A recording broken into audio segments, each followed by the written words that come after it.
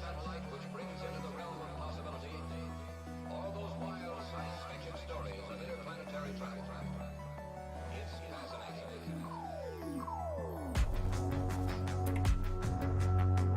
They tell us the world may never be the same again.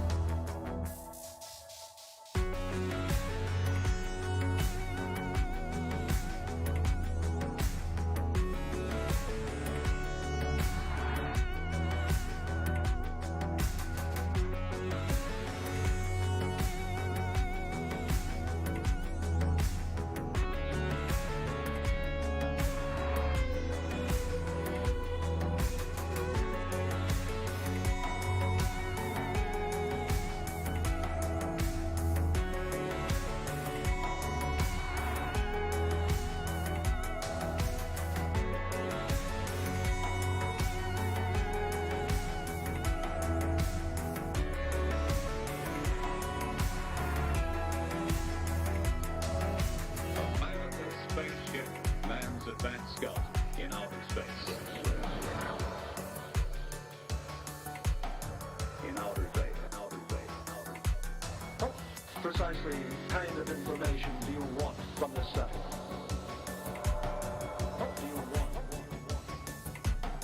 What do you want?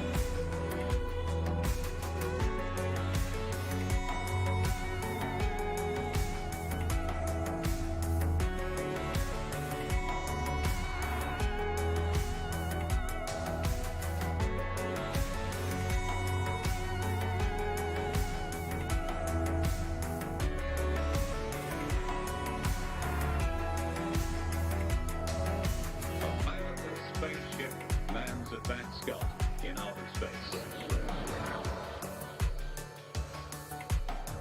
In outer space, outer space, outer space. What precisely kind of information do you want from the study? What do you want?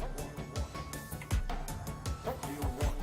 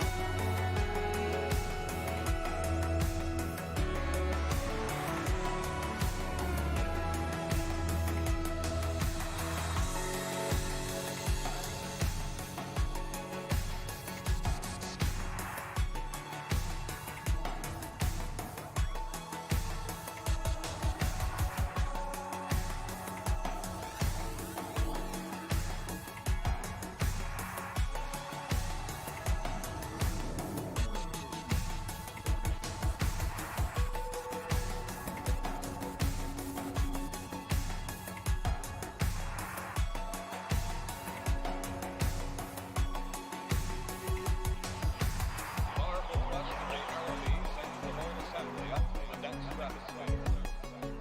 The first rocket is then dropped its fuel exhausted. The second rocket ignites and takes off.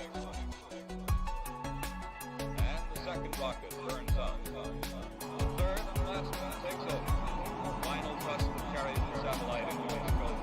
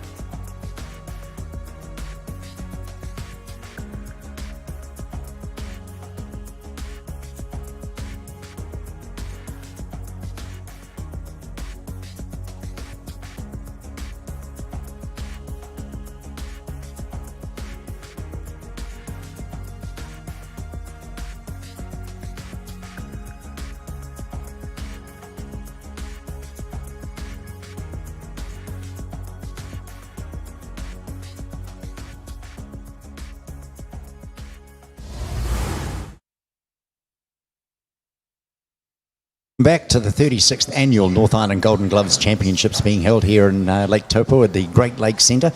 Been a massive number of bouts over the week, and it's really great that you're joining us, of course, again with Sky Sports Next on the YouTube channel. We look forward to a great late afternoon into the evening of boxing, and we've got some amazing matchups that are simply going to be outstanding.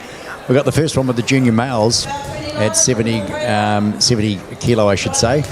From Heratonga, we've got Ezra Wilson, who'll be coming out of the blue corner, along with Devlin Smith in the red from Nainai.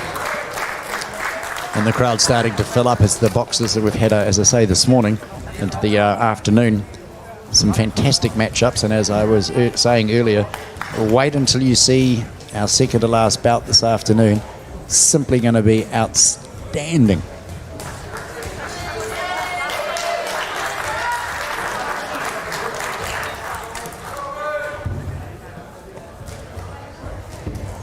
Now 30, youth men, novice, 60 kilos. Fighting in the red corner. Lachlan Brishaw.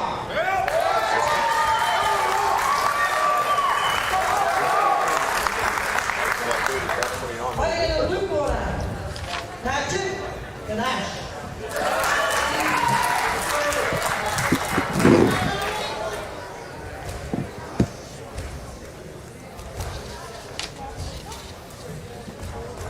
So we've just been given a new list.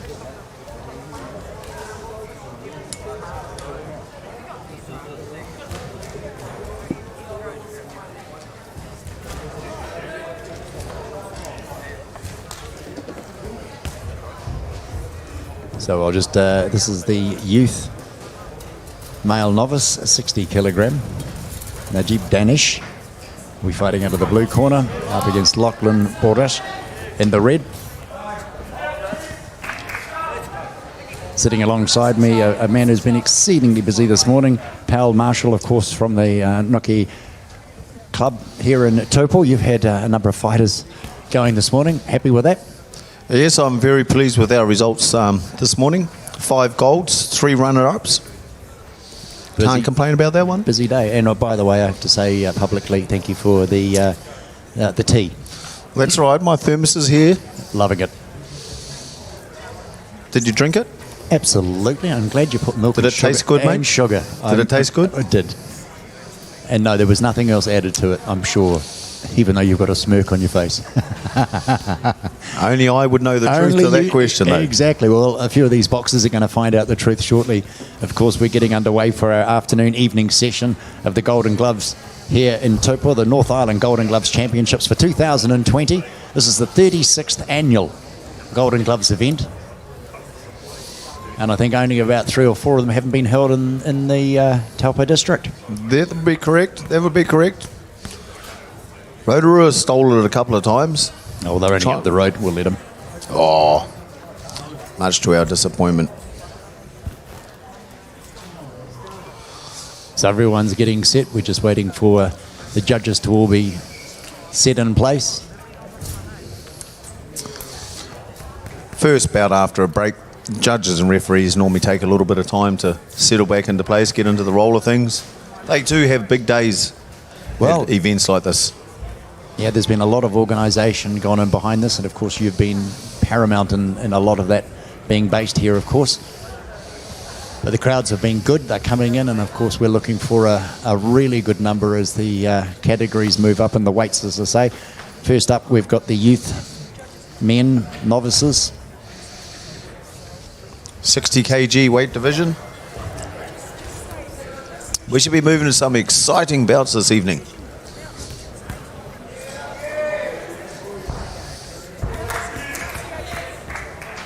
And I have to say, for those of you who are watching it, of course, on Sky Sport Next, the YouTube channel, our camera crew and production team have done an awesome job. It's almost like we're in the ring, sitting in front of our monitors at the moment. We're not actually outside because the crowd noise gets a little bit loud, but the cheering has been going on. We had some great matchups with these younger ones this morning. Oh, did you see the effort that they were putting in, though? Fantastic. It was fantastic. And, oh, man, have they got big hearts, some of these young boys. just fight right through or box right through to the very, very end. Now, of course, the rules are standing 8s. If the referee feels that a punch has been landed and it's done a little bit more damage than you could normally box out of, the referee will give them a standing 8. And then if they get a second, he'll make the determination purely on safety reasons and safety grounds that he may decide to actually end the bout. But most of the time, the boxers themselves make the decision, or their corners. They're allowed to have 3 standing 8 counts per round, in a round. But it is boxer paramount, boxer safety is paramount, so if the referee feels a stoppage is needed, he shall cease the bout. So our referee is bringing the boys in. He's just checking with the timekeeper, and we're underway with our first bout of the afternoon.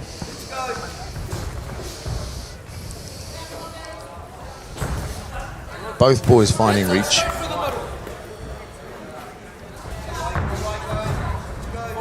We've got a southpaw in as well, Lachlan in red.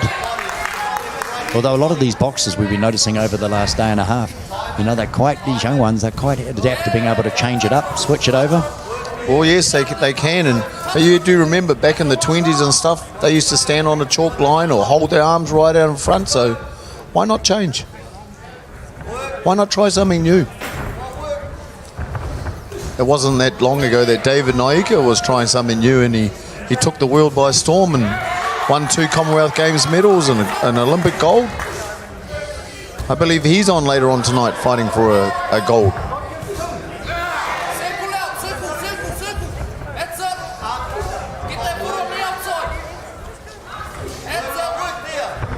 Some nice straight right hands being landed here. Oh, Lachlan, looks like he's getting the measure already.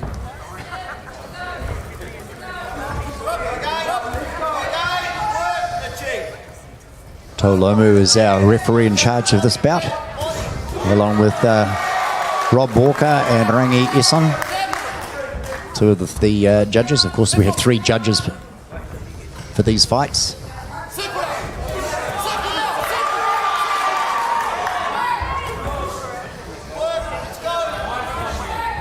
Lachlan in red fighting out of the Trentham camp. And Najib Danish from the Anabi Academy.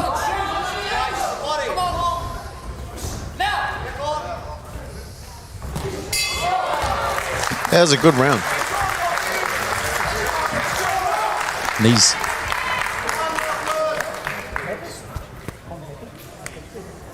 just in case you think your clock's running short, some of these rounds will only be 2 minutes. As we get in sort of into the higher level, they'll jump back to 3-minute rounds. But it's good how they manage the boxes as well, because some of the juniors, of course, have maybe only fought 2 or 3 times. They're only giving them a minute and a half in the round till they sort of start working their way up, then into 2, and then, of course, subsequently then up to the full 3-minute rounds.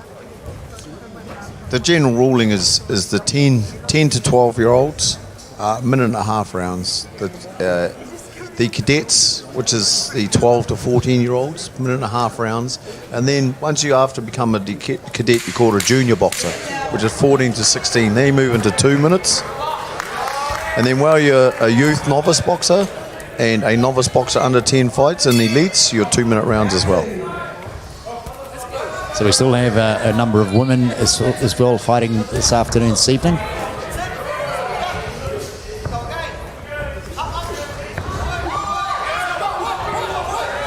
It's been interesting to see how the judges and referees have been scoring the bouts lately. How they're scoring on the attacking person, the person moving forward, and not really taking into value the person boxing on defense and collecting points as he moves backwards.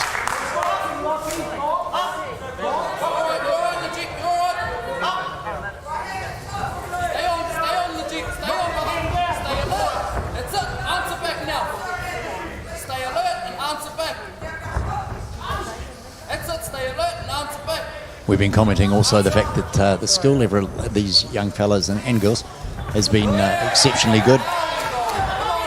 Hand speed, foot movement. Just shows good promise that we have it for the future. Yeah, well, in New Zealand boxing. Yeah, the scouts are here, of course, well, not the scouts, but the selectors are here for the potentially for the Commonwealth Games to select their team or get them ready for training and selection. So I think there are 6 spots up for the 2022 Commonwealth Games. That process has already started with regional camps being going on throughout New Zealand. So they can actually follow the long list.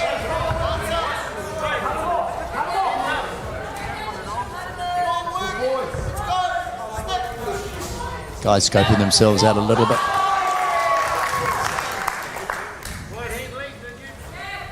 Lincoln just keeps pushing himself forward up against Danish, getting him up against the ropes and saying, no, I'll get you here, I'll keep you here. There's your first.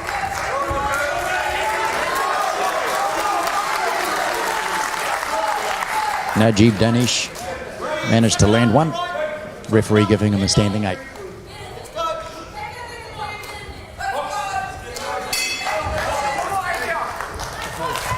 I'm sure he'd be actually quite pleased about that, getting himself an extra minute now of breathing space just to recover from that one.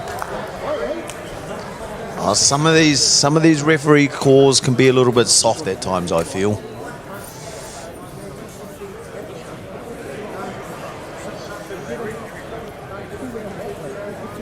You've got to remember, as we move up into the age group of these boxers, it is boxing.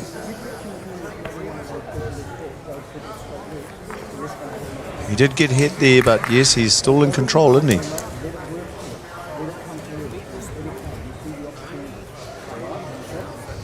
Yeah, that minute they get in with their trainers and the likes, getting the next lot of instruction of saying, how you doing? Well, here, just keep it calm. Don't go crazy.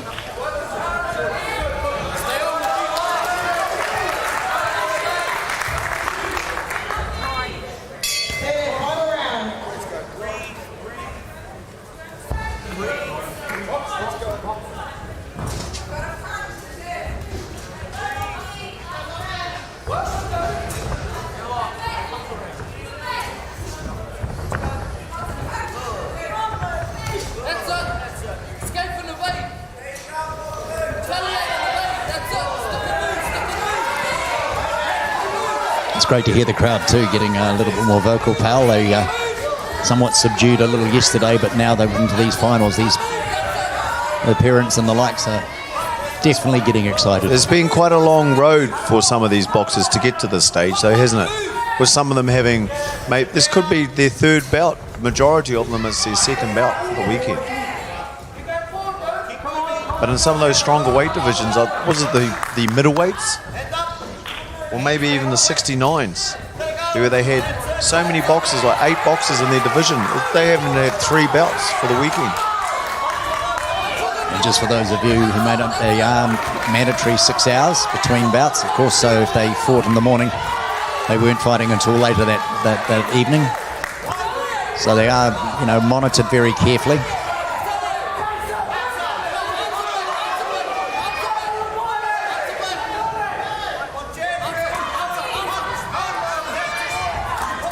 Nice straight blows here. Is starting to do it.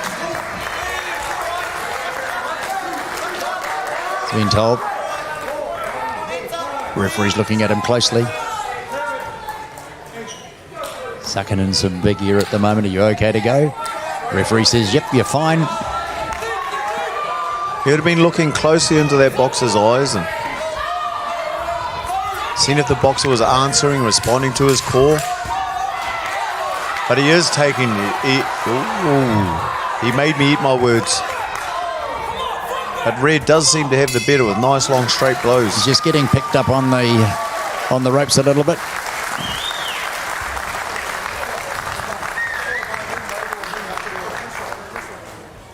The young boxer out of Trentham.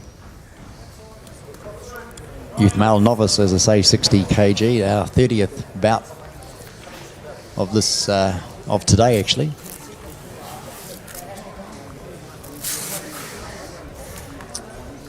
So would that be by a quick add up? That would put us into like 80 bouts over the weekend. Yeah, I think I did some quick not too far off. did some arithmetic earlier, and I think we were up to. I think we'll be doing 57 before the end of today.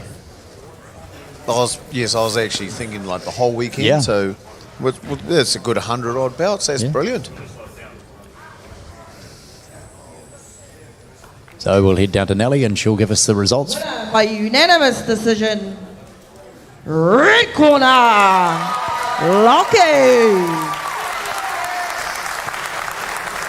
So red corner, Lachlan Burgess taking that one out.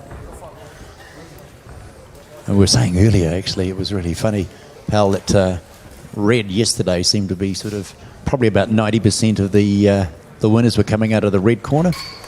Today it's pretty you much bringing that up? No. You're choosing red all the time. Somebody reckons my earpiece tells me what the judges are saying, but I can honestly, hand on heart, tell you no. Bout 31. So about Youth 31, this is men's the novice. youth men's novice 69 kg. kilos. In the red corner will Boxes come to the out ring. Carlo Seymour Moore.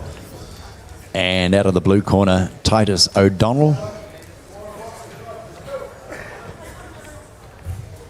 And a great shout out has to go to you and the organising. The bouts are just flying through, so we're probably getting about a minute between bouts. So it's keeping the Fighting out of the red audience corner. actually Carlo really Seymour. entertained with it, because it's no time to muck around.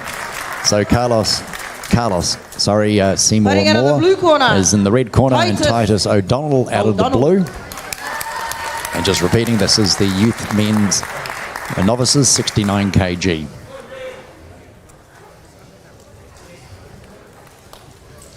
It's a great big combined effort by all of our team here at the Central North Island Association to make this event run. So someone just come up to me today actually and said they've attended all the Golden Gloves.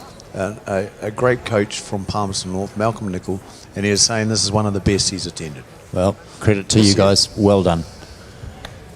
And we're pleased to be able to bring it to you on Sky Sport Next, the YouTube channel. You can also follow us on Subscribe. We'd love you to do that.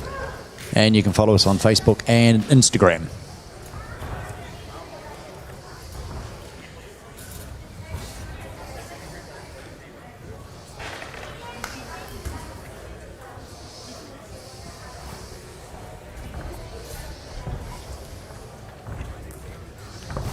Bit of a slow start.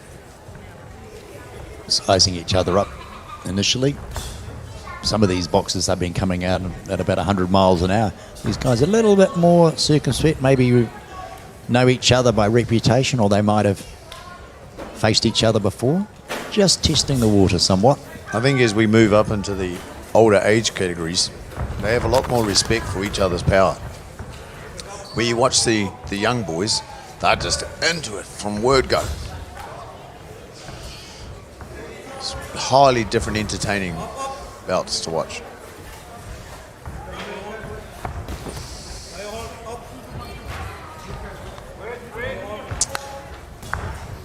All the armchair boxers sitting at home is probably sitting there going, oh, come on, get in there, mix it up a little bit. It's not till you actually have to stand in the ring and receive a punch, let alone give one. We'd invite any of those armchair super champions to find any of your local boxing gyms and come down and have a go. Now, if you want to find your local gym, of course, you can do one of a couple of things, really. You can go to Uncle Google and just type in those areas that have the training facilities, or you can go to the website of Boxing New Zealand, and they list all of those that are accredited for that. And throughout all of the country, all the gyms. You just type in what area, Auckland, Waikato, and they'll have a list of all the gyms and contact phone numbers. Good to see these boys actually boxing it out. Try not to actually hold up too much, just get into it. And as we've been saying all weekend, it's great to see the actual respect that each boxer shows, not only to his opponent, but to their cornerman. We've seen a number of the younger boxers holding the rope open to allow the defeated boxer to exit the ring and, give themselves a... Well, I think with more coverage of the sport, it's going to change a lot of people's perspective on boxing. If they take their time and watch the sport closely and actually see how these young boys and young men perform and how they respect and the gratitude they show to their opponents, win or lose. Because the beauty about the sport is there's only two places, isn't there? Yeah. Your You first can call equal. it first or second, Seconds but out. really, you're a winner or you're a loser. Let's stop. So What do they call Carlos. it? Wrapping in Round cotton two. wool. Yeah. So Carlo Seymour more in the red up against Titus O'Donnell in the blue. I'd expect to see the pace picking up quite a substantial amount in the second round.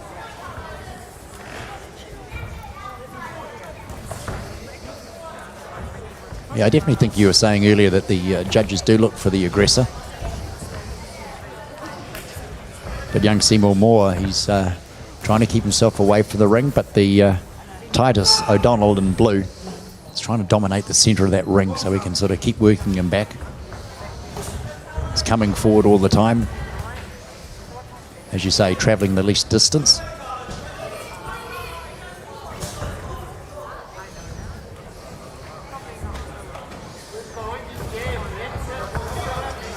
But as you see, Titus is always moving forward. He's putting the pressure, applying the pressure.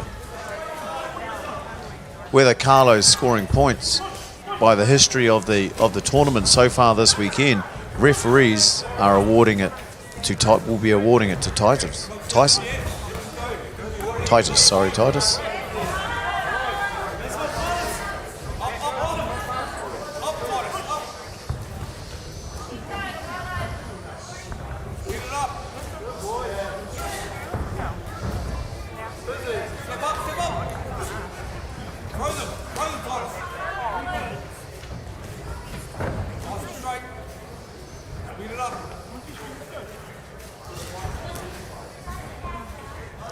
Yeah, both these boys are sort of just slowing the pace up a little bit, trying to read it.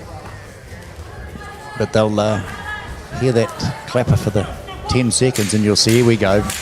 And you tend to see this is when they fire it all up again. They start dealing to it.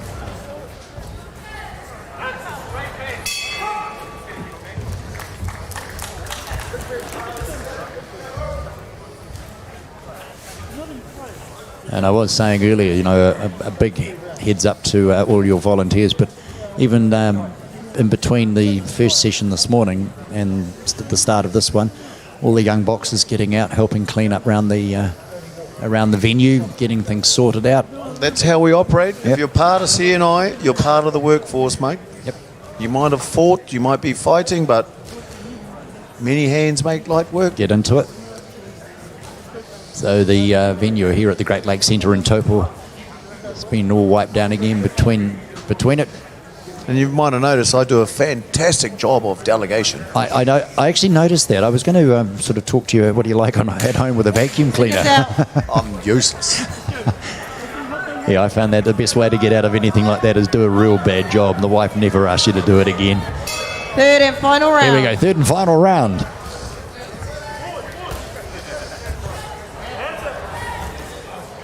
Oh, lovely overhead right by Titus O'Donnell. I think Titus has been coming forward all the time, but I think Carlo may be leaving his run too late. There's a couple of haymakers have gone over the top over Titus, and he's just managed to just duck and weave his way out of it. Nothing's really connected up. But again, we've got our viewing position. The judges, of course, all around the ring. They sometimes see things that we don't quite pick up on.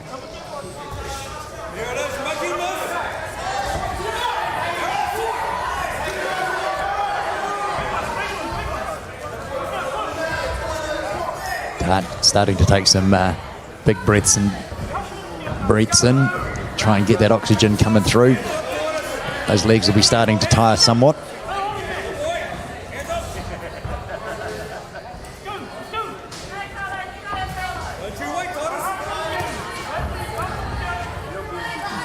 Another great camera angle we've been provided with, of course, on our monitors.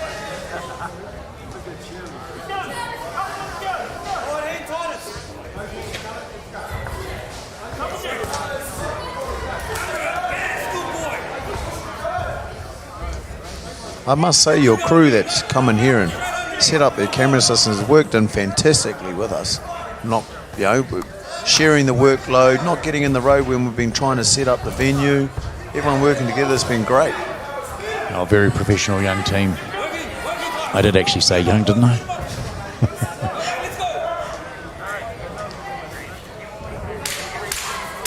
So these are 10-second slaps, and we'll see how they go. See what energy they've got just left in the legs for the last 10 seconds to close out this bout. Well done, boys. As I say, a lot of these fights have been really, really close. They haven't been unanimous. A lot of them have been split decisions. This has been the most split decisions I would have seen. Yeah, well, I've got a feeling that this one's going to go blue with Titus O'Donnell. I'm not arguing the point. You're not going to argue that point? No. No. He's came forward, consistently coming forward over the first 2 rounds. So he's got 2 rounds up. Even though the work rate and the punch rates and the scoring weren't that high, but because he was trying to make the fight and dominate, referees would have given him the 10-9.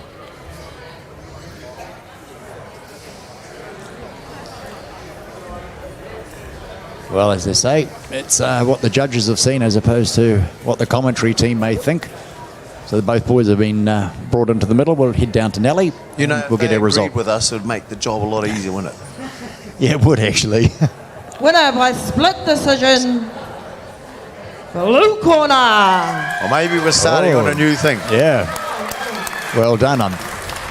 Somehow thought, He can't have worked hard enough on that 3rd round if he can do that. Did we get a replay on that one? I'm not sure. No, we didn't. What a shame. But it's good to see the joy and the excitement, the thrill that these guys have at actually winning this title. Yep. So that's Titus O'Donnell.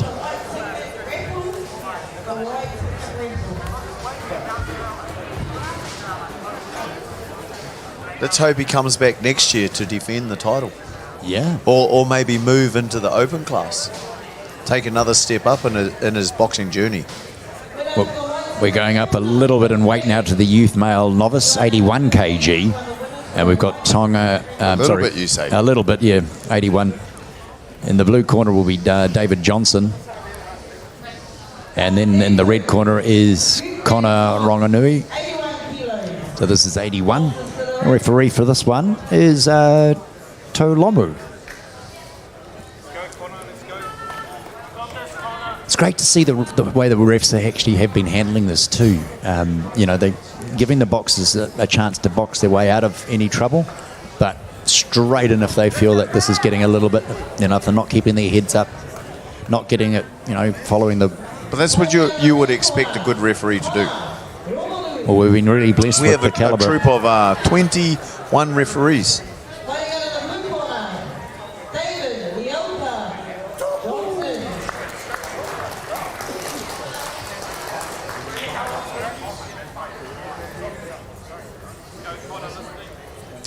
I actually hope Blue takes us because my boy fought Blue in the semi-finals. The young prelims David Johnson. Yep. To get here, and sadly he didn't get through.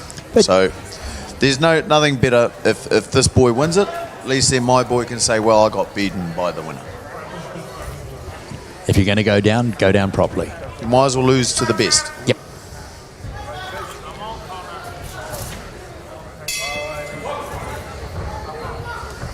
Looks a little bulkier too. Just maybe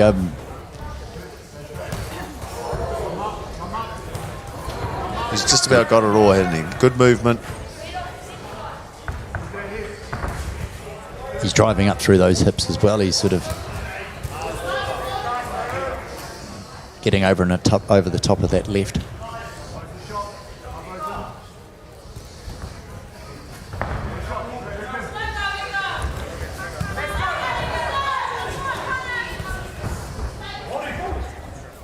As we've been saying, though, it only takes that one.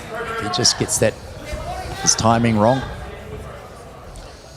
Drops that guard. He could end up wearing it.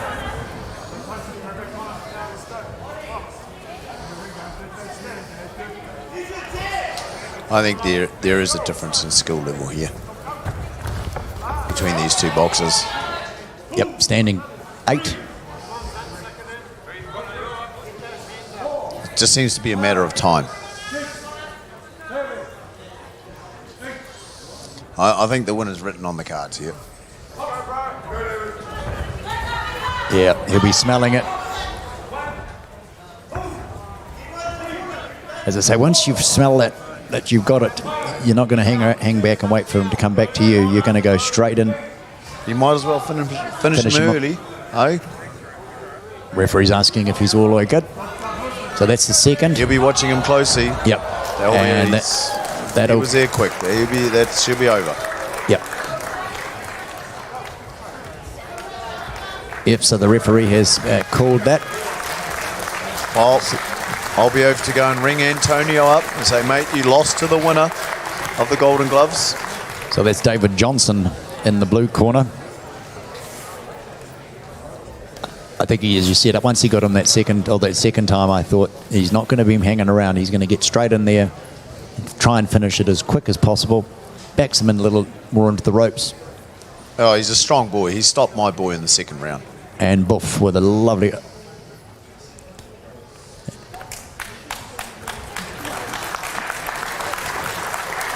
And then third one, lovely little left, slightly uppercut. But young Connor, hold your head high, young man. Well done. And he tried, didn't he? Winner by referee stop contest. That is a hard thing for these Blue boxers. corner. And there's something about boxing that you can't give in. That's what we love about it. You can't run away.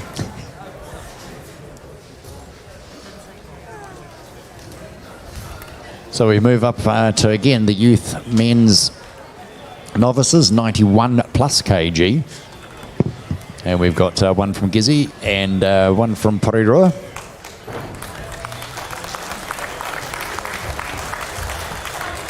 So we've got Lenisi Tamapua Sua About 33. out of the red corner. And out of the blue Youth men's novice, is 91 plus Dominic kilo. Johnson, Boxers to the ring. 91.1 kg.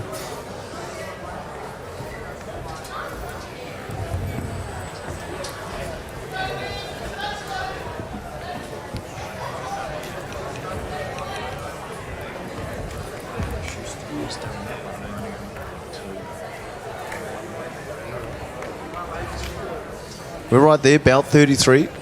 Fighting out of the red Youth male corner. 91 plus. Lenusi Tamapau Sua. We have got it right. Lenisi Tamapua Sua. Fighting out of the blue corner. In the red corner, and in the blue is Dominic Johnson.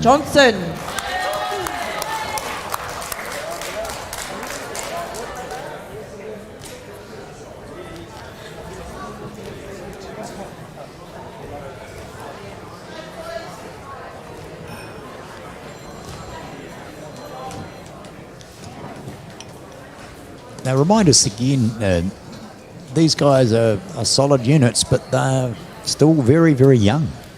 Yeah, youth division is 16 to 18 years old. If they turn 19 this year, they're not in the youth division. Yeah, well, I mean, you only have to look at the build of these boys.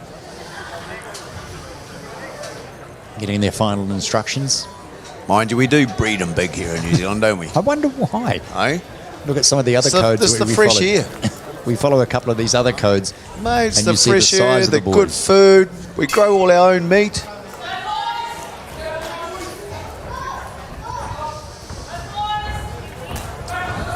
So, of course, with these heavier weights, it's also not just so much the conditioning of the fighter, the fitness levels, but the distance that they're required to go when they're carrying that bulk. But if their trainers have done the job, pace themselves. It's also the path that they've had to take to get here to this final bout. Remember, this would not be the first bout for a lot of these boxers this weekend. The majority of them would have already had a bout this weekend.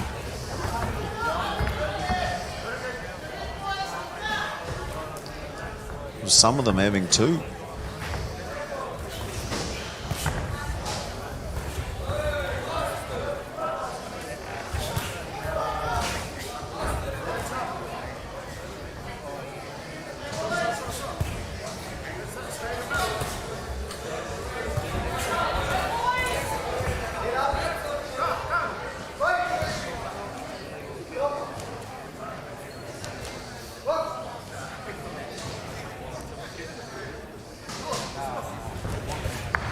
Nice slip. Straight under the jab. Work the body. It's good to see big boys like this showing some boxing skills and not just come out swinging. Both boxers have been told to sort of get away from that leaning on top of them.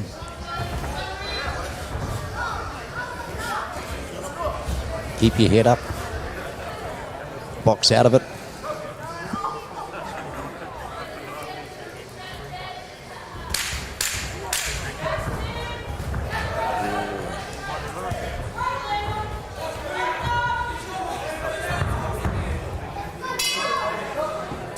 Good effort by both boxers for a first round.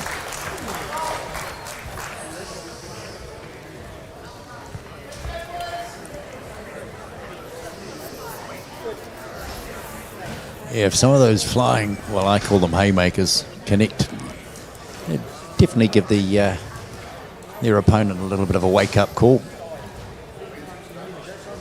You would call him a haymaker. We might call him a hook. Or a swinging right. A swinging right. Really?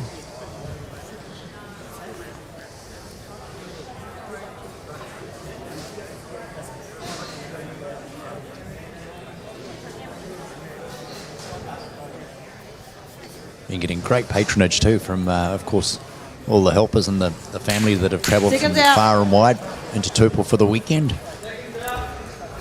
Filled up the cafes in the mornings and probably a few of the restaurants later in the evening.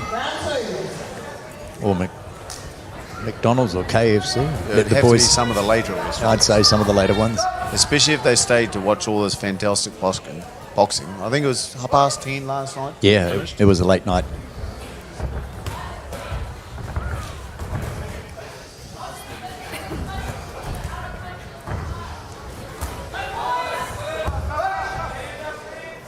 Dominic Johnson in blue seems to be a little bit more on the front foot coming forward.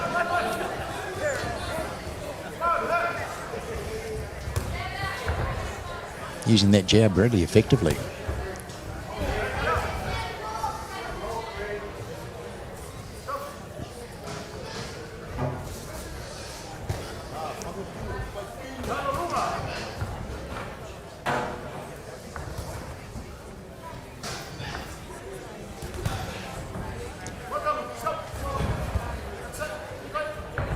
I've got to remember, pal, a couple of the matchups that we sort of had a look at last night to see who was going to be fighting who in these finals. Looking forward to 3 of those fights ourselves. Yes, I believe you've already picked your winner on one of them. No, you gave it to me. I didn't get a choice.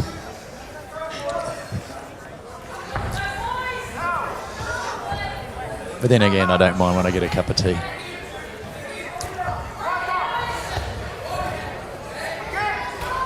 Oh. Yeah, I think the ref's going to get a little bit closer to these guys. He might have. He's done the old spit the mouth guard trick and kicked the boot off. Oh, that'll gain him a little bit of time.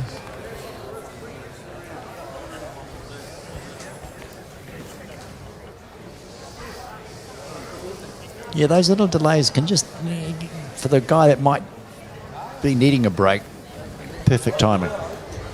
Correct. Just Perfect give timing. yourself another There's a couple 30, of little wee tricks that you 40 can seconds. do and pull out. And you don't always have to be in a hurry to get up to the stairs to replace the mouth guard.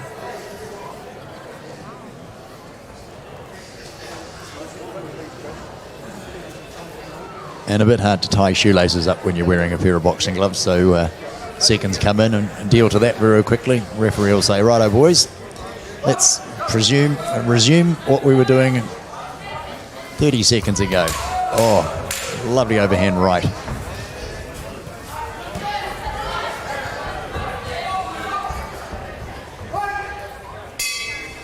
It's good to see you refer to that one as an overhand right. Well, Instead of, what was it? A haymaker? Well, the haymaker's going straight over the top. He was never going to connect.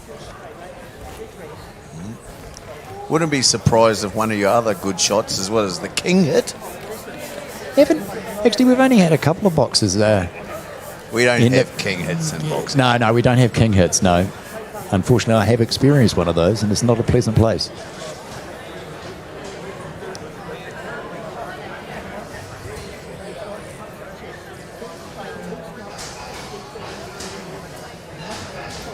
We hope you're enjoying the coverage on Sky Sport Next, your YouTube channel. Really pleased to have you along here at the Great Lakes Centre in Taupo for the 36th Annual North Island Golden Gloves Championship.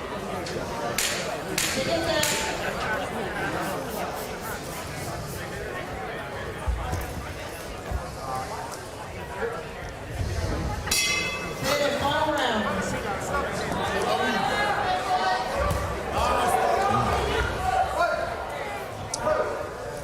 That was a nice shot.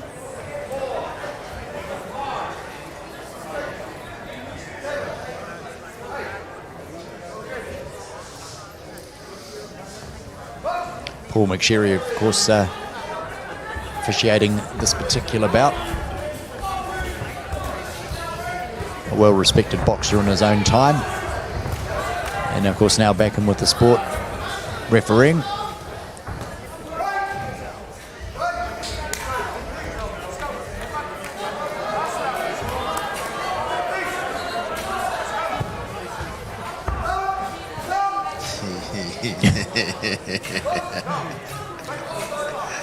What hand over the top? I didn't know I was doing that. Might as well get a couple goodies in there before you get broken apart.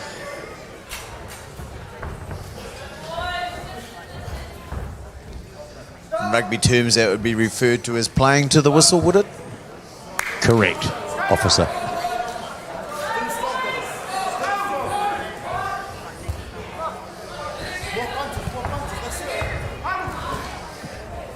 For a couple of big boys, they are landing some good punches, but they are actually coping with it rather well.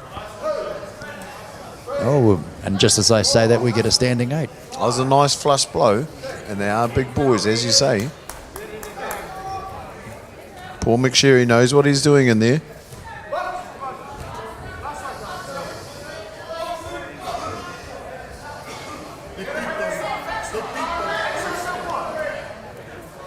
A couple of boys showing a little bit of claret, as you say.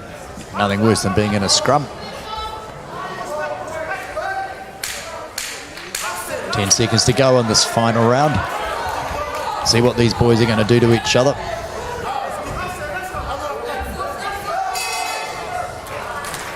Well done, lads.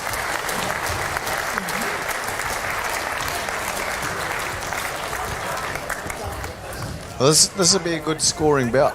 It's going to be interesting to see which way the referees take this. When you've seen the first 2 rounds, You're going to make a call? you see the first 2 rounds, Red was clearly the nice boxer. Blue's come on with power towards the end. Yeah, and he scored a couple of midway through that round, as I say. He was connecting quite nicely. Got tied up a bit. Did he leave his run too late? Yeah, just a little bit. I still think it'll be Blue. I'd just totally leave it up to you, my friend. No. As I said, I am more than happy to be corrected. But I'm the SME. here. Winner by unanimous decision, blue corner, Dominic Leota Johnson. You had Somehow, a good choice in, didn't you? well, fluke. Call it a fluke. Yeah, but both boys actually showed they had some heart and soul. And as you say, they give themselves a quiet one.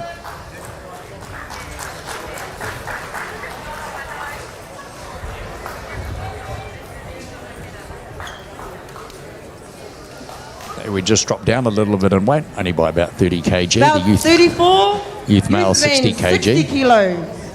Boxers And now we to the move ring. into the open class division of all our boxers. So this is all the novice classes are all done. And these are all of our experienced boxers now. All right, who we got up? Right, 60 kg. Fighting out of the red corner, Kiva Hotatou. So we've got Kifa Pato, and then Fiti Hina, in the blue corner. So they're 60 kg. Well, we've got Wanganui versus Auckland here.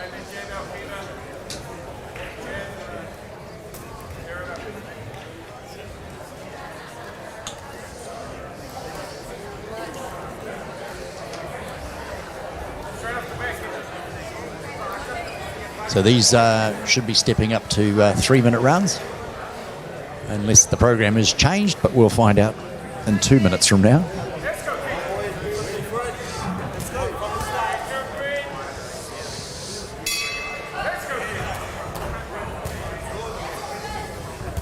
Now these boys won't be hanging around, they'll be straight into it.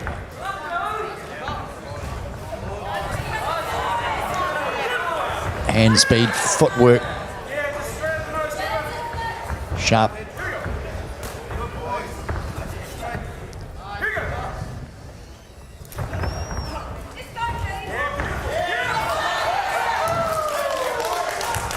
There's a good high pace bout at the moment. Not a scrappy affair. No, Keepers in red is actually coming in, seeming to get his punches, and then getting out of there before he gets himself into trouble.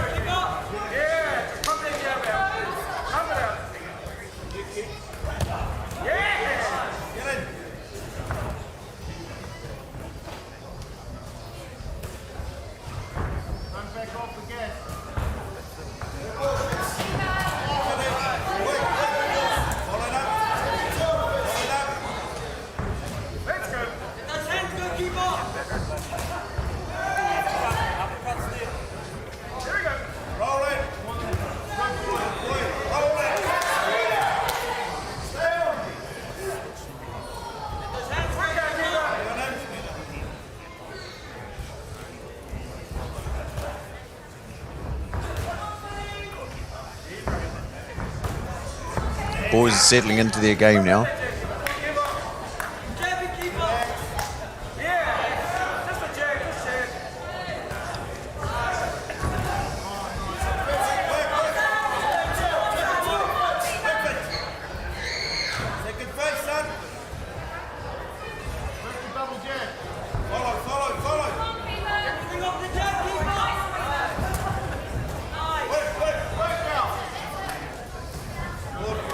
He's getting that keeper is in red is actually getting that jab working really nicely.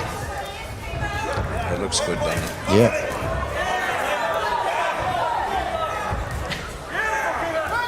Starting to get his way. Starting to get his way. The old mouth guard trick.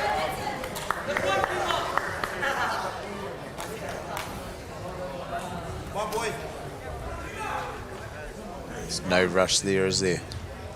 No. Your seconds will be sitting there and trainer saying, no, well, just give yourself another 10, 15 seconds. Catch your breath. He seems to be walking into that jab.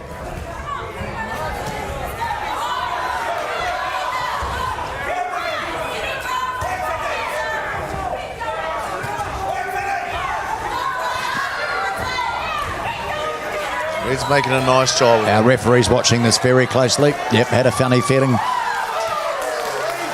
Keeper in red. Potato, he wasn't going to let up on that one. No. He could smell it. Standing 8, and he'll be coming in hard and fast now. Try and see if he can finish this off in the second round.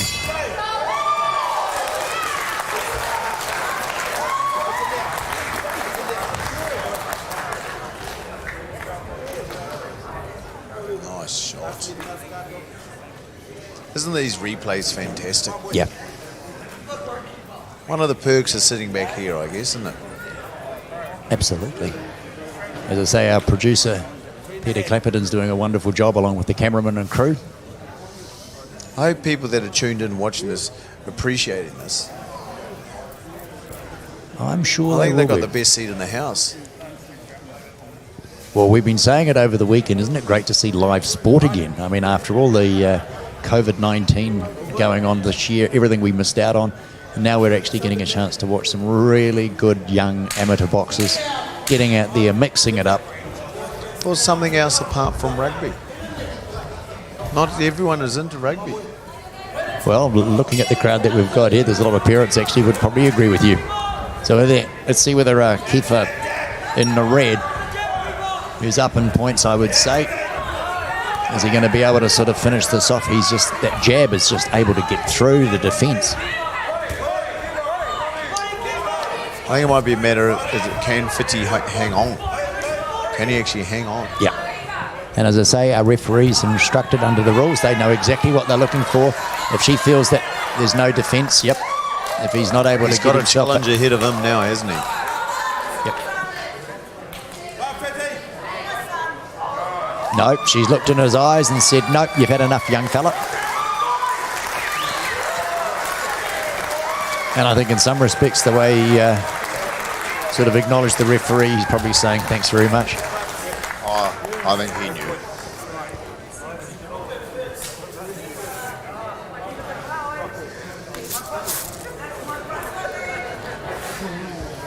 So over the last couple of days, to be honest, pal, we haven't had too many bouts that actually have ended up early. A lot of them have gone the distance, which is, credit to all the fitness. And I don't care how often I see this, it is so cool to watch how these boxers acknowledge their opponents themselves, plus their corner men.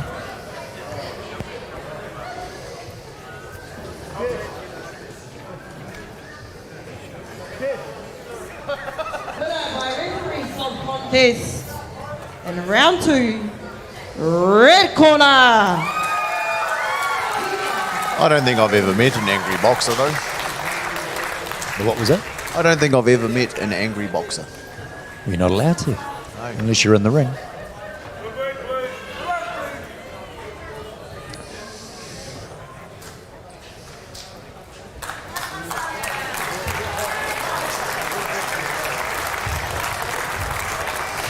So we're heading into our next bout, which is the 64 kilo. And we've got one boxer from New Plymouth, that would be KB Hagadine. And again, this is youth men. And we've got Connor Blisky, who'll be fighting out of the red corner.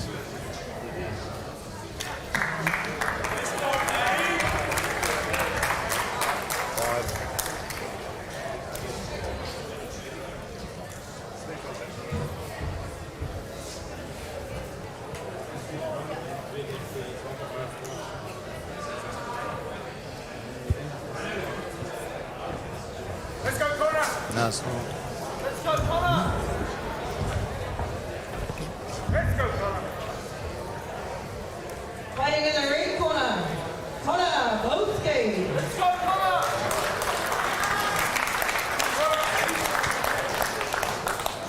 Fighting in the blue corner, KB Hagadine. These bouts are coming around thick and fast. We've got to just double, triple, quadruple check that we've got the right name with the boxers, because, as I say, occasionally we've had to change it round simply for the fact there's maybe some hold up in the warm-up area. But the organisers have got it sorted. So young KB is out of New Plymouth. We'll see what these young fellas can do.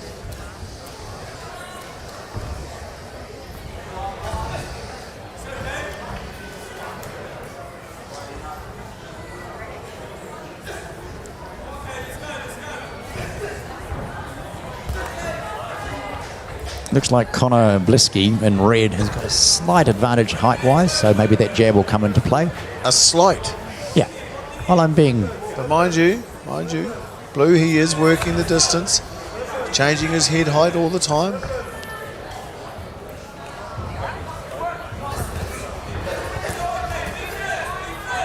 Right inside of him at the moment.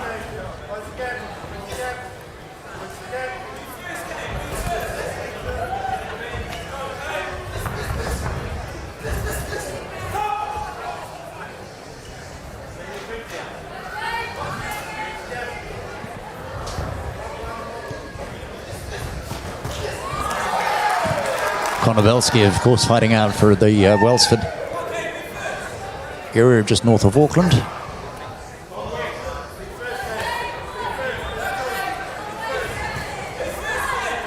And Cabe, of course, New Plymouth.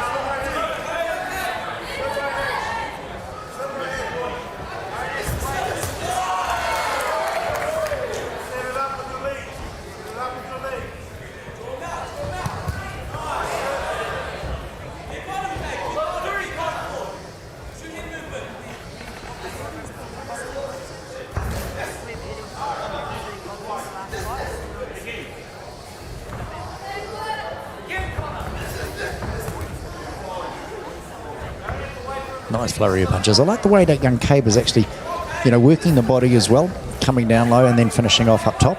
He's trying to chop him down, isn't he? Quickest way to slow someone down. His time will come. He's slowly getting in more and more, and slightly easier.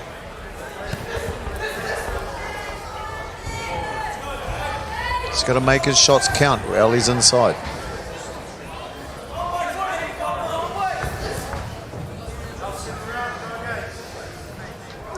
And for some of these boxers, it's been a long day from the time they sort of wake up quite early in the morning. And then have the old adrenaline starting to build up.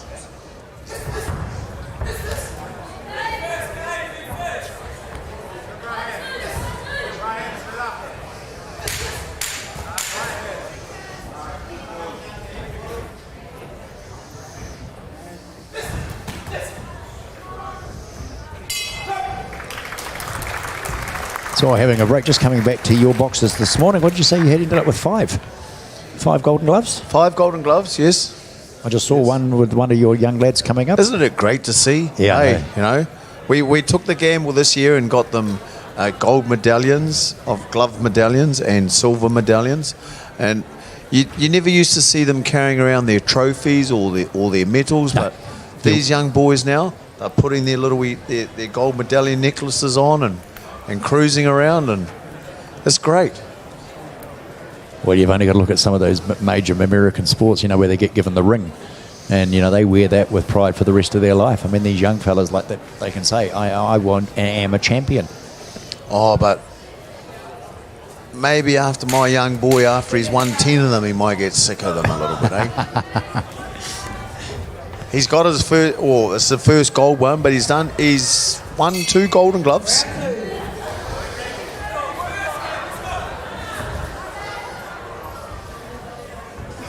Sorry, 3. 3 golden gloves. You should know this. Daddy's not listening.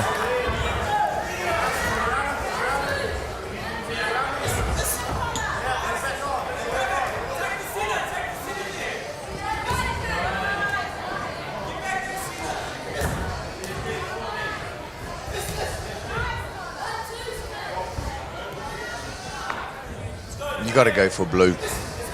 Yeah. I just like, you always got to go for the underdog, the small guy. What seems like the small guy, and he's working the distance well. Yeah, he's quite happy to get in, do some damage, and get out. He's not sitting on that outside where he can get picked off. He's right out, or he's right in. Another mouthguard incident.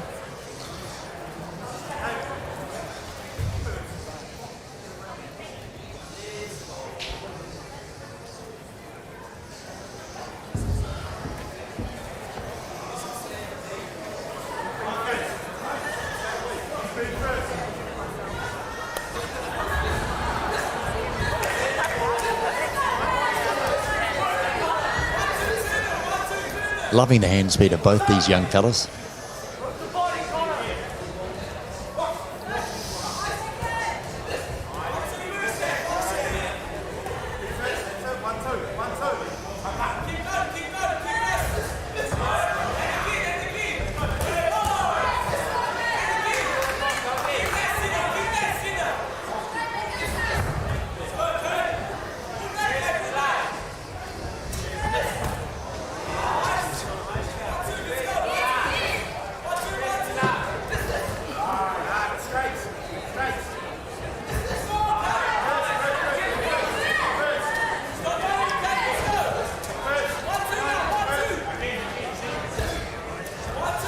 The boys are mixing it up. Of course, we're into the second round.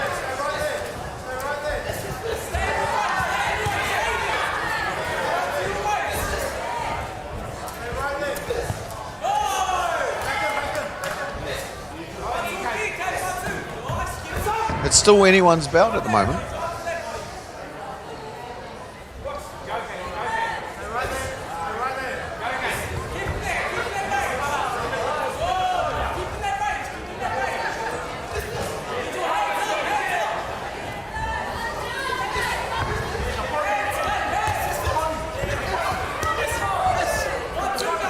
I'm liking the way Blue's actually going in and scoring his points. He gets that jab going and then works the body. I think it's going to be interesting to see which way the referees take this bout. Yeah, are they going to go for the aggressor, or are they going to go for the fact that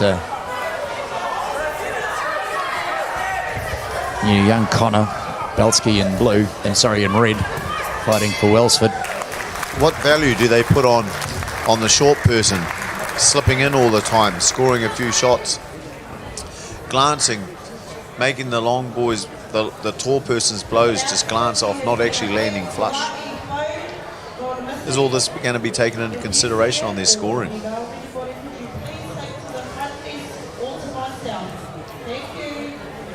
I'd have to say if it's at the moment I'm sort of heading towards a split decision, because I'm just thinking that pretty even, apart from the aggression of young KB in blue.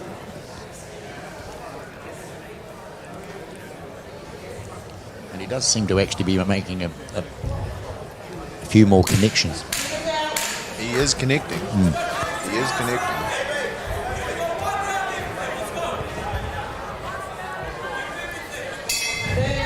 So this is the third and final round for the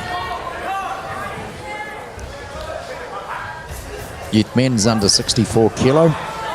Connor Belsky in red and KB Hanau Dean in blue. They're not going to leave anything undone in this round. It's do or die.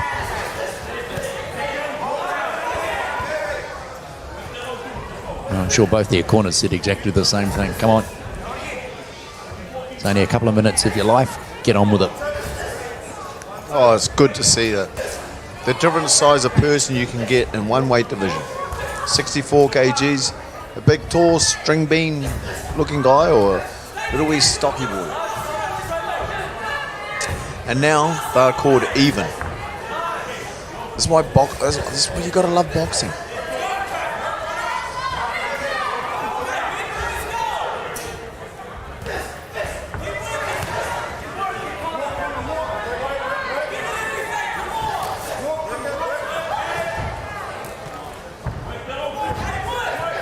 Coming into the nitty-gritty.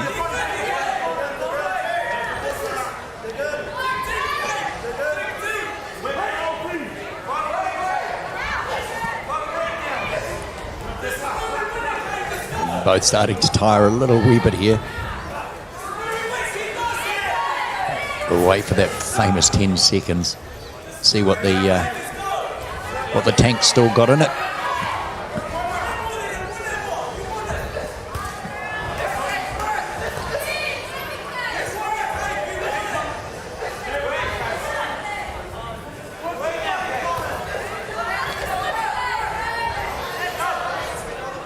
This is a nice contest.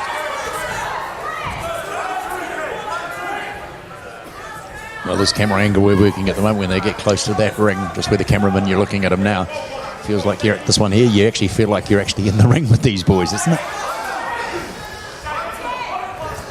Any closer you would be. This is an exciting bout. I like him this bout.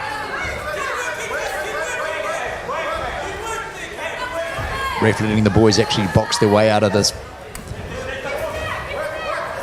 Only splitting them when he feels that they need to be, but they're actually handling this quite nicely on their own.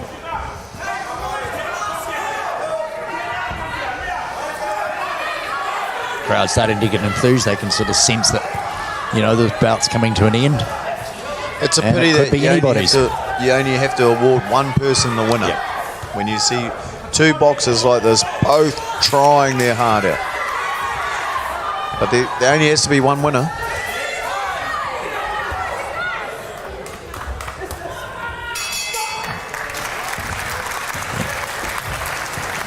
Both boys did a fantastic job on that. I'm not even going to attempt to tell you what I think. I'd like to give it to Blue, just because he's the small guy, and he did a fantastic job, and it's a hard job for a small guy. Yeah, well, our producer's a boxing expert. I'll see what colour he's going to call. He's going. What are blue and red? If you mix blue and red, what colour do you get? Yeah, no, I think everyone's heading in the direction of blue.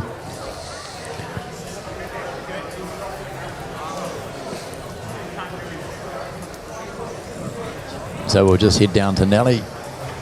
She's down there waiting for the scorecards to be collated. There's a Winner by significant height split advantage decision. Red corner. Red corner took it by a split. So split Connor decision goes Blisky. to red, which was Connor Blisky from Wellsford. He took out the youth men's 64 kg.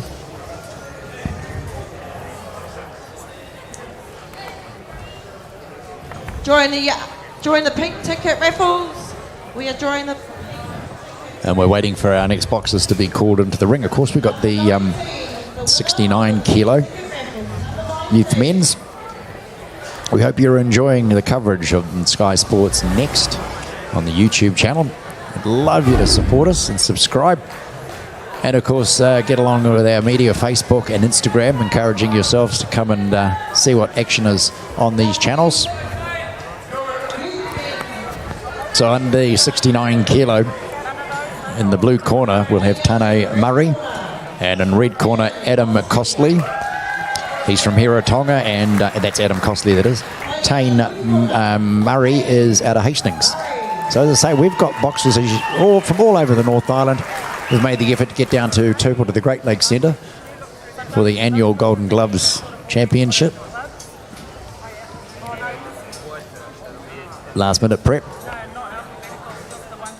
You'll see another hunter-stalker type style of boxer out of Adam Costley.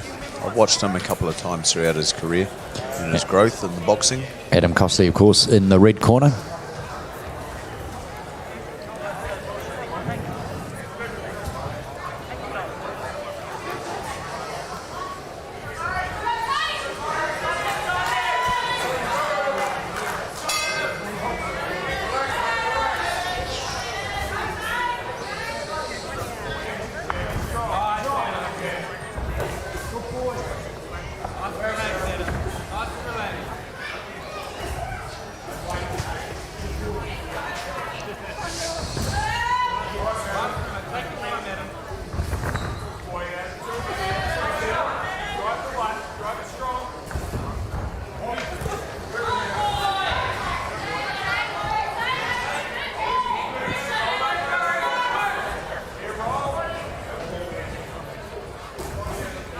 Both boxers going through this feel-out stage.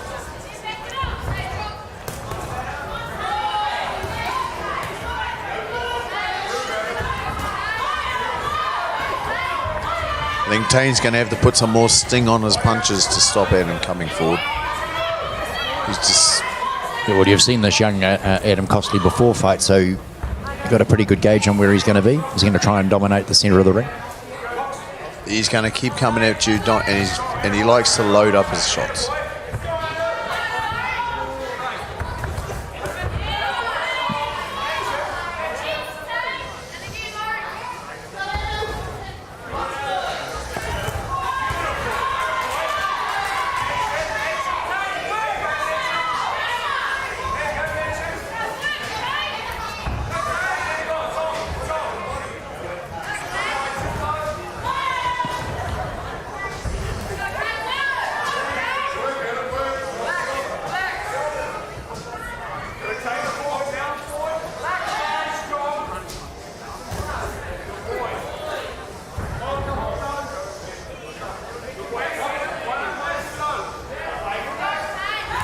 So as we've been saying, of course, the selectors are looking towards the future, even with the COVID not being able to get sort of overseas boxers into New Zealand to sort of, you know, like the Aussies who normally come over and participate in some of these events. The selectors will be keeping an eye on some of these young fellas for the future. I mean, the likes of the Commonwealth and Olympic Games come around real quick. You think 4 years is a long time, but Commonwealth is only in 2 years, and they've already started their plan now, and it's good. It's good for our young boxers to know that there is something in place, so they can actually choose. Yes, I'll do another year in boxing, and maybe not go to the professional side of the sport, or go to rugby and stay in boxing on that chance or the goal, because they can see a pathway in place to get to the Olympics or get to the Commonwealth Games. If the Commonwealth Games goes ahead, I guess. yeah, well, that's the other big factor. I guess the quickest way for the Commonwealth Games not to go ahead is to not plan for it to go ahead. So if you plan for it to go ahead, you're putting positive thoughts and everything out there, aren't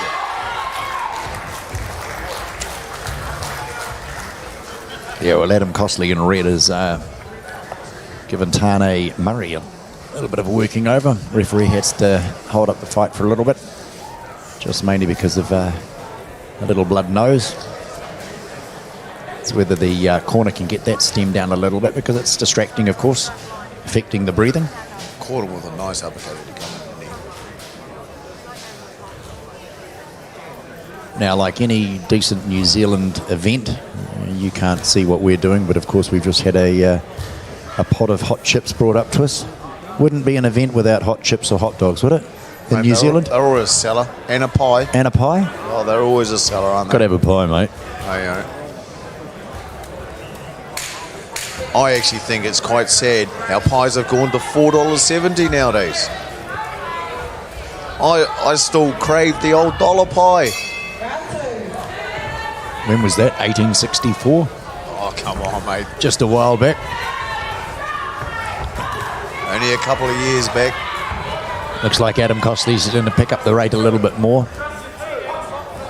Try and finish this off reasonably quickly.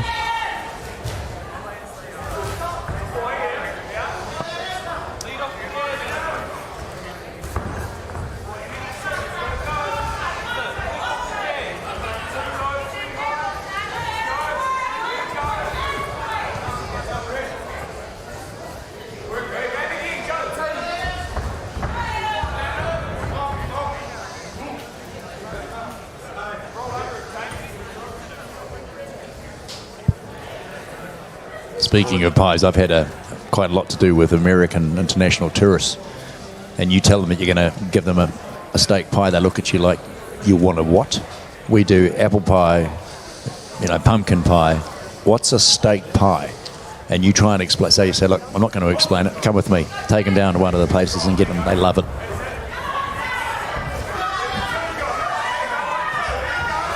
A meal in a paper bag. There's plenty of flavours out there nowadays, isn't there? It's there ever. The kiwi pie, the pork and kumara, the oyster, steak and oyster, cheese and onion. Ooh, I made that one up, cheese and onion. Could be something for the future.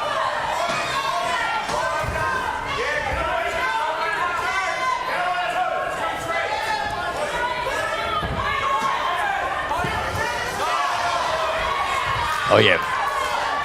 He's definitely increased that workload, Adam Costley.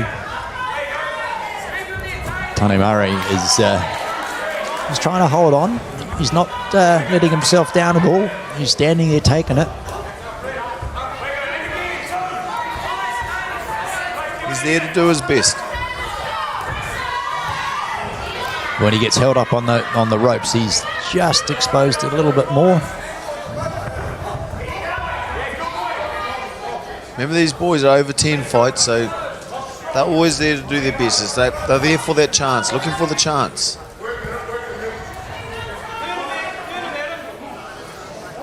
Sometimes they know they're coming up against the best in New Zealand, Adam Costley is one of the best in New Zealand in his weight divisions.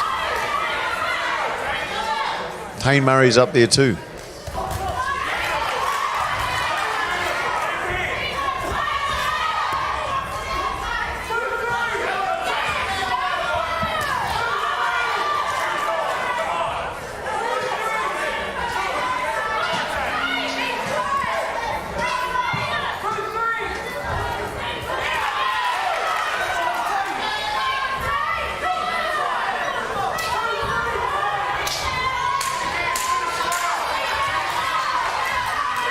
Crowd starting to get a little more vocal now as we're getting down that 10-second count.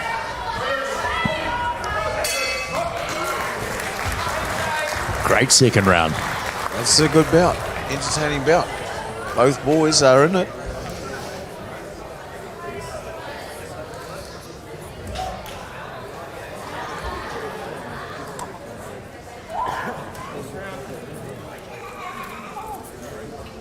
So when we talk about some of the bouts later in the evening, as we go through, as I say, we've got a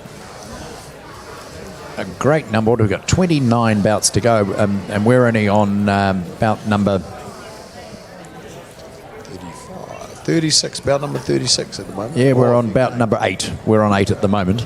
But yeah, we've got a long way to go for the evening. So if you're in the Taupo district and you've got time to get down to the Great Lakes Centre, please do. Otherwise, enjoy what you're doing with the Sky Sports Next, the YouTube channel. Love you to subscribe. So get yourself organised.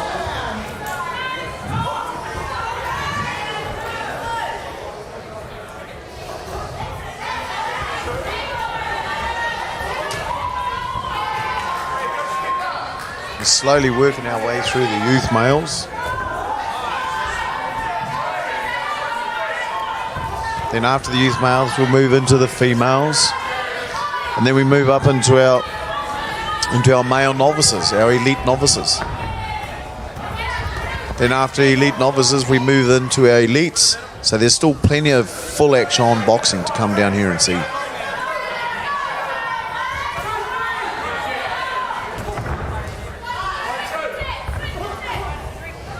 All these young boxers are showing fantastic heart. The skill level.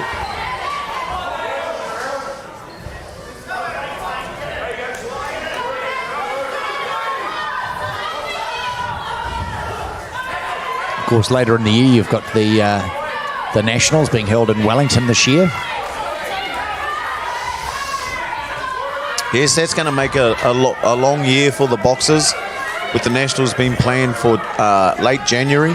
Yeah, starts on January 19th, runs through to the 24th. So you know what that means, doesn't it? Christmas is over for the boxing community, mate. The gym is open as normal. Oh, you're allowed them to have some pavlova, wouldn't you? Oh, depends on those grams, I guess, isn't it? Or how many Ks you're going to run, and how disciplined your boxer is.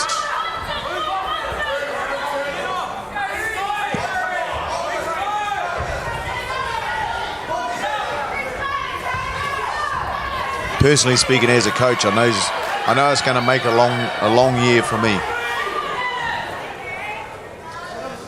because not only do we have the Nationals in January, then we have the 2021 Nationals in October, because the January Nationals are getting called the 2020 Nationals. So how many boxers will you hope to take down to the Nationals? I could be looking at a crew of 7 from Taupo Nuki's boxing gym.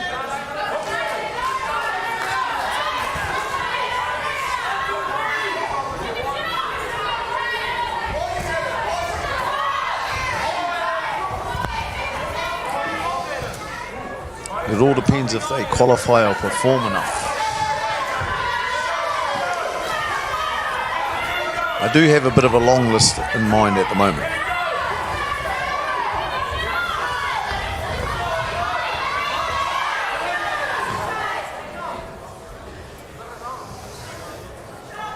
You can't seem to seem that doctor's just going to have a quick look. For instance, my 5 winners this weekend made their way onto our long list. And we have our local tournament on the 21st of November next month. And some others will be qualifying to get onto the long list then. Or shall be trying.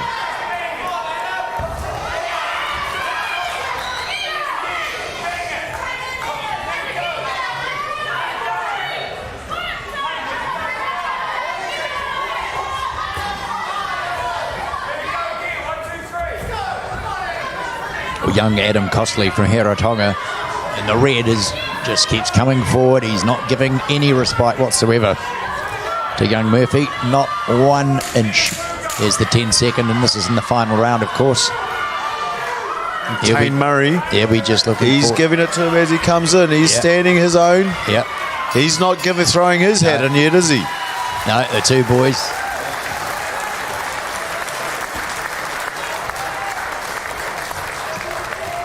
Yeah, he wasn't prepared to give 1 inch. Normally you'd be quite angry if someone gave you a blood nose, wouldn't you? You wouldn't shake their hand and, oh, thanks, mate. I enjoyed the company. But I have to say I would definitely be leaning towards Adam Costley in the red corner.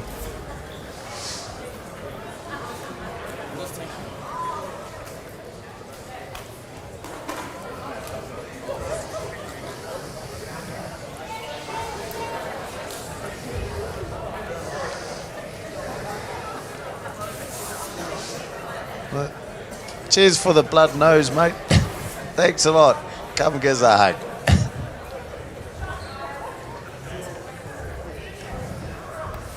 And he's still got a spring in his step. Head down to Nelly. She'll give us the judge's decision. Winner by unanimous decision. Red corner, Adam Costley.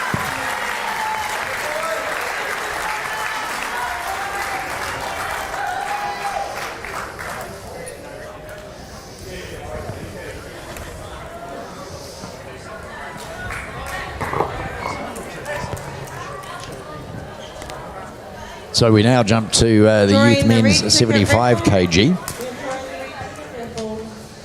And we've got in the red corner Toby Jensen. And he'll be taking Tyson Pedersen, who'll be fighting out of the blue corner. This will be the last bout of the youth men's, and then we shall be moving into the women's. So we've slowly worked our way up from the bottom right up to top. This is the heaviest group of boxers that we have in the youth men's at this Golden Gloves.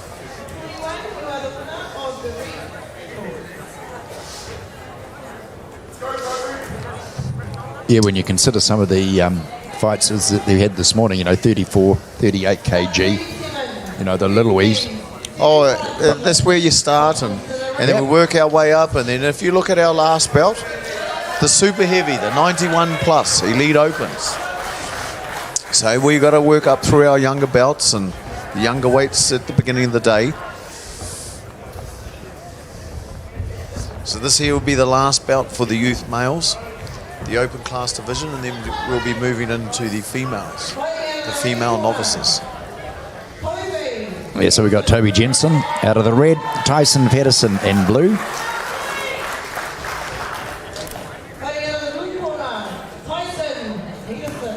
And our referee is, I'll double check, but it looks like Sunita Lalu.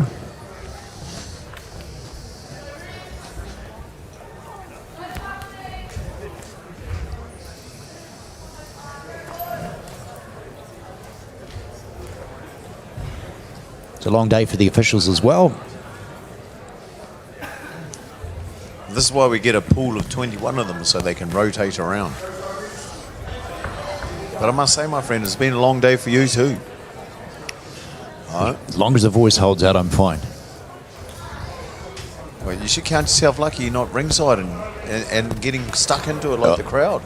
Yeah, no, I've done that once or twice, and guess what? Your voice doesn't last all day. So again, these boys weighing in the 75 kg mark.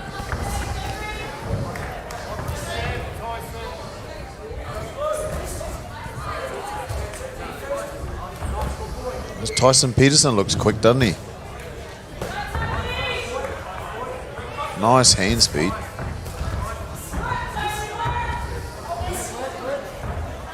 And he's looking at trying to control to staying in that centre of the ring.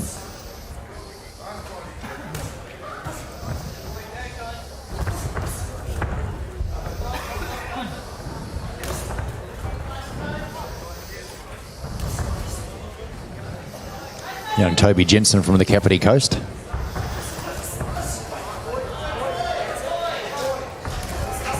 And I can tell you now, this Toby Jensen, he's no slouch.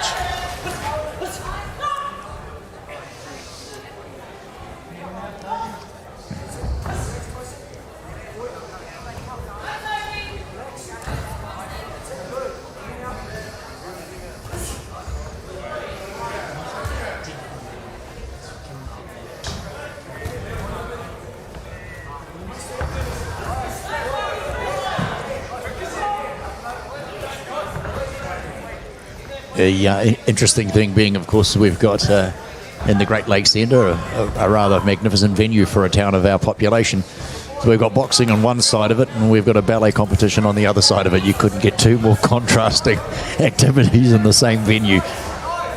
And I'm sure a lot of the ballet girls and boys would not like to come in and join these boys and girls in the ring, or these boys in a tutu. But maybe some of these boys could go and do some ballet lessons and improve footwork. I think their footwork's fine. The ballet people are very light on their feet, aren't they? They're supposed to be. So are these boys. These boys, oh, this is going to be a good bout.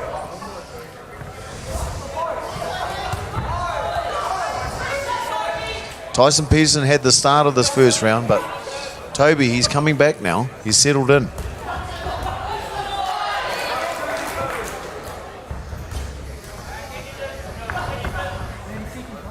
Got control of his first nerves.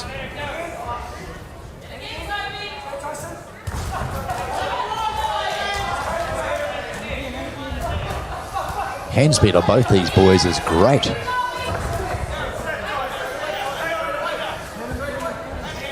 Aren't we in good form? Absolutely. These boys are youth, 18 years old. What about if they stay in boxing 22? Isn't it great that we've got a pathway for the Commonwealth Games? Then these young athletes can actually look at that now and aim there. And say, if I put the training in, it's possible.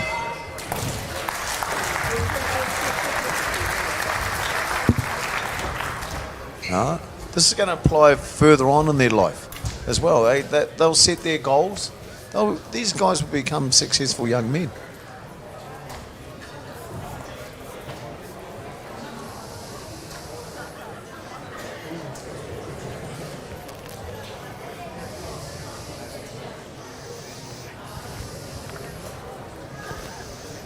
Yeah, Tyson Peterson, just every now and then he steps in just to almost mitigate what Toby's actually about to throw. He just gets himself in close enough so he's not getting an effective It's inside punch. that range. Yep.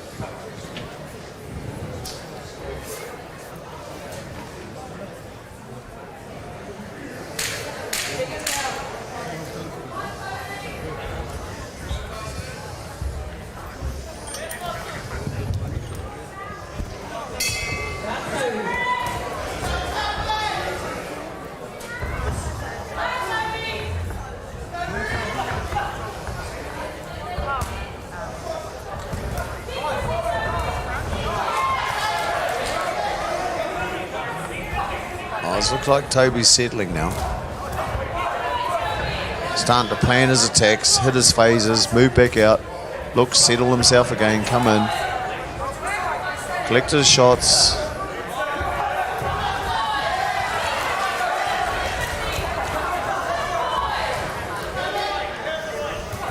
He's attacking that body and then going back up top, starting at the top, going back down to the centre and then back again. That's 4 times this round. Same thing. Same thing. Works the first time, do it again. Works again, good, keep on it. No need to overthink.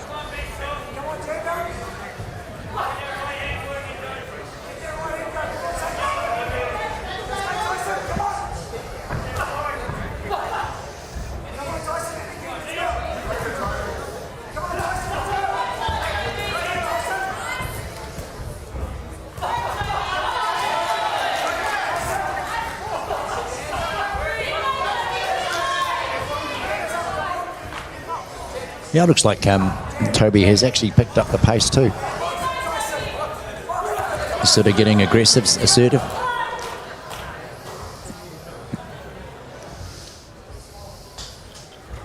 There goes the mouth guard again. Gives you another little bit of time.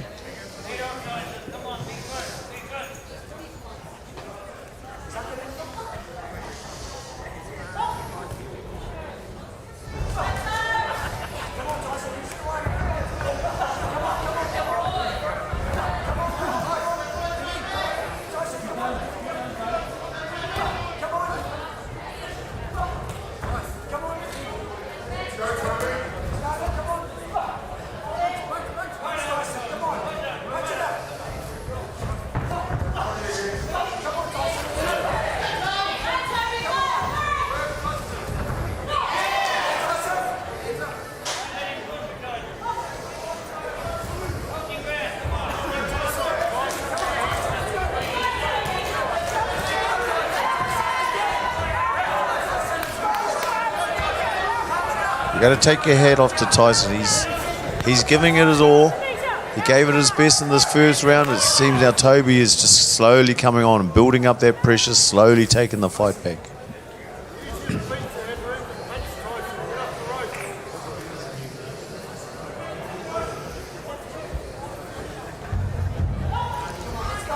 Now the referee just signalled that's your second. If he drops that mouth guard again, is that a problem? She may have been calling it as deliberate.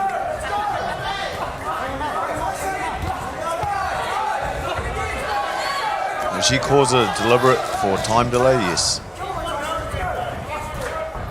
She can take two options. She can remove a point or disqualify the boxer.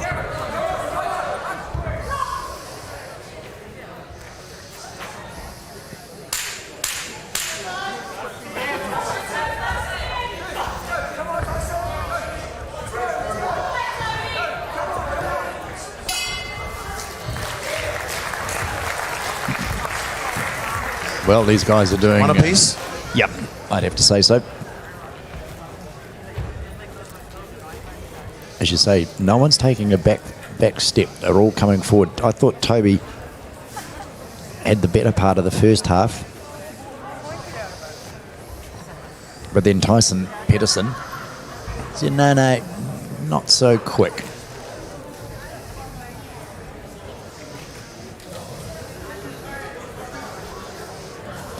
Few swing and a miss. But he... Would you like to know a little secret, mate? Way you go. Toby, he's the old dog in here. He's been in the game for a couple more years than Tyson. He's come up through the ranks, top New Zealand boxer from cadet age, junior age, now he's in the youth categories. Where Tyson, he's come into boxing, I'm not quite sure if he's a junior, but I know he's definitely been here throughout the youths.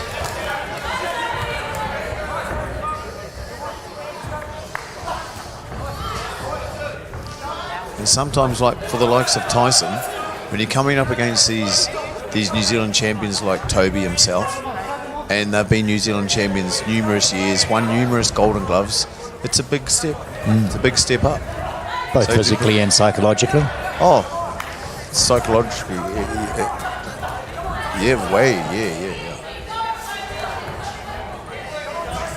So for him to put in the performance that he is tonight, he's only a better boxer for it.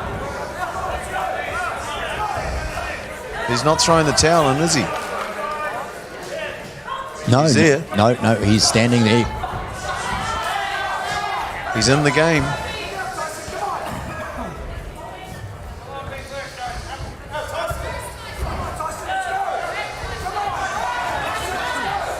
Nice jab there.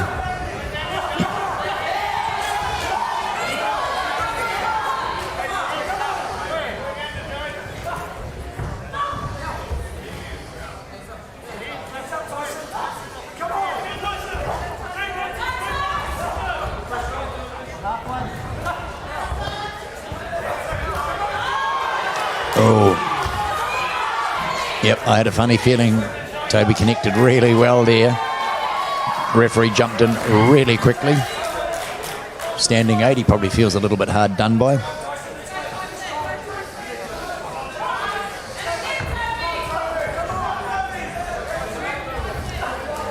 See whether Toby can actually finish it off now.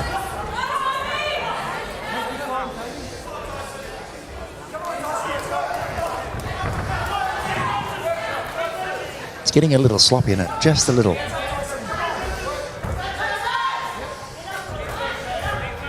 You know what? I'm waiting for the end because Tyson's going to go over to Toby, give him a good old handshake and say, thanks, mate. That was a bloody good match. I enjoyed that. Great match. How good a match? Great match.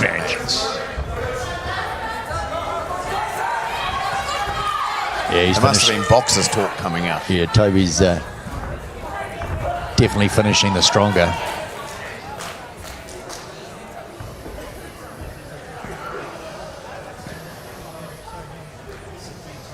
Yeah, that's the third time Toby's actually stick it in and keep it in.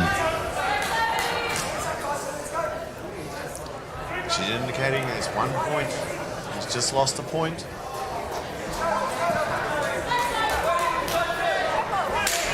I still don't think This could put a difference on the game. I don't think that's going to shorten it up.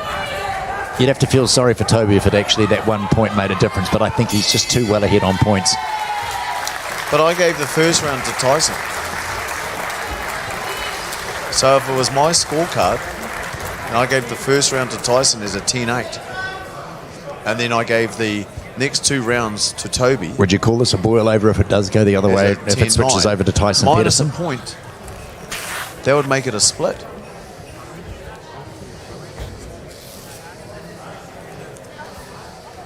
Then they'll be looking at the another referee's scorecards to see which way they went.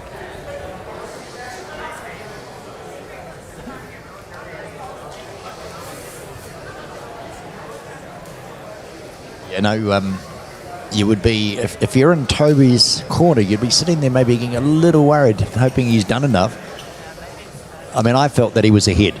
I would be worried after Yep. I thought he was ahead. after watching all the other Here we go. referees' decisions. Red corner. Oh, well, it didn't make a Toby difference. A Jensen. unanimous decision goes in favour of Toby Jensen from the Kapiti Coast. I guess you wouldn't be worried now.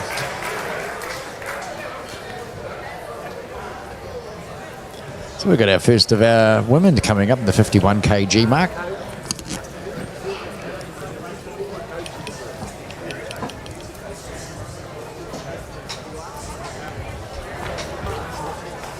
I hope you're enjoying the coverage on Sky Sports Next, the YouTube channel for the North Island Golden Gloves. The 36th annual championships being held here at Great Lake Taupo at the Great Lake Centre. So we've got for our first of our females coming in there on this card.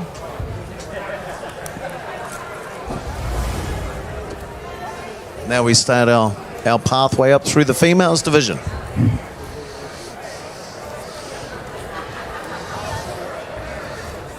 This is the elite females. These are novice females though.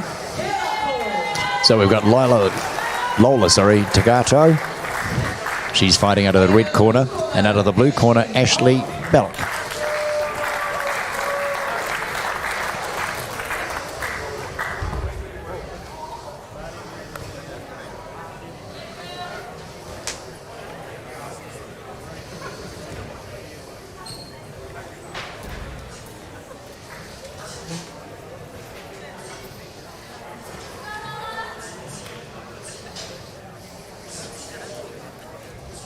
Getting their final instructions. Wonder if this would be a good old cat fight.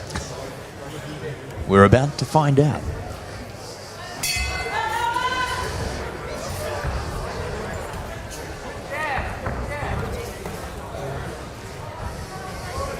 Yeah, there's no such thing as just these two trying to measure each other up. It's straight into it, as we've seen on most of the female fights, to be truthful.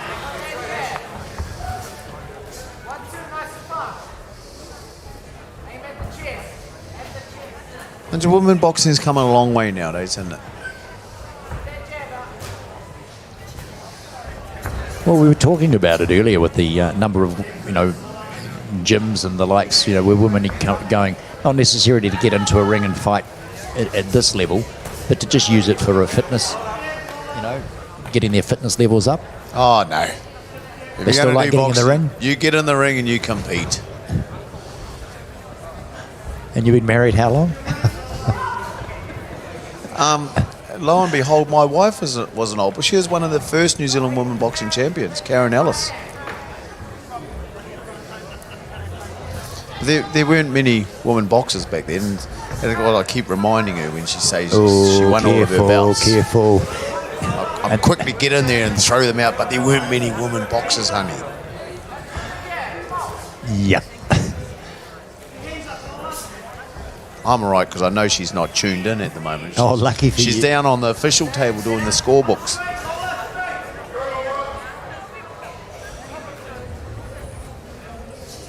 But from the backs of the days of Karen Ellis and Daniela Smith, where there weren't many, now there's more girls in the division. So these girls, it's becoming a proper sport. They can get belts. And a lot of coaches' gyms, if you're going to train for boxing, you might as well compete. You might as well play the sport. So remember, these are 2-minute rounds. Novice boxers, 2-minute rounds.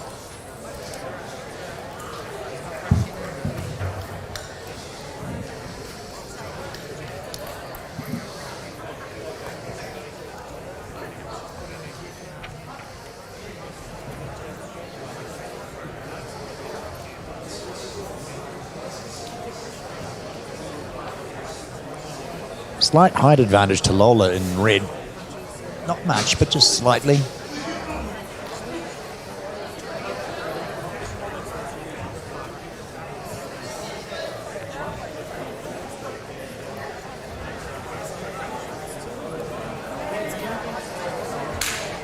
Seconds are being called because the crowds that we're getting here at the Great Lakes Centre are going to change about as the evening goes on, because some of the boxers, of course, have finished the night. They'll go back to their accommodation, get cleaned up, maybe get into their number ones, and then come back down to watch some of the bigger boys later in the evening. It's these young boxers, as you were saying over the weekend, they're going to be aspiring to be sort of some of these big name boxers in New Zealand. Also, some of the other boxers and coaches and supporters choose the option, because it is a long weekend, they decide to drive home now and then relax for the last day. After such a big weekend of boxing, relax at home for the last day of their holiday. Well, I have to admit, if I was heading to Auckland, I'd probably agree with you. With that traffic. Exactly. And Wellington, I suppose.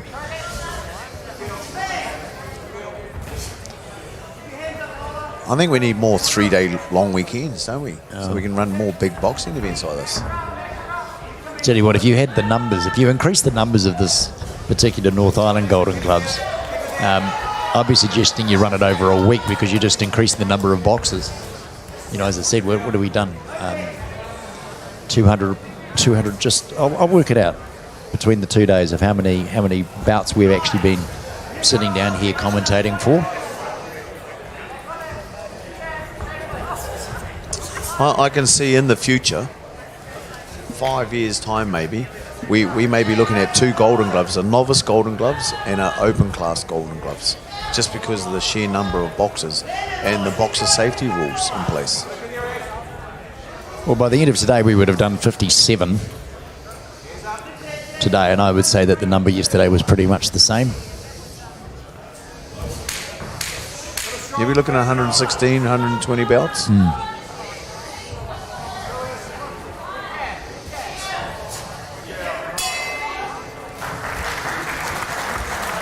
Evenly split, I think.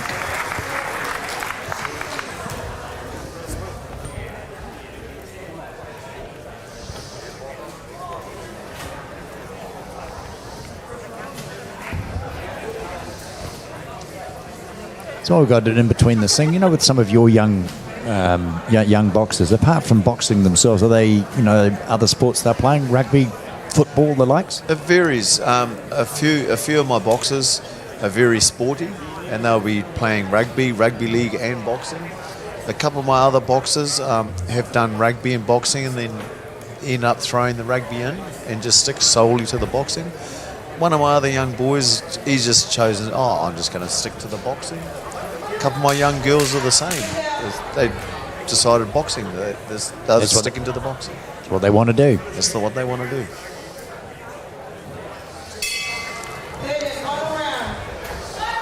I don't.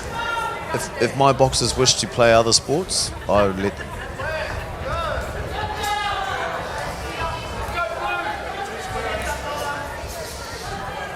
It's just when they come from rugby training to boxing training or league training to boxing training, they have no energy. Then you just have to give them the what's what. You pull out a famous line out of your famous line notebook and say, tell someone that cares.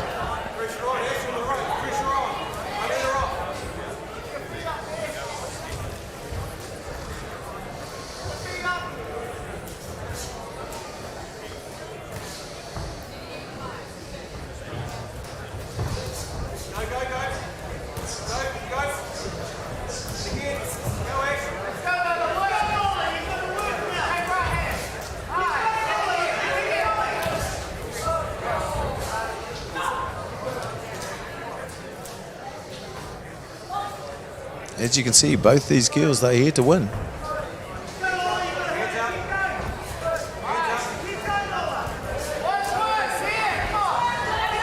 Nice right hands.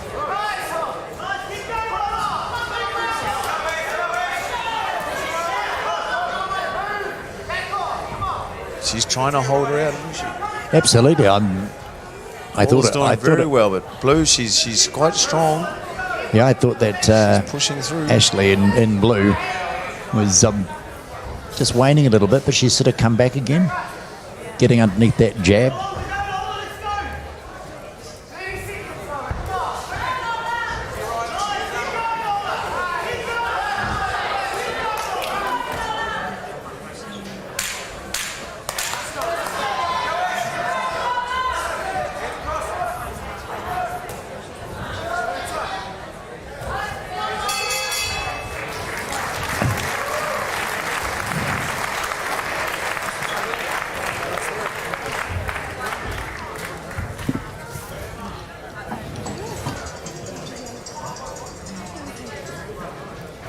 So this one might be a little bit closer to call. Of course, we've got Ashley Bout in blue and Lola Tegarato in the red. This is the 51 kilo.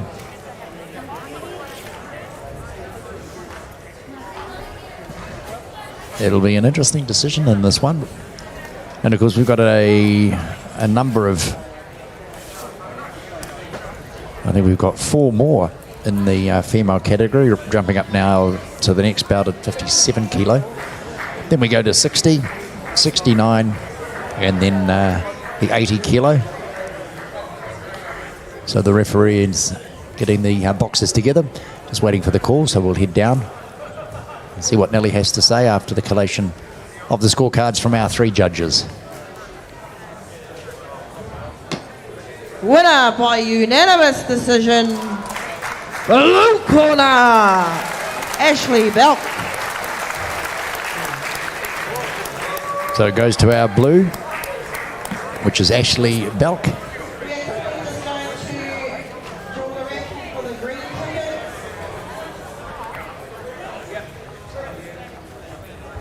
The winner on the green ticket is 30. Just while we've got a little bit of a gap, the raffles are being drawn, of course. Being an amateur sport, they've got to keep trying to find ways of raising funds. What better than a meat raffle at the North Island Golden Gloves Championships?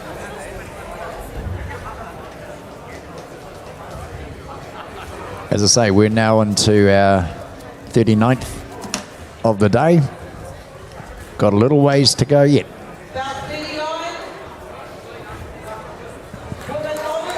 So we've got the 57 kg.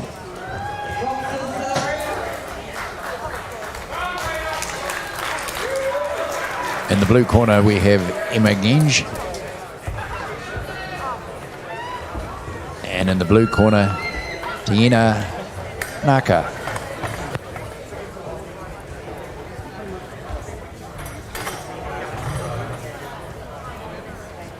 Fighting out of the red corner, Taina Laika.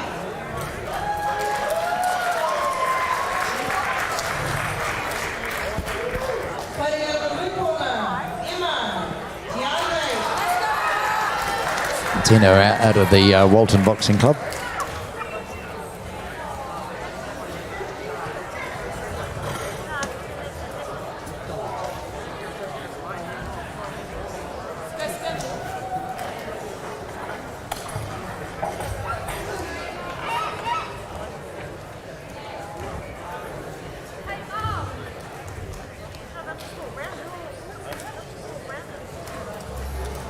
A distinct advantage to blue with height, and so that may come into play with, of course, the reach.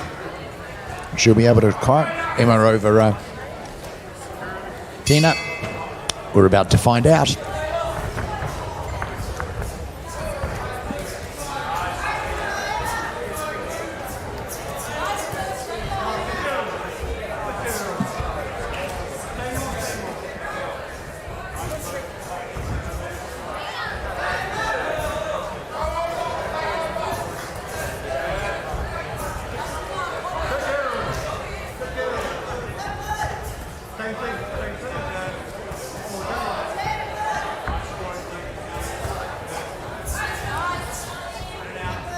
As we've been saying earlier, these women don't hold back, are quite happy to get in there.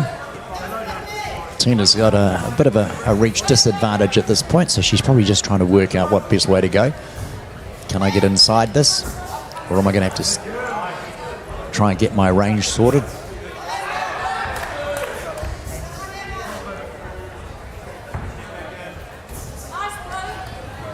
Emma in blue, she fought a good fight yesterday. Again, doing exactly what she's doing, just using that really long reach with the jab.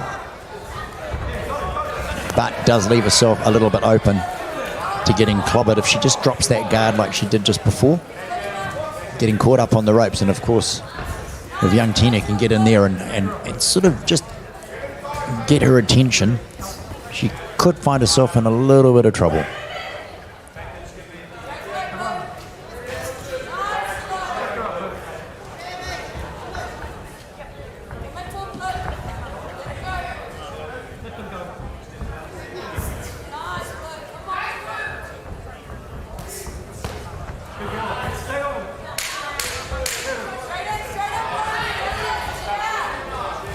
Remember, these are just 2-minute rounds.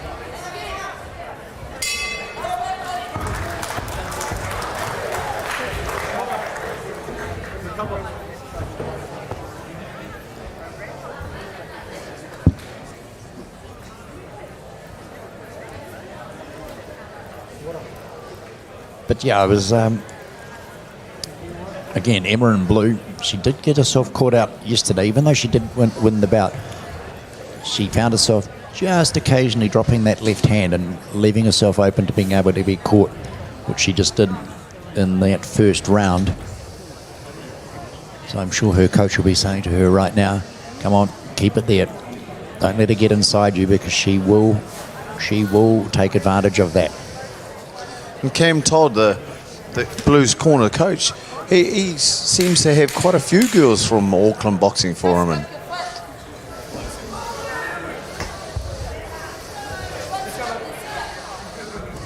as you say, it's a great sport. The girls are getting into it.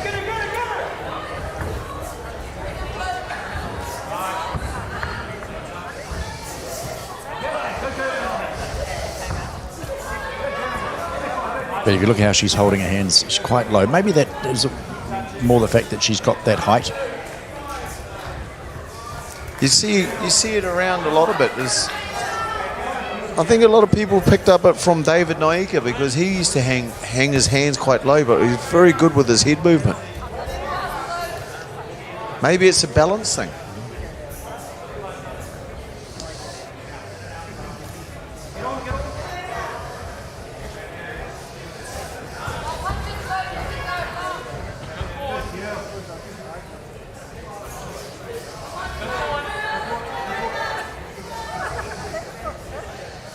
As I say, both the girls are sort of still sizing themselves up.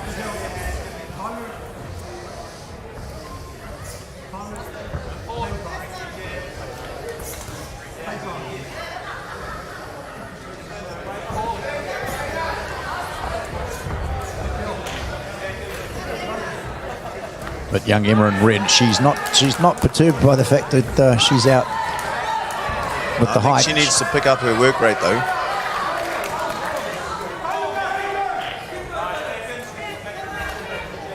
All the judges may just see the tall blue lady going around scoring a few points, and Emma not actually scoring enough points to make an impression.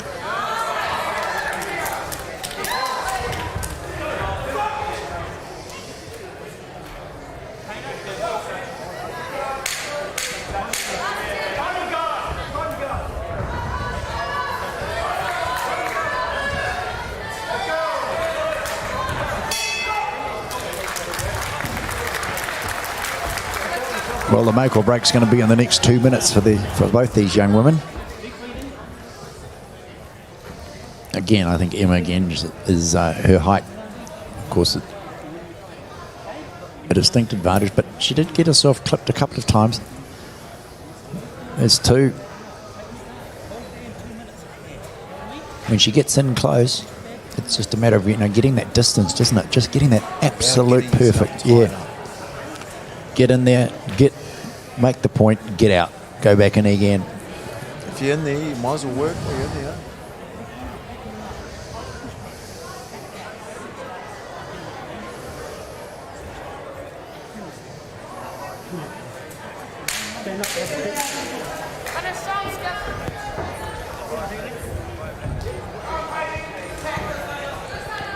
Third and final round for these young ladies. This is 57 kg.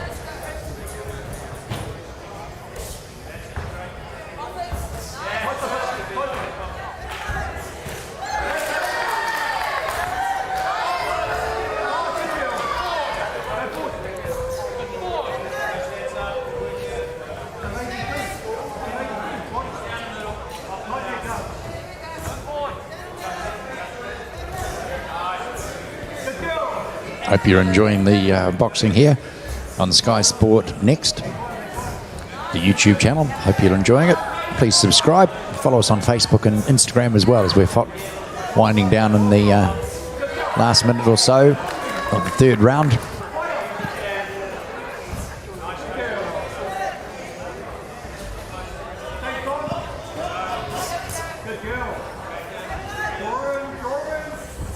Red seems to be waiting just too long. Yeah, well, Emma may have actually done enough, but she is getting clipped every now and again.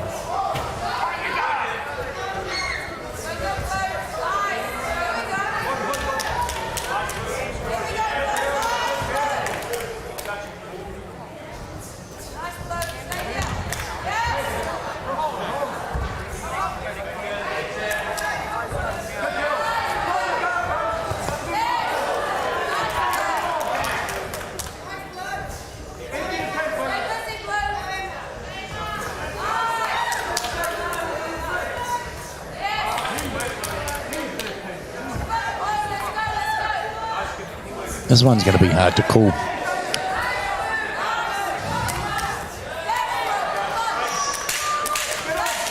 Final 10 seconds, we'll see. Girls, of course, every one of the bouts we've had, that last 10 seconds, pace picks up. Both boxers. They'll give it to blue. I think you might be right.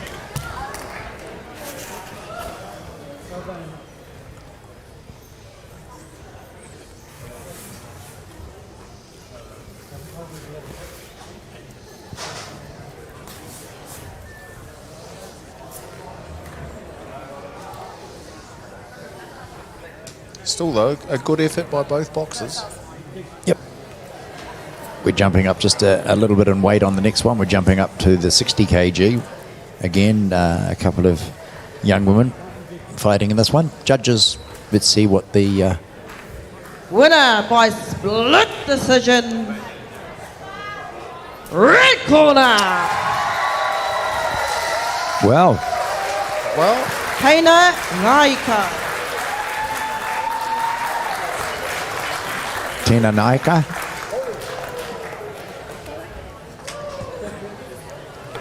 Yeah, well, well, that was going to be a split. Yes, it was a worthy split for a split decision. yep, I thought that in particularly the latter part of round 2 and again on round 3, she stood there, she moved it when she needed to, Bout she 40, managed to land it and get out of women jail. novice, Get back out of there, 60 get back in there kilos. again. Boxers to the ring. I think that Emma actually You know, we just have a probably little relaxed a saying little bit. is boxing is boxing. Referees' decisions are referees' decisions. You know, as much as you disagree with them, sometimes that's Tough luck. It's final. Yep. You're Well, gonna get decisions like that, and it frustrates you. I've been on the couple of an end, or on the end of a couple. well, we're heading Fighting up out to of the the red women's corner, 60 Terry kg. Wood. In the red corner, we have Terry Wood. And in the blue corner, Jen Peters. Fighting out of the blue corner, Jen Peters. Now a distinct, looking at this monitor, I'm saying a distinct height advantage here to blue. Jen Peters. And we're, yeah. It's not that great though.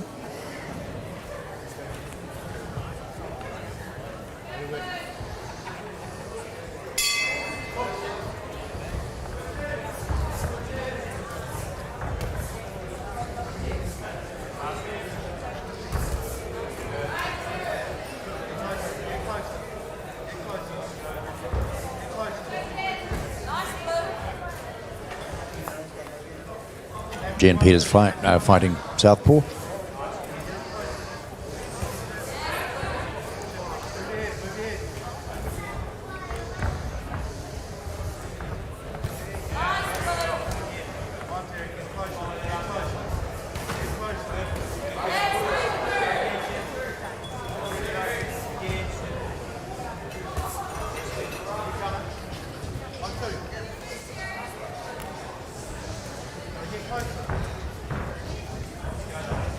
Still sizing themselves, both of them up.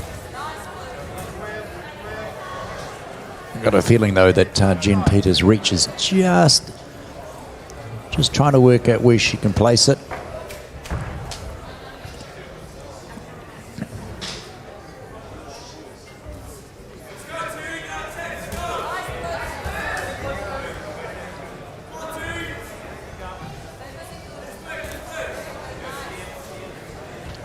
There's no rush in this one at the moment, is there? No. No.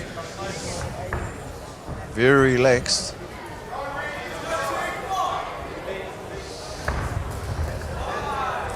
Maybe this picked her up a little bit. She felt like then she felt she got points against her.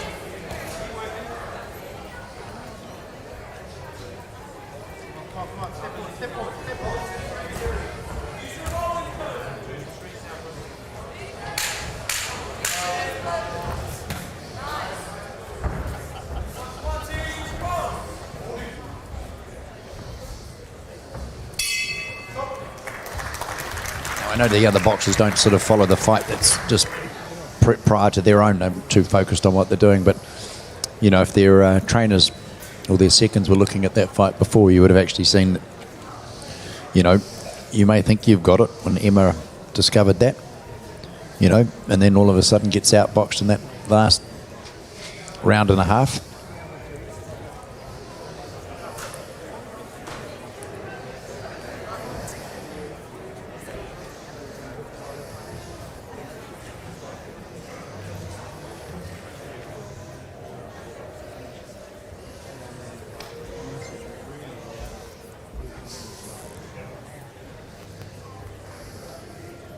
I guess there's only one sure way to win him. Seconds out. Take Land it out your of the punches. referees. Take it out of their referee's decision. Lay the person out. Round 2. Referee stoppage.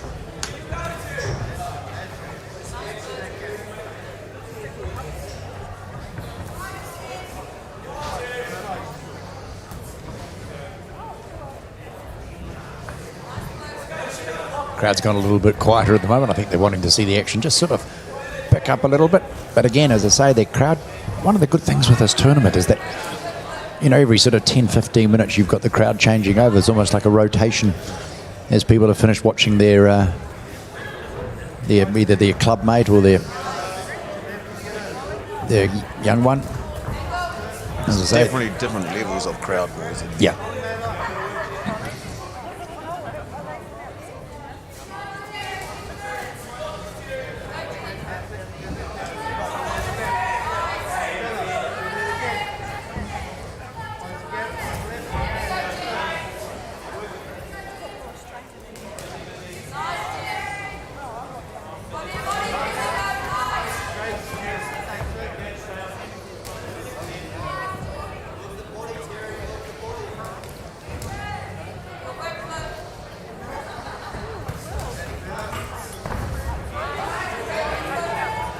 Yeah, Terry Wood in the red, she's actually, you know, covering herself up quite nicely. She's not not too red in the cheeks, you know, with getting that long jab coming through. She's managed to sort of put a few, as I say that. She just took one then and another. But she's managed to keep her guard up reasonably well. She is, but she just needs to learn how to slip inside and work while she's inside a little bit more. Remember, it's a learning path, a lot of these bouts for these young women. They are still only novices, still only under 10 bouts.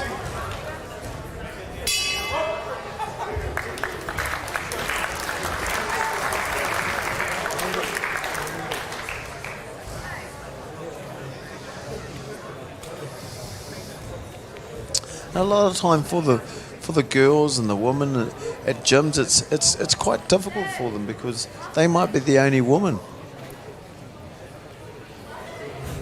Or you might have 3. I know in my gym personally we have 4 females and then 16 males.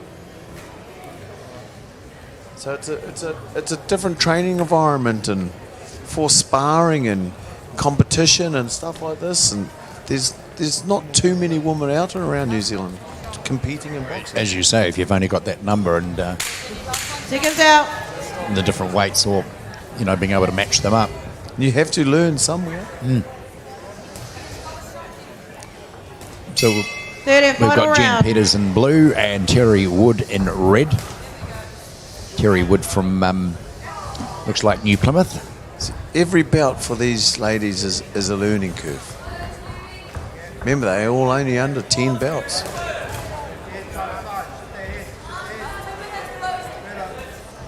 I'll just say blue is just a little bit more skilled. I would have to agree with you on that, and I than think her it'll aunt at be... the moment.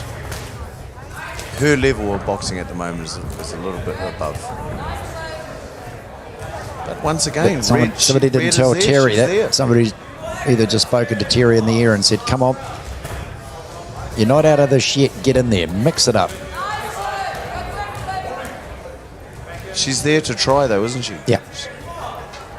Every one of these boxes that we've watched right from yesterday, from 11 o'clock in the morning, every single bout, you've had these young ones,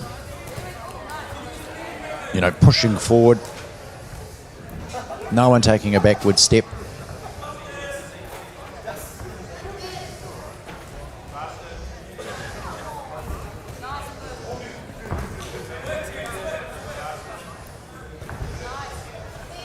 Is that something you learn in boxing, or was it something that you're born with?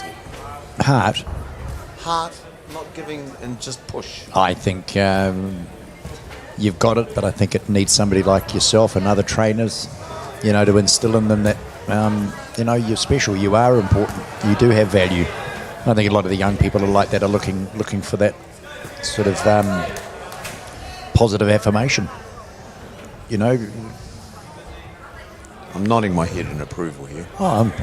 I just the way I see it with young ones, if you keep telling people that they're useless and they're not good at something, and that's what they'll start believing. If you get in the ring and you're getting encouraged, and even making the fact that these kids take the first initial step by walking into your gym, you know, surely that's going to make them feel like, okay, I'm intimidated to start with, but once they get somebody putting a hand on their shoulder, say, come on, mate, put these on and see how you feel.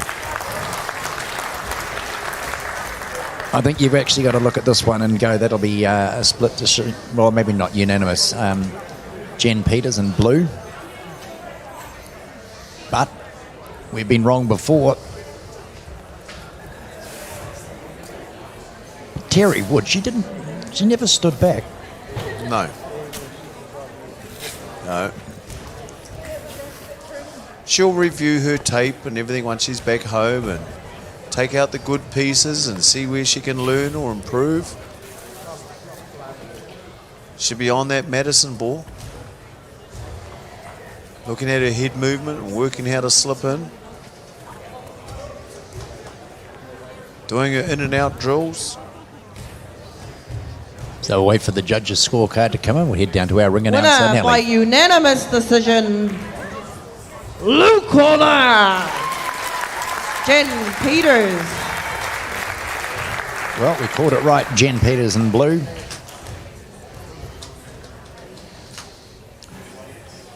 So we're presented with their To all coaches, scorecards. can you just double check that you have got your boxers' books? If you do not, they are with the ladies up at the front desk.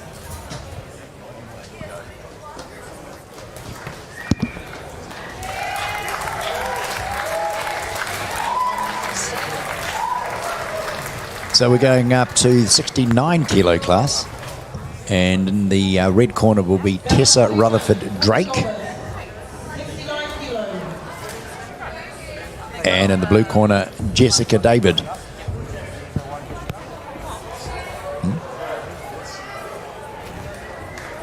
Fighting out of the red corner, Tessa Rutherford Drake.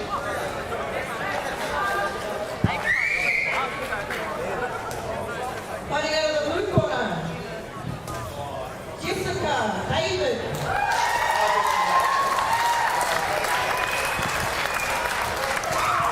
A lot of support for Jessica.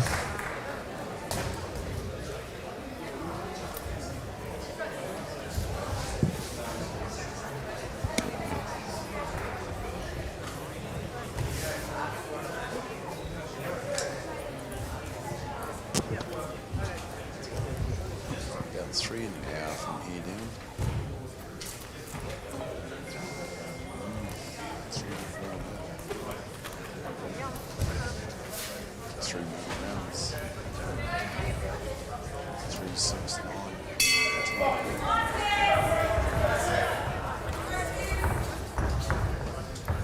Both these girls are coming out with a bit of speed and intent.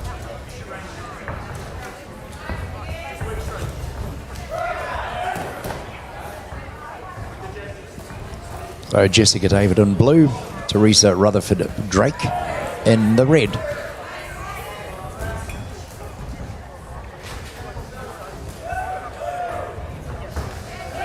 This looks like more evenly matched females here competing now.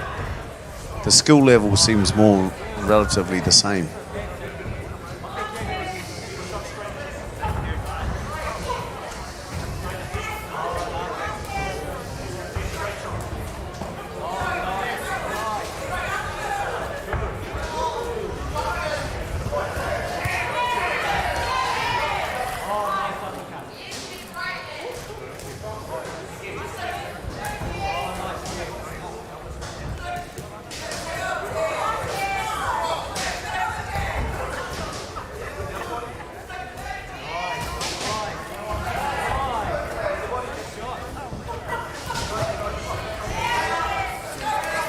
You'd have to agree they're going toe to toe. There's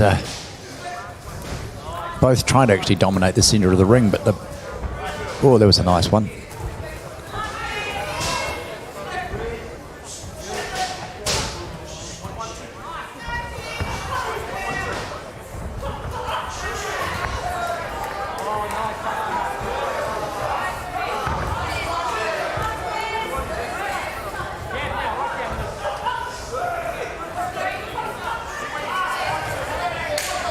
No advantage in height over either of these two boxers.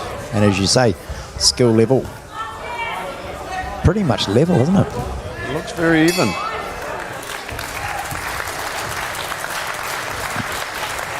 I don't even mean the judges. No.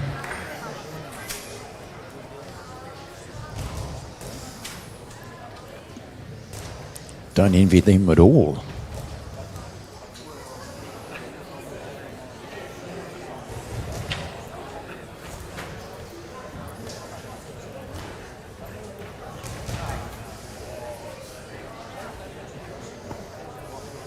And again, great sportsmanship shown. These are 2-minute rounds. 2-minute rounds. And we've got, a couple more of those to go through, and then we start getting into the big boys. Slowly just working our way through the novices. The novice elites, males and females. So we're in the women's novice 69. In the blue corner, Jessica David. In the red corner, Teresa Rutherford Drake.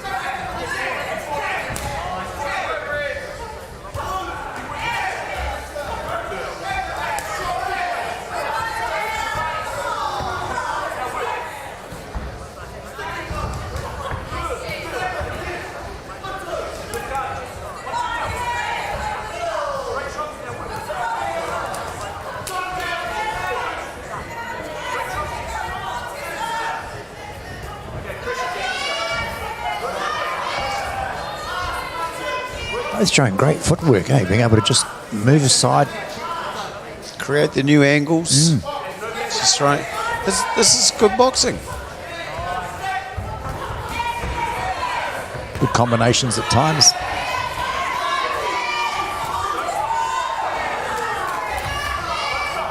But both of these girls are boxing.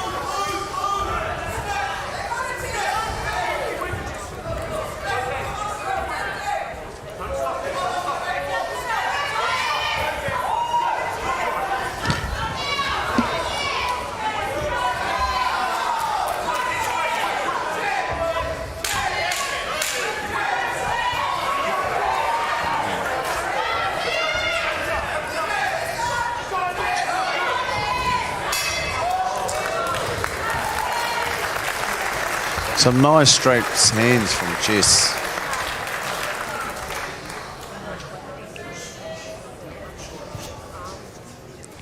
Yeah, equal in height. Both scoring really well. Again, it's going to be one of those ones, though. I wouldn't want to be judging this. No. I would have given that one to Blue, that round. That round? Yep, that round I would have given it to Blue.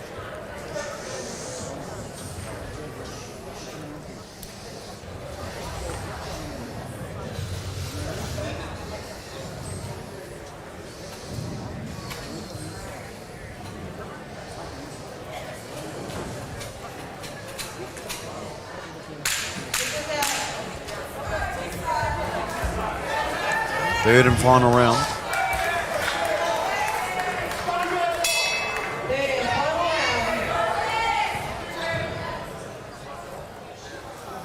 Referee just giving them another one and saying they've both got to use the front part of the glove, the knuckle part of the glove. This will be 2 minutes of a slugfest. Both ladies, I think, feel that they've got it under control, or have they? So, what's 2 minutes of my life? Let's go.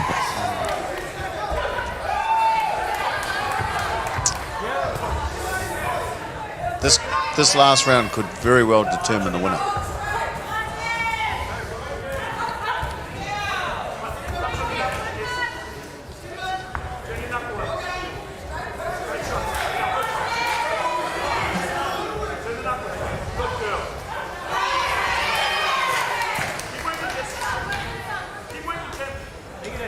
A nice right hand by Jessica David in that previous exchange.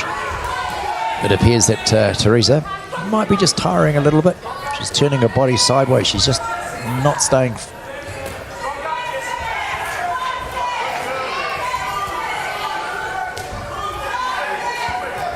Sure, she's keeping her arms up, but she's not throwing the punches. It's more of a sort of a defensive role as opposed to attacking role. She might be waiting for that famous 10 seconds.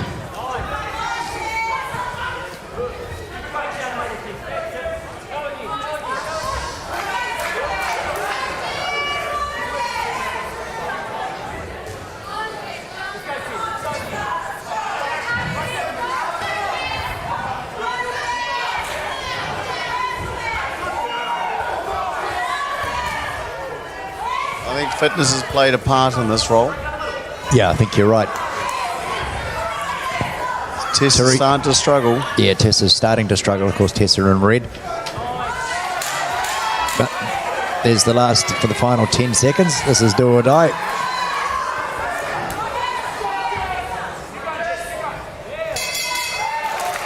Nice shot to finish the bell. Nice right hand to Say finish thank that you off. very much. Yeah, thanks for coming. Thanks for coming. Did you enjoy yourself? Absolutely loved it. Yeah. Take this home with you.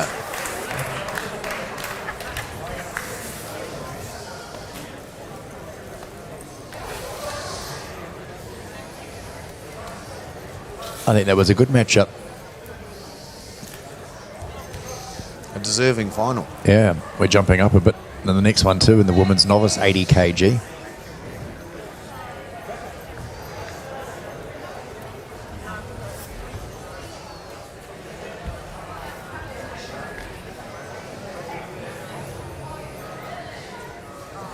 We've got Queen Kirimiya Heroini up against Gemma Woods. That's in the 80 kg mark. So we'll just head down to our ring announcer and see who took it out. Winner by split decision. Blue corner, Jessica David. Well done, Blue.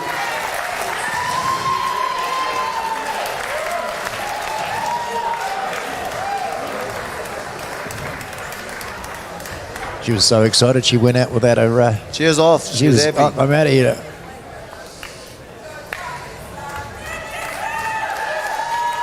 Her supporters in the background. Job done. Job tick.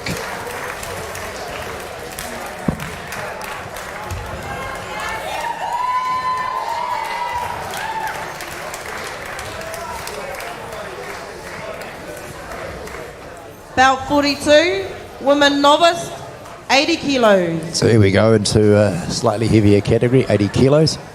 Boxers to the ring.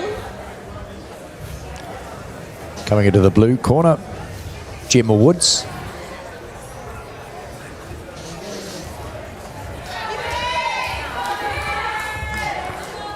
And Queen Kirimiya Heroini will be coming into the red corner.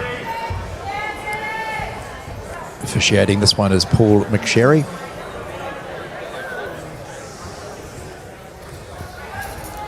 Fighting out of the red corner, Kitty Hiddleston.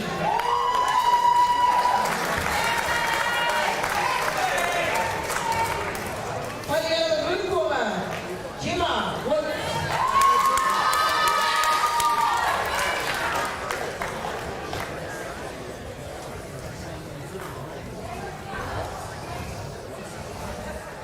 We hope you're enjoying the coverage here on Sky Sport Next, the YouTube channel.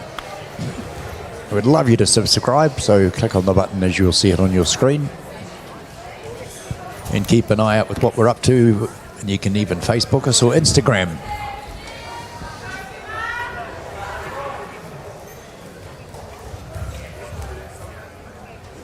Evenly height, I'd say.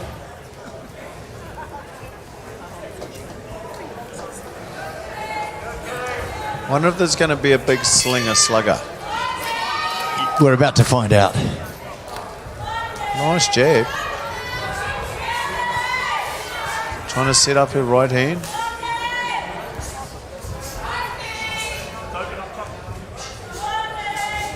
Oh, double left right.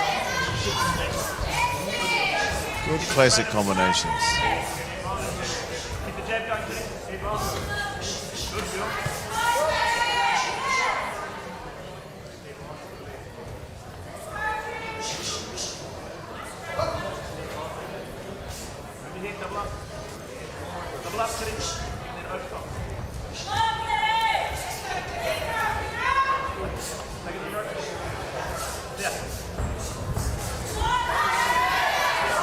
Oh, nice combination.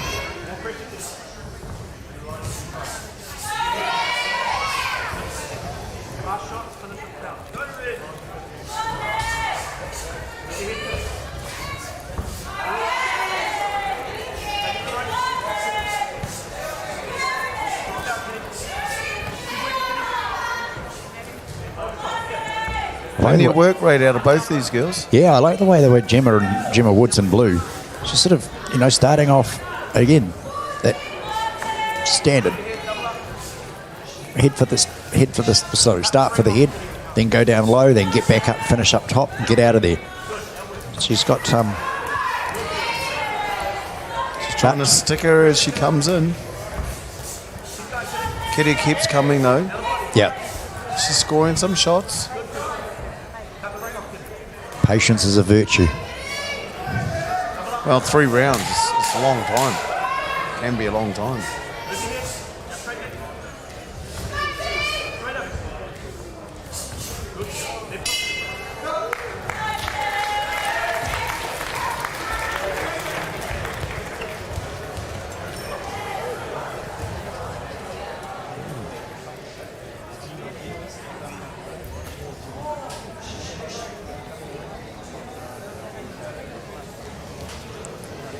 Referee just giving a warning of staying away from the kidney area. Box, what's in front of you?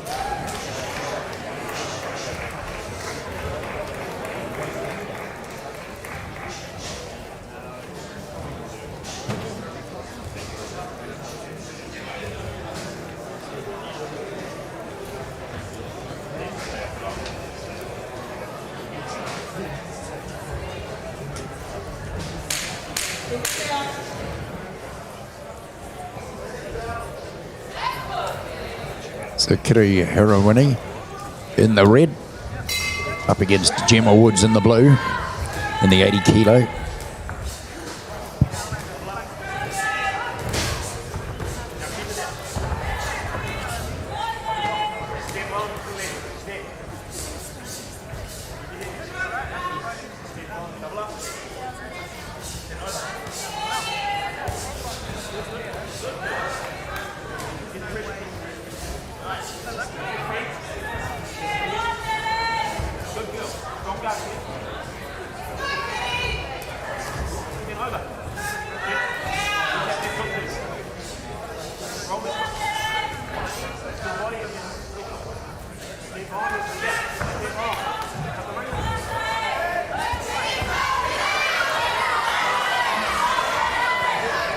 What are the referees going to score? They're going to score on Kitty moving forward, or is it going to Gemma? Well, I think the work rate of Gemma Woods. Gemma is working. But then in saying that, as the round clicks on, Kitty's still coming though. She's throwing the shots. She's doing the same in the first round.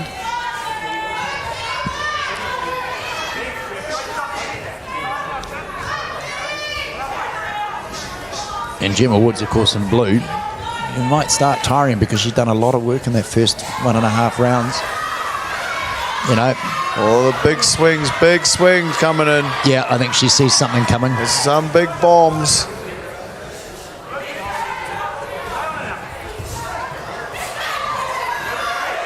Kitty's still coming.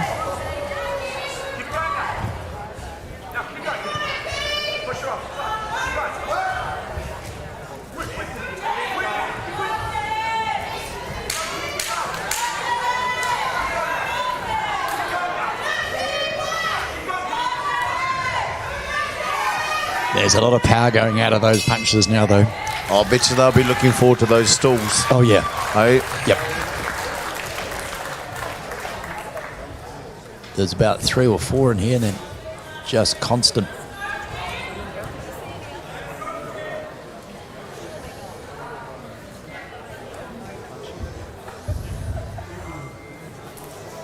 Even our producers sort of going, oh, there's a couple of solid blows in here. But not quite flush. Not quite flush. They're called rabbit punches.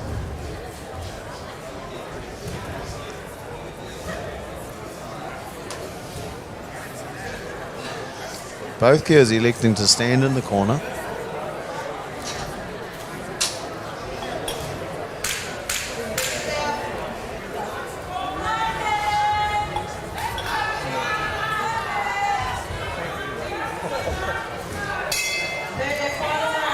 The next 2 minutes are going to be who's got the stamina of the legs just to finish this off.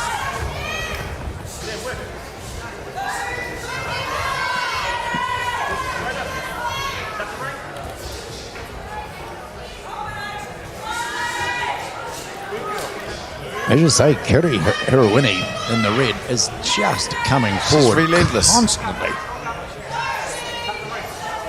So not only is Gemma Woods trying to be aggressive with her punching style, but she's also having to act defensively as well. Yeah, she's landing the punches and she's getting in the shots, but you know, she's having to constantly move backwards before she can get herself in position to be able to open those arms up again. And it takes a toll.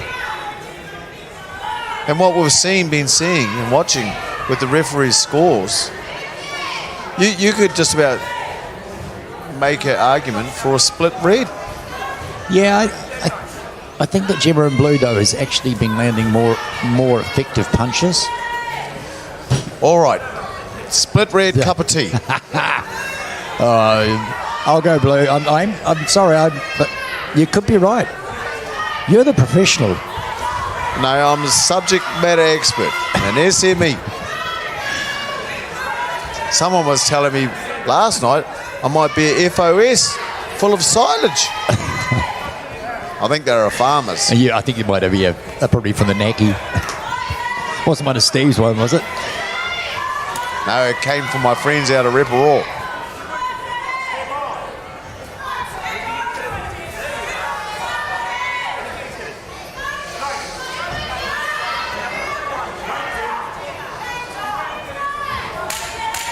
Final 10. There's a look. That clacker, you got to love that clacker, don't you? Yeah.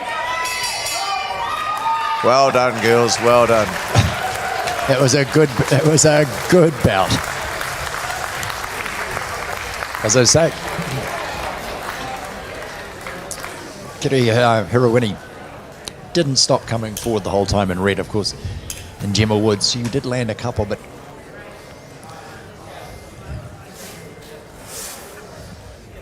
I'm still going to look at it as I'm going to give it to Gemma Woods in blue. Lopia. I've just got to decide whether it's unanimous or... Winner by unanimous decision, blue corner, Gemma Woods.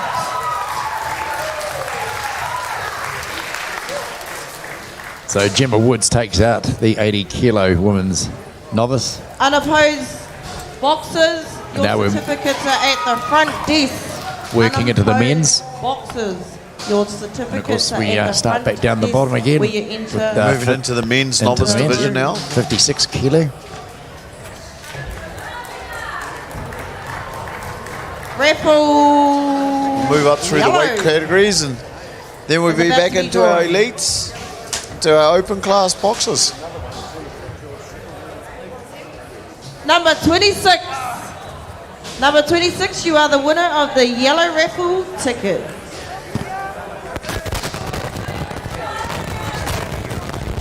Bout 43. Men novice, 56 kilos.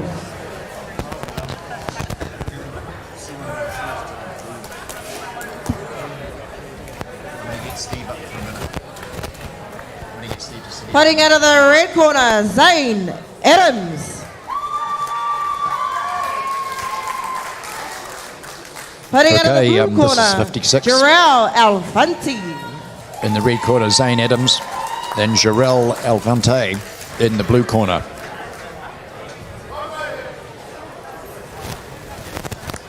Now, Zane Adams, I watched him yesterday. He had this, if my memory serves me right, a very low hand style. He keeps his hands quite...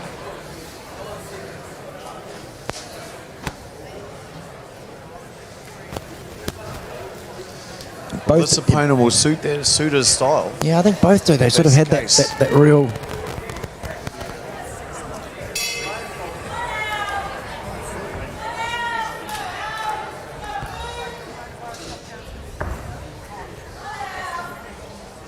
He's got a small height advantage, I'll give him that.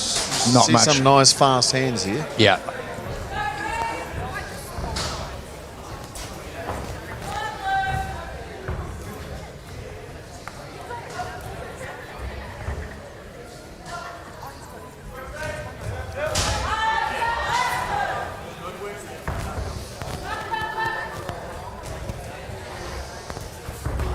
Nice.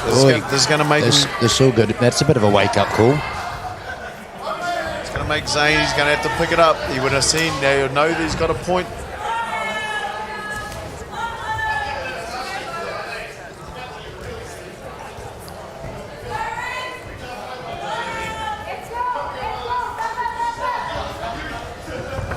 Terrell's doing a good job.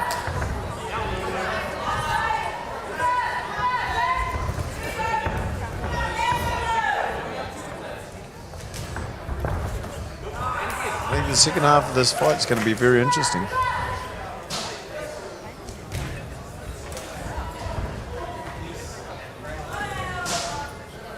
He's got great footwork. Zane, we know he'd be getting tagged though. Yeah, Zane, if he comes So in, the he's just pressure will be coming on him. coming in quickly, and he's just He'll be feeling the pressure waiting of for being it. behind. He's starting to get frustrated. He can't do much about it. Things coming and staying in you. He's sitting. He's not binding him.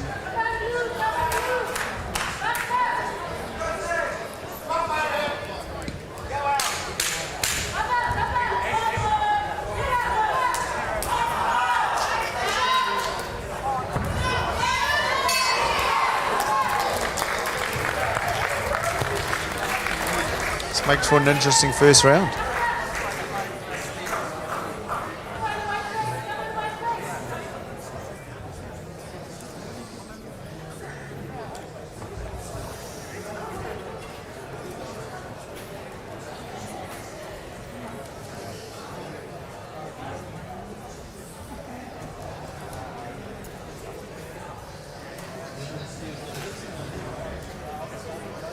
yeah. These young boxers, as I was saying earlier, Zane Adams walked into a couple of punches that I don't think he was expecting.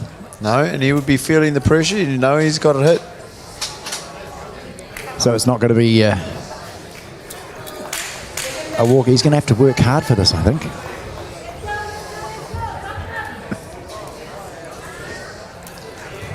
So we've got Jarrell. I'm liking Alfonso. Jarrell. You like him? Oh, I'm liking Jarrell.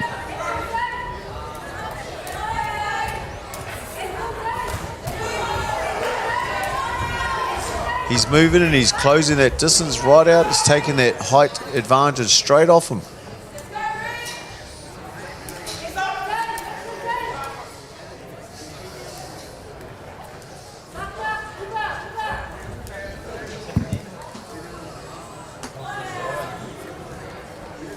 Oh, there's head clash, was there? Is our production team rewinding, or did we get a look? Did we catch that one?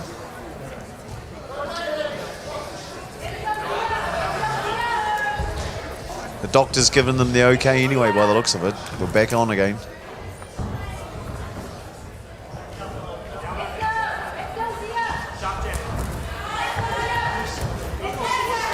It's working. But he's not giving him the distance.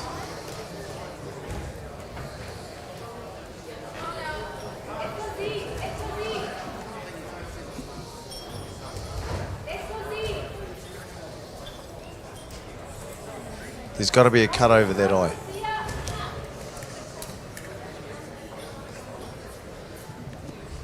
Doctor's giving him the nod. That he's okay to continue.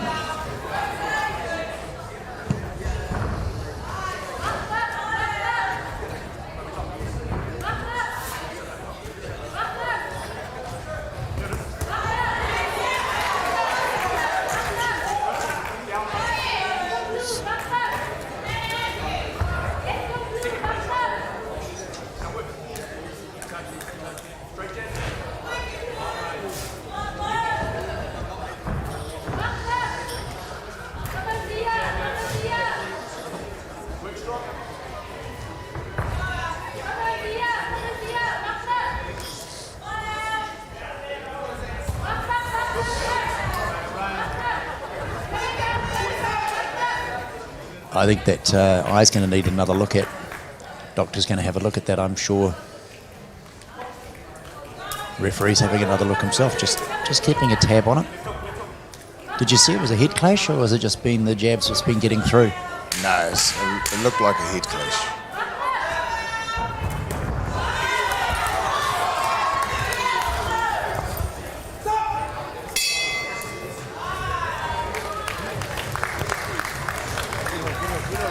If anyone knows anything either about boxing, or if you've ever used a rifle with a scope on it and it gets it right on that eye, on the eyebrow, they tend to take a little bit of stop bleeding. No. Nothing a bit of Vaseline can't fix. No.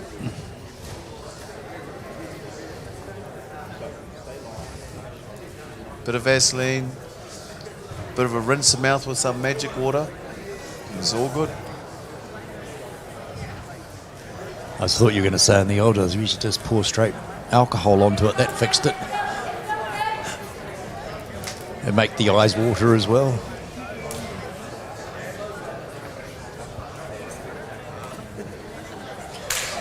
So Jarrell Alfonte seems to be holding his own up against Zane Adams. And Adams has incurred a little bit of an injury over his right eye, but doesn't seem to be impeding the boxing that we're watching at the moment as part of the North Island Golden Gloves Championship here at Lake Taupo.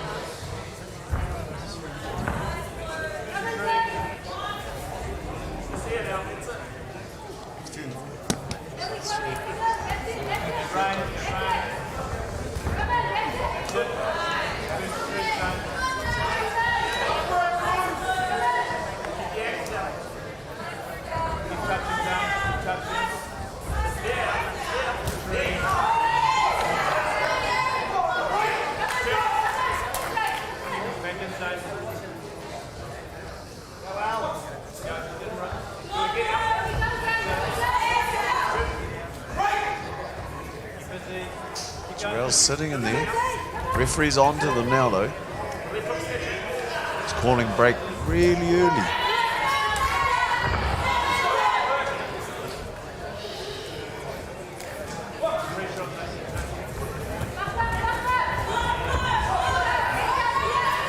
Jarrell doesn't seem to get worried about the fact that Zane's coming in on him quickly, does he? He just seems still really composed. Nice little uppercut there. Zane leaning in. It's a second warning.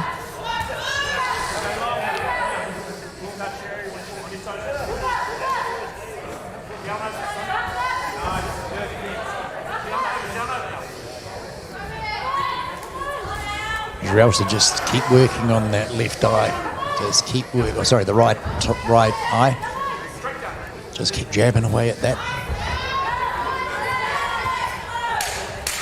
Good thing it hasn't started to close up, which is good. Zane will be lucky and glad that it wasn't on the prelim belts, because he would be struggling to get through the doctor with it. Good matchup. This will be an interesting call.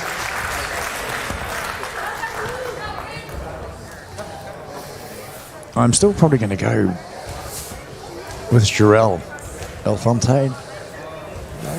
Okay. In the blue. I just thought he seemed to be a little bit busier. It's good. It's good to hear you listening to me. Taught well, Master. Taught very well. Then you pop up at the end of the fight, sitting on the fence the whole bout, and you, I think I'll go with old Jarrell. I'm going with blue. All right, there you go. Let's head down and find out what our judges say. Winner by split decision. Blue corner, Jarrell. What were you saying?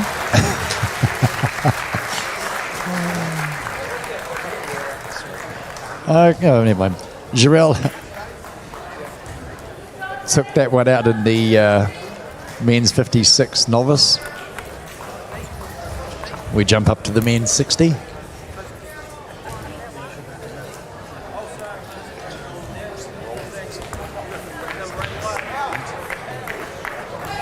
And fighting out of the red corner will Keith Monge Duby. And in the blue corner will be Ali Marshall. Now, 44, men's novice, 60 kilos. Boxing delivery.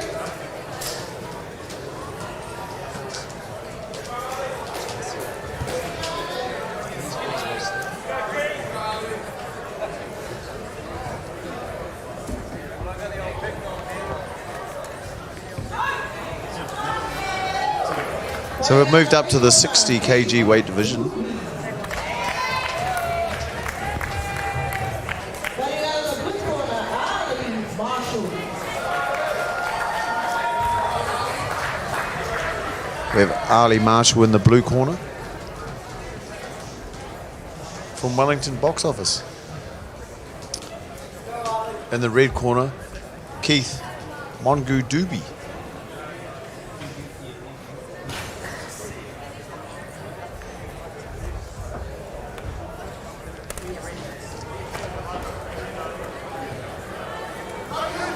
.60 kgs, these boys should be fast.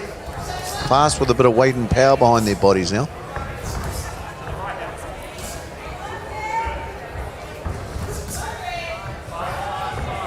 Both of them showing good boxing skill right at the start.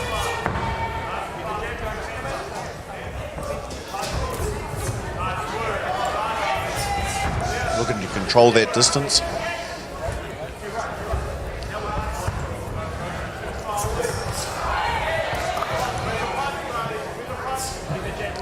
Working well. Both these boys have got great hand speed. So I'm just going to have a little 5-minute. I'm just switch you over. Put the big cheese in the seat for a mo.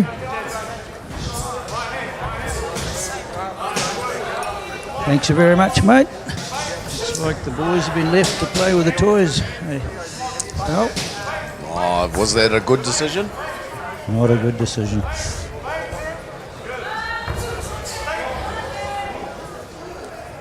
We're moving up in the weight categories now, in the experience categories though, Steve. Hitting the novice men, the elite men's. Yeah, no, this is where the bit more of the action starts now and a bit more serious. And of course, the referee's got to keep his eye on the game a bit more. Looking for these boys because they're starting to hit a bit harder. Getting a bit of weight behind our punches.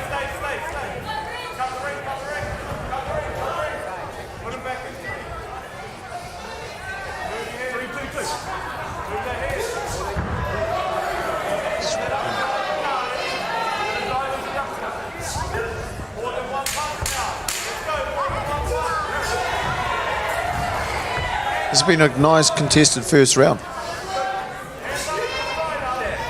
Yeah, similar sort of styles, but the boys are just feeling things out.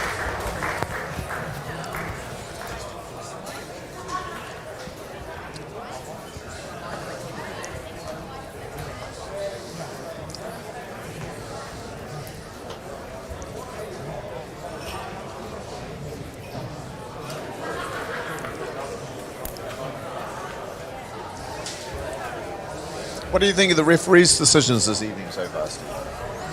There've been a few touch and go ones.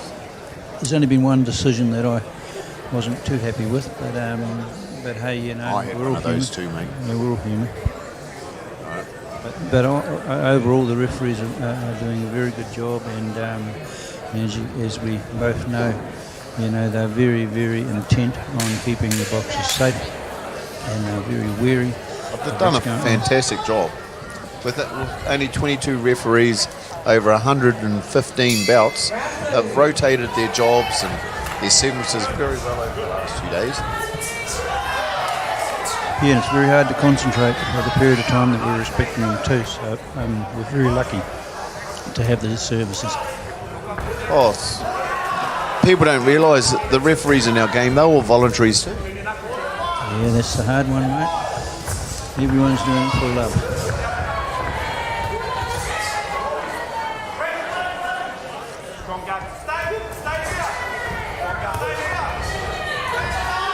When you do things for love, though, isn't it great to watch young boxers like we've seen over the last weekend, their skill levels improve and grow, and even the skill level of the Golden Gloves over the last 4 or 5 years being lifted. Yeah, this is becoming a very good tournament to see just where we're at. And of course, it's a lead into the New Zealand Champs this year. And it's looking like we can have some very exciting fights or bouts at the New Zealand Champs. I think it's going to be, yes, some very well contested bouts. And we haven't seen, we've got some good young up-and-coming bigger boys. And it'll be interesting to see how they grow between here and there and the New Zealand Champs too.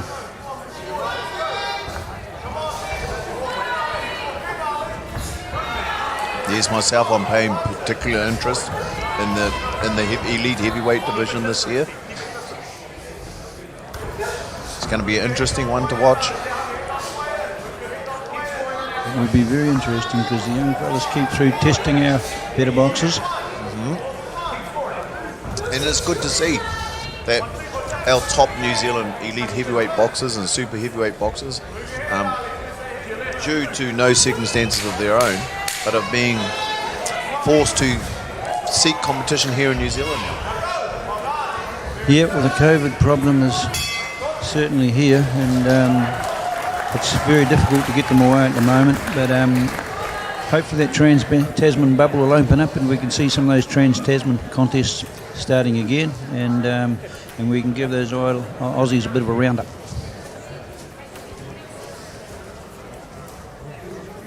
It's always good competition in New Zealand versus Australia, though, isn't it?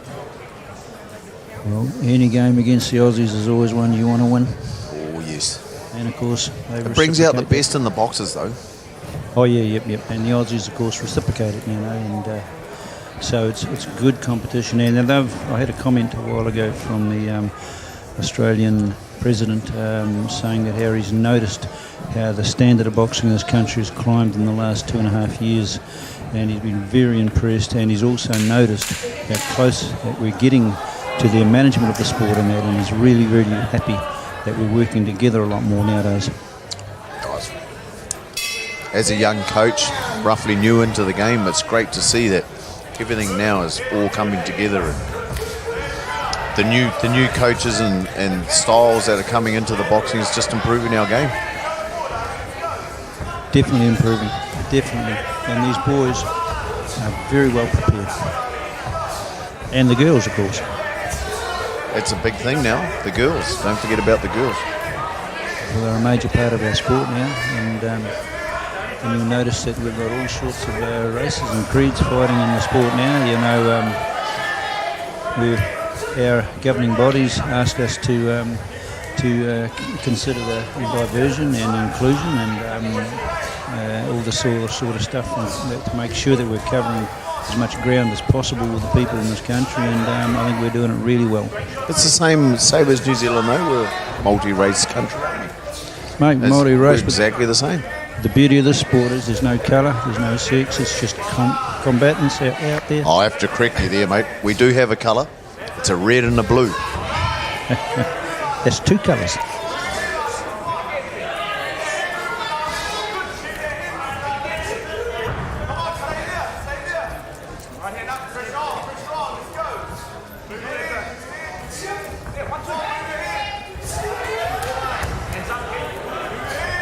So you enjoying what you see here? Oh, it's a pleasure. It's a nice belt. Yeah, these boys are obviously novices again, but we're they'll come along, and next year, there'll be another 10, 15 belts under their belts, and they'll be certainly a lot sharper. But they're going all right. Exactly.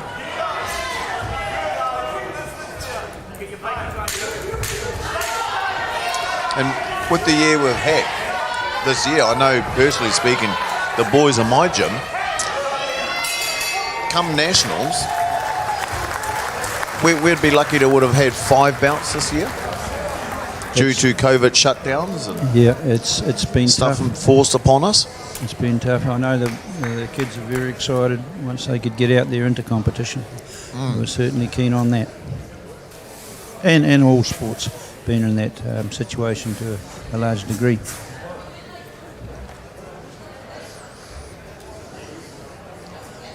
A little bit of an elbow might have gone in there.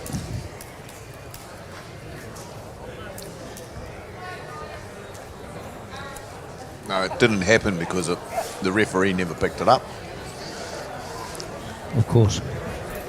Winner was split decision. Blue corner, Ali Marshall. Well deserved. Well deserved, Ali.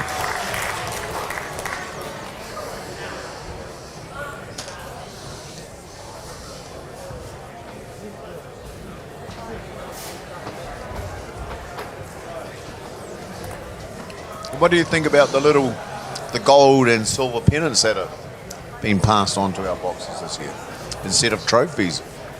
I think they're great, and as you know, I've pinched one myself, so I'll hang it on the wall. It's great. You told me that was for promotional purposes. Yeah, I'm promoting myself, mate. But no, great idea, and as I think we discussed before, keep them exclusive, and they're special trophies that these guys will have for About it. 45. And to win a set Men's of golden novice. gloves, it'll be a 69 big kilo. thing. Boxes to the ring. Thank you very much, because that's the path we're sort of hoping, trying to bring it down. Yep, not a problem, mate. Well, I'm going to vacate now because I've got the boss back. And unless he wants a rest for a while, he looks pretty worn out. It's been a big Fighting job out of the red covering all corner, these bouts. Zach But, Martin. I might pop back and give him another rest later. And so you should. You're the big Fighting out cheese. of the blue corner, Harley Van Warraven. Yeah, he's got a bit of cheese in the Sammy. Not enough. Go get some more.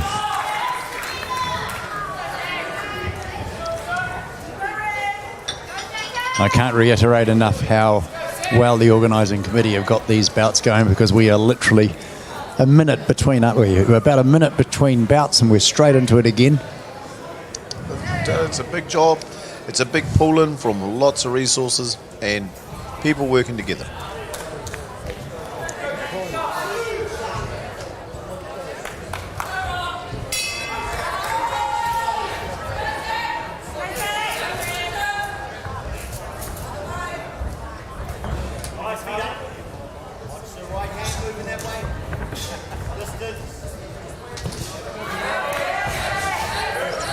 So we've got in the red corner, Zach Martin Anif, and in the blue corner, Harley Van Walraven.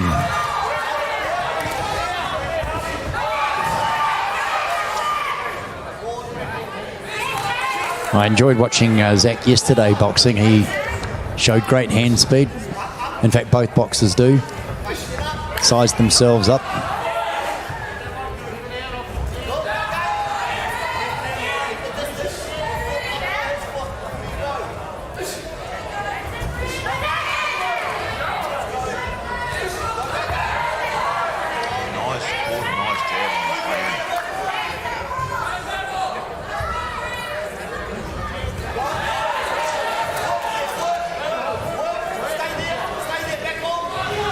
And Harley did exactly the same again. He's just leading. And that was a good right. Another right hand.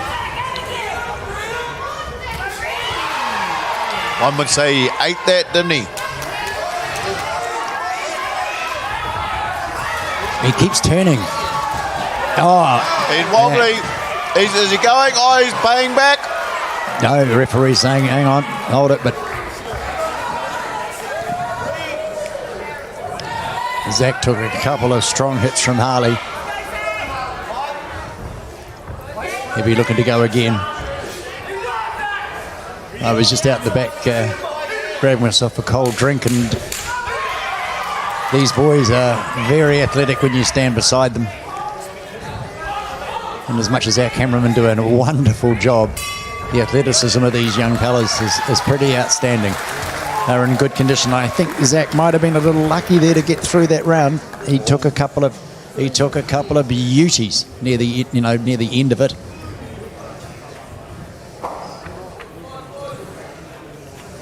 both to the body and the head. Second round, it's a whole new round.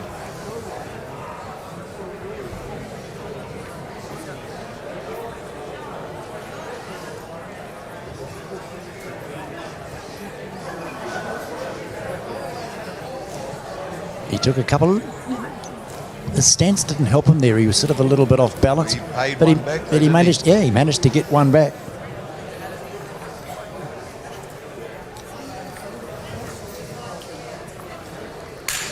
Coach probably just telling him, just settle down a little bit. It is 3 rounds. You don't have to get it over and done within 30 seconds. But I think Harley Van Walraven in the blue probably smells blood. He thinks he might have the upper hand here if he can just get himself into it.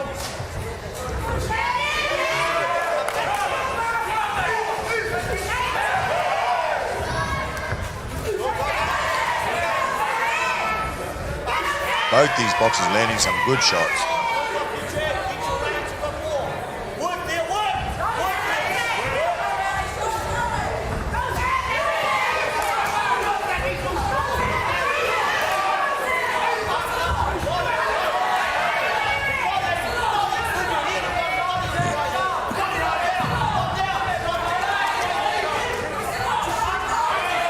Van Walraven in blue, of course, is say maybe a little bit more on the forward move, but of course he is fighting a southpaw, so that's making it a little bit tricky. But then Zach threw a couple of nice, ducked nicely under that one. Saw that one coming. It was almost telegraphed through to him. I think once upon a time, fighting a southpaw was quite tricky because most boxers were orthodox. But now with people swapping their stance all the time, it's not really, doesn't have the effect it used to have coming up against a southpaw. Yeah, well, as you say, we've seen a number of the boxers being able to change, from one to the other. Referee saying, come on, guys, let's get this back into the middle and go again. Crowd really enjoying this matchup.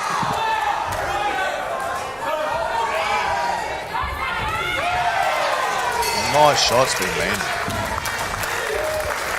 It's 2 good and very interesting rounds.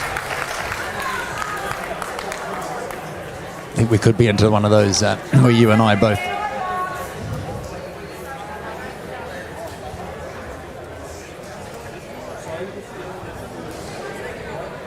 Yeah, they're both punching and counter-punching really, really well. And again, speed on their hands is great to watch.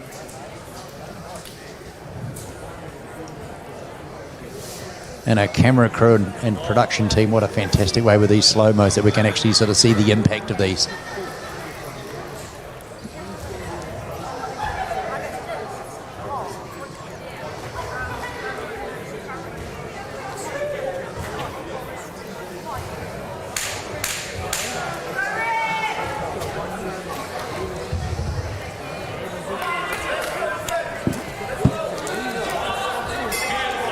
So this is the 3rd and final round.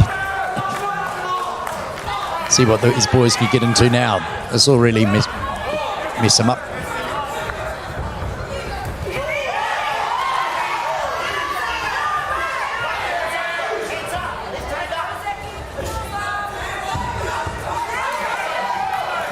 Keeps trying to come over that jab with that overhand.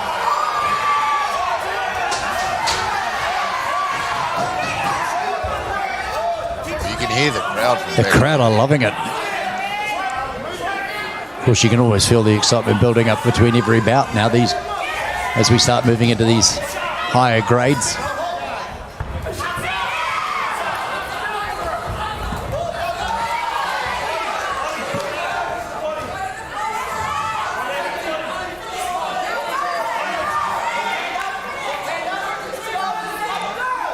Referee laying down the rule. Keep that head up. Keep the head up. Nice.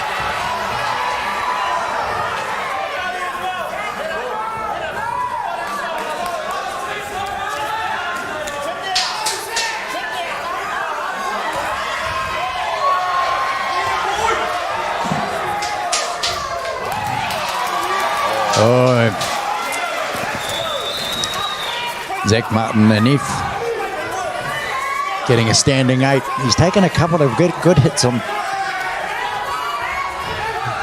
Is Harley Van Walraven able to actually capitalise on this? Because if it does come down to a split decision, that could be just what he required. Couple more. Ref saying, come on, box it out, boys.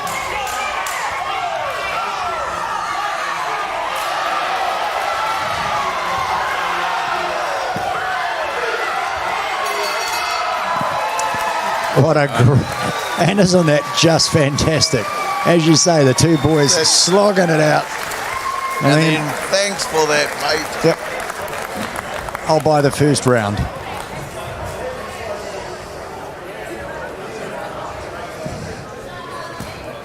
Our producer, Pete, just said he would say that was the best fight of the night so far.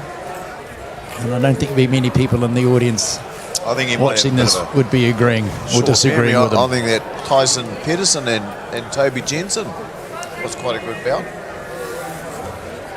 The youths. Yeah.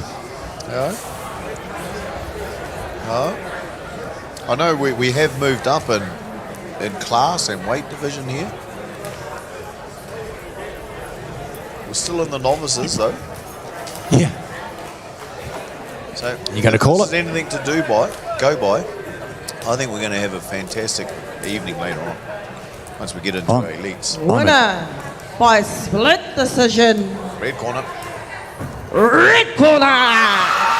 Zach Martin. Yeah, he got away with it. Well done. Zach Martin and Eve.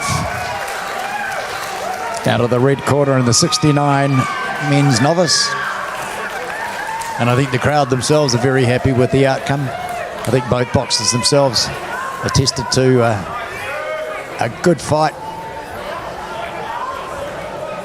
And as you say, there's got to be a winner and there's got to be a loser.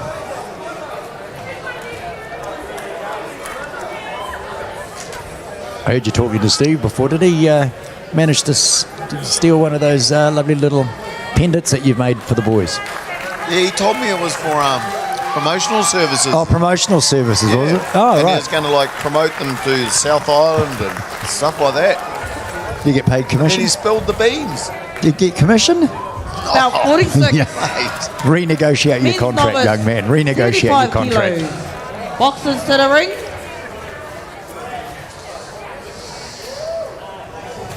So we go into the men's novice 75 kg. Officiating this one, of course, is Paul McSharry.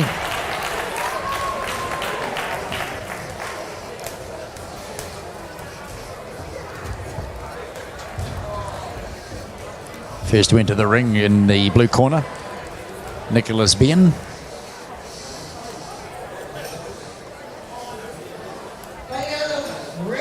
And in the red corner, Navi Manu.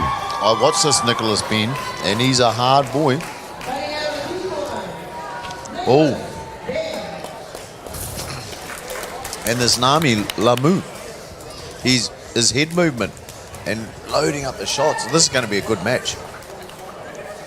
This Nicholas, he comes forward and he's strong. He's that strong, he might be a farmer boy, I think. Yeah, a couple of them are big lads. Well, we are up into the 75 kg weight division. We're right now, they're probably sitting at 78 kgs. Yeah, well, I think Nicholas Bien is out of Tauranga.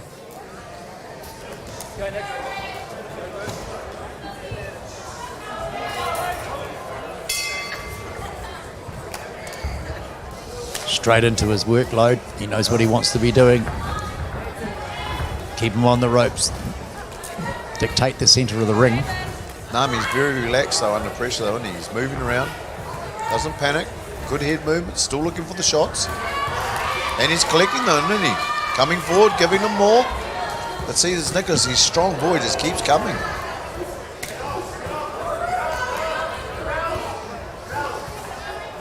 Someone might go down here.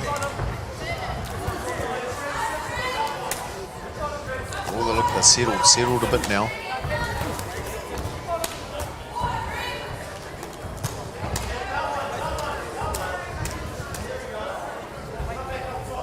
Constantly changing up his levels of attack.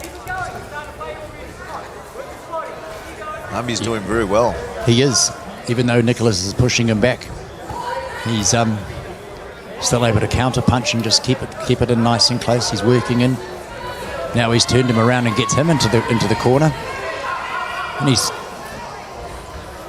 flurry of punches from both boxers, combinations.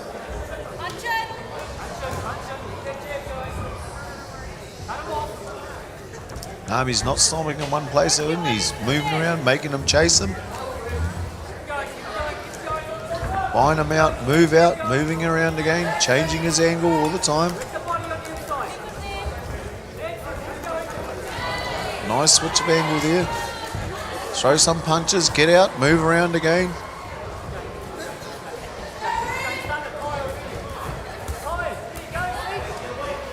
This work rate has got to take a toll. It's got to take a toll in the next round.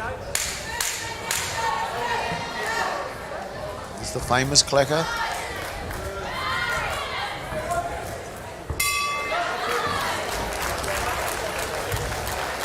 First round red. Oh, you're calling that nice and early.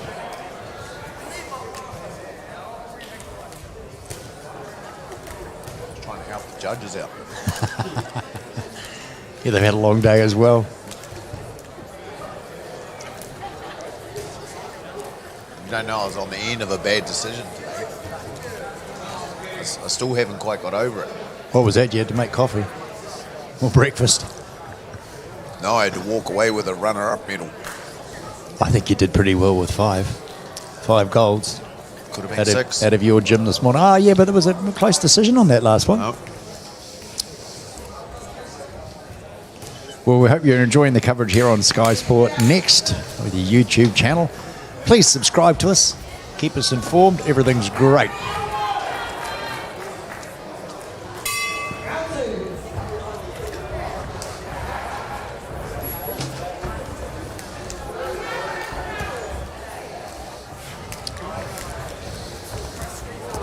Haven't we been looked after well up here? Absolutely. The catering's been fantastic. Service with a smile. Just the speed and efficiency of the organisers is making it hard to even get a mouthful down your throat. But we're not complaining. We're getting to witness some absolutely outstanding amateur boxing. These two back into it again.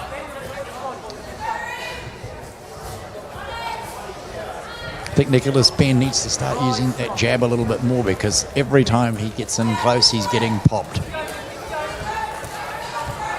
And it is. You notice he's coming forward all the time. All the but it's time. on the same angle. Straight ahead, straight ahead. So Nami's been able to retreat and just change the angles and pick off the shots. Nicholas is a strong boy, but is he going to be strong enough? Who's got the most gas in the tank? Well, Nicholas Ben in blue, as you say, he's keeping coming forward, but he's just even though he might be scoring, he's actually not accumulating the points because his opponent is basically coming straight back at him. So it's almost point for point, and as you say, it could be a split decision.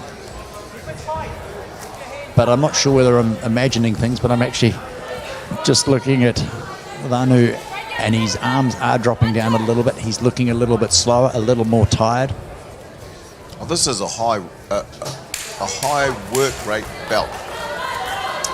And the fitness of these guys to keep up this for one more round, you've got to take your hat off to them. Toe to toe, one of the hardest things to do in a belt. And we've witnessed pretty much 2 rounds of toe to toe. Yeah. Sure, they've been moving around and not standing in one spot, but it's just been constant action.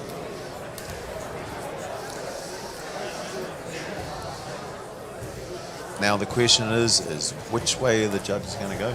Yeah, well, What are they going to look a lot of the what are they punches gonna look at? have been sort of the connection with the head is sort of right at the end of the stretch of things. So there's a lot of the power is already being diminished, that they're not getting those hips moving and not starting to get that drive and just having that last power part of the punch itself. So yeah, high work rate, which is going to, as you say, tax their bodies. And so they've got a couple of minutes to go now. They've had their 1 minute break. Is it going to be long enough? Who's going to have the legs?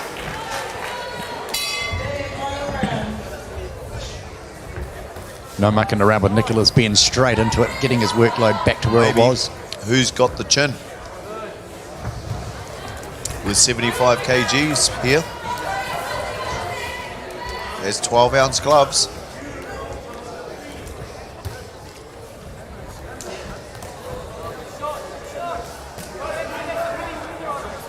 You just gotta like that.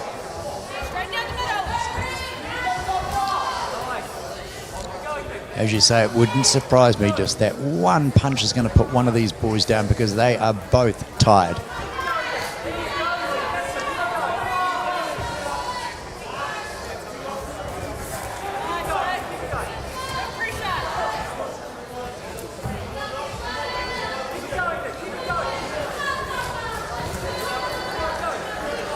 This is definitely a worthy final for a novice 75 kg elite weight division.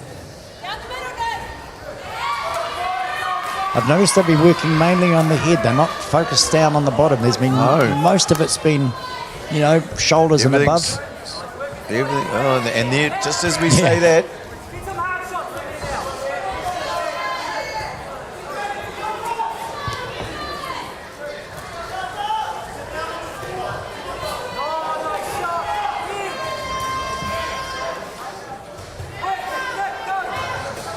those uppercuts aren't even getting close. Boys.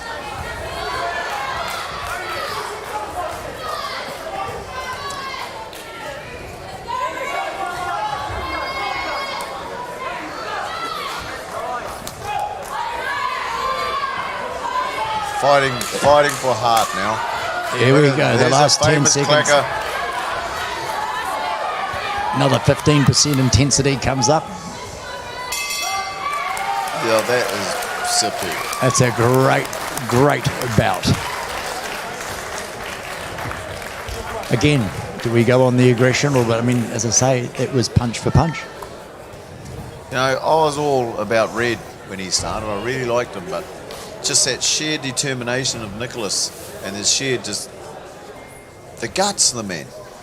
I'd like to give it to him. I'd like to give it to Blue. But because of Red, of his angles and his skills, I'll give it to Blue on a split.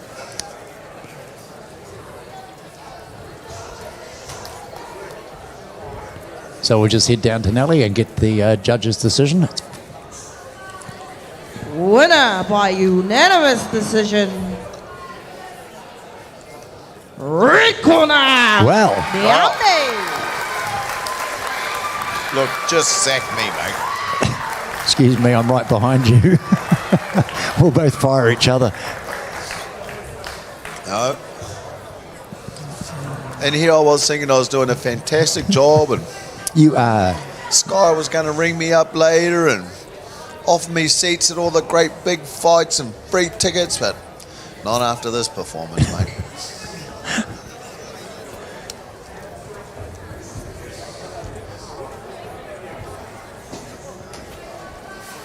Right, we jump up to the 80 kg mark. Men's novice again. From Peach Boxing in the blue corner will be Nathan Birch. And from Tauranga will be Pene here in the red corner.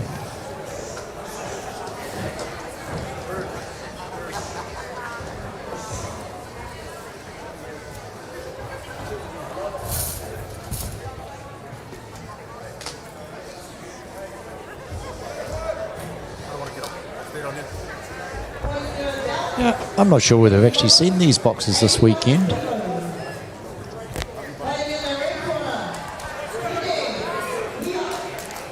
I think Pene had a bye, so he got a straight final. Yeah. And of course, blue corner is Nathan Yes, Birch. Nathan Birch I've seen Nathan before this weekend. Yeah, a lot of them wearing the same haircut.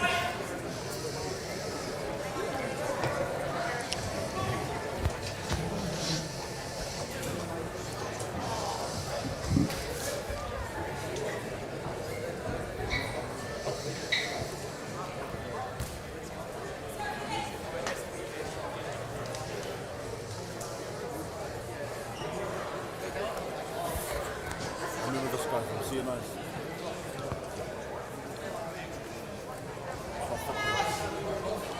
I've got a funny feeling in my bones on this. This is going to be fast and furious as well.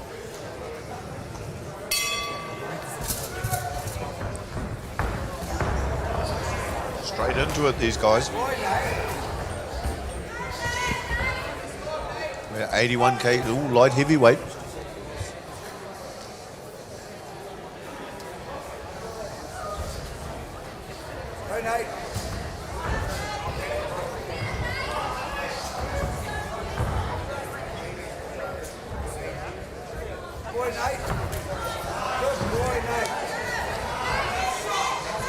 Some nice shots moving in.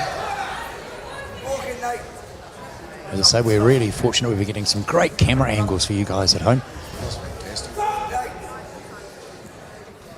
You get inside of my work, Nate, not from the outside.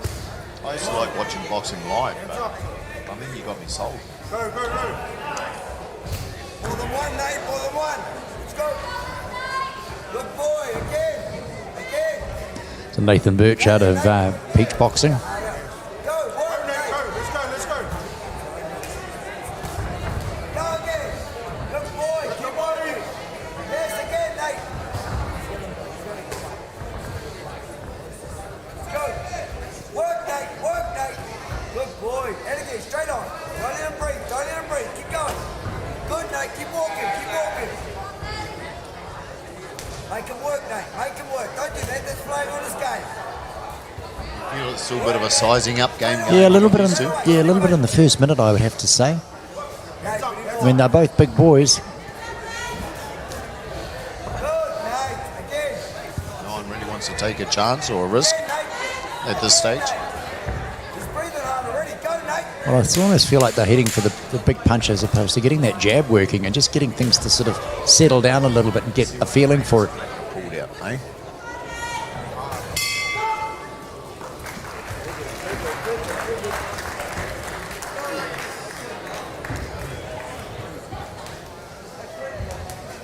Those first 2 minutes, as you say, it really sets up whether or not you're going to be just that point ahead or two. So when you go to that second round, you know, you can settle down if you feel that you've actually had the better of your opponent to then make that next move. It's always so much harder to come from behind. Yeah, if you feel like you are down a little bit, do you start pushing it, expose yourself, a little bit more, drop your guard, boom.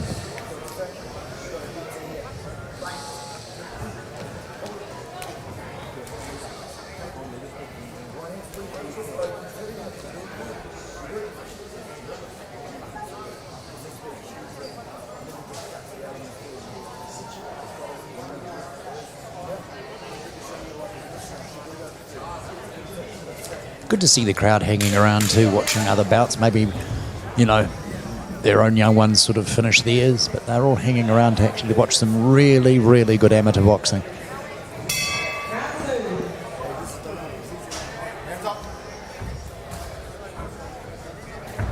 boy, Nate. Work there.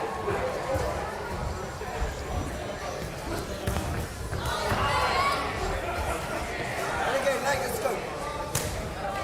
Good, Nate. Work He's there, calling him work in. there, Nate. Work again. Let's go, Nate. Right back on. Good.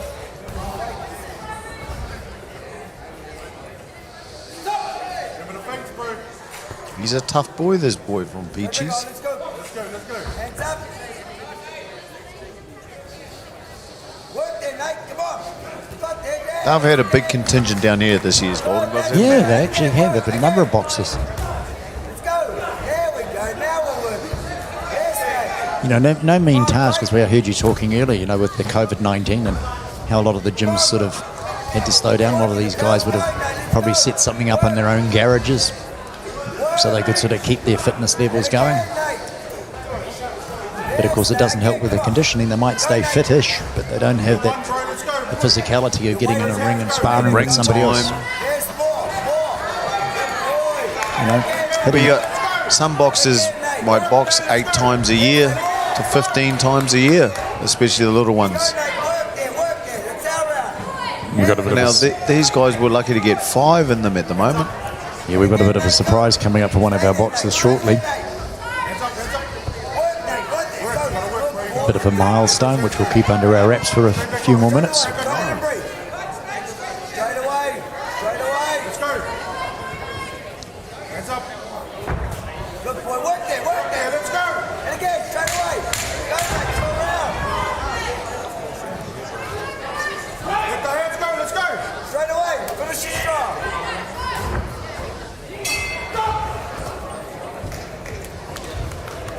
I was going to say, with some of those other expressions I've unfortunately used, like the telegraph me a punch, we'd have to come up with something, because I don't think one of these young boxers would even know what a telegraph was. My producer's nodding. He knows exactly. He's old enough to remember. It's a bit like when you mention the word fax. What? Yes. I remember getting a telegraph for one of my birthdays, actually. True story.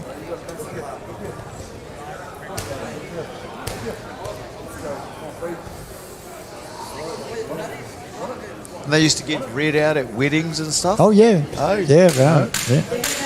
Yeah. You'd always get one that was a little bit risque. Your uncle or somebody best man would read one out. You'd sort of, oh, no. For our younger viewers, we do apologise. Maybe we could use it. What's the old internet? Instead of like fibre, and maybe we could use that. Eh? Maybe we got the standard internet. Now this is interesting. Oh, He's decided to come out all guns blazing. Straight away, Nate, straight away. Nathan Birch is saying, I think I might be a little bit behind on points here, so I don't have a choice. I'm going to have to go in. Hands up as you come in. He put Pene up against the rope Straight away, Nate. Let's go, Nate. and said, catch me if you can. Hey, let's go. You're waiting. Hands up. Nate, you've got to be punching. Come on, work, Nate. Work. Straight away, Nate. Straight away. Step, go. Come on, bro. Let's go. Go. straight in there. Come on, let's go. Hands up. I think he thought he had the better of him about a minute ago, just half a minute ago, when he had him on the ropes, and he thought, if I can just get a couple in here, it might help me. And again, I think that's a bit of the Peachy style, though, is that the aggression straight in. they're there for the scrap. Yep. Let's go. He's tired. Big swing and a miss. Go. Go, Nate. Go. Hands up. Go. Get right hand up. They're not backing down for nothing. They'll take the fight to you. Go. Don't stop. Punch, Nate. Got a punch. Go. Let's go. Straight away. Get right hand up. Go. Go, Nate. Go. Right hand. Word. Throw him off. Push and go. Let's go. Straight away, Nate. Let's go. Right Go. hand up. Go, Nate. All just about over, about 8 seconds left to go.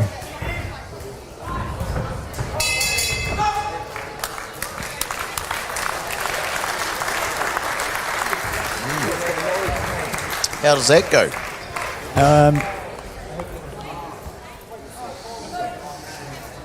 Yeah, again, it's one of those. I don't see it being unanimous. I probably see it. But the young fella from Peaches, Nathan Birch, he was the aggressor more in that midway through the second and third round. But is it enough? What are you looking at me like that for? Sometimes it's best just to sit and listen. All right. Well, we're heading down to Nelly, and we'll get the decision from our referee. Winner by split decision. Red corner. Pene here. Red corner. Red on the Penne split. high away again, yeah. Taking out the men's novice 81 kg.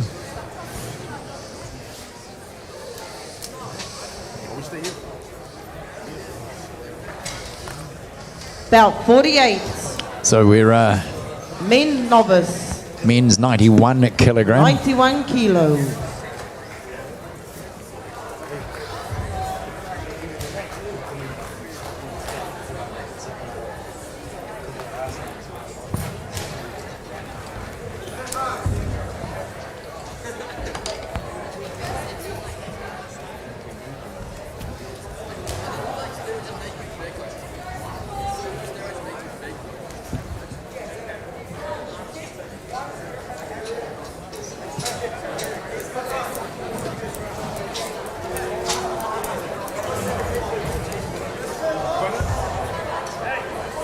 Moving into the heavyweight boys now.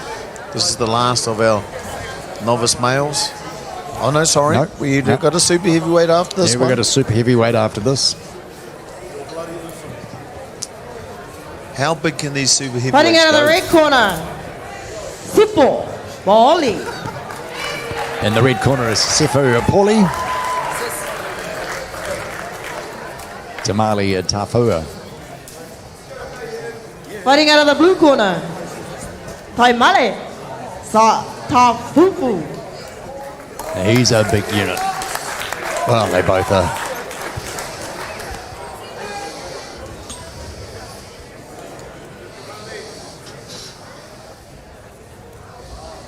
We hope you're enjoying the live boxing, of course, for the North Island Golden Gloves Championships being held here at the Great Lakes Centre in Taupo over the Queen's birthday weekend. Town's been absolutely inundated with boxers, their families and the likes. In fact, we had quite a lot of activity again in town this week.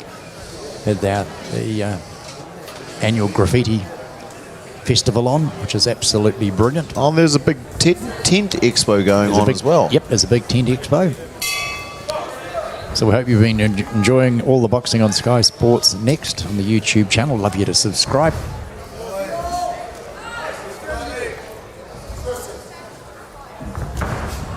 The more support you give Sky, the more support they'll give some of the smaller sports that are around New Zealand. Get the likes of the team down here.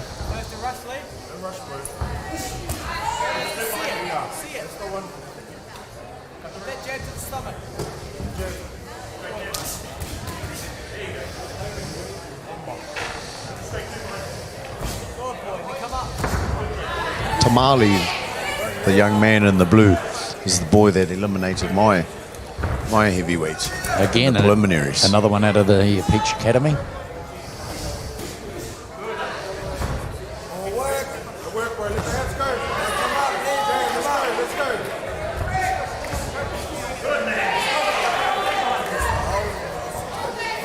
Don't back up. Where's your right hand? Put the power on. Good boy.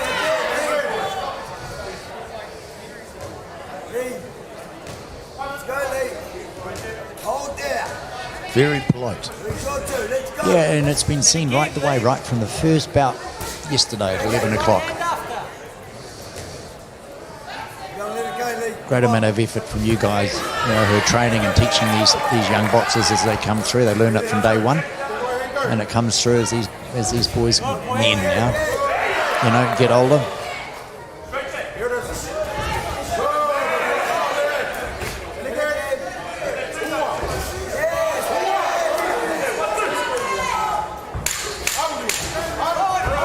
The magic clever. It's amazing how it's like a light switch. Turns the boxer back on and he's in for it.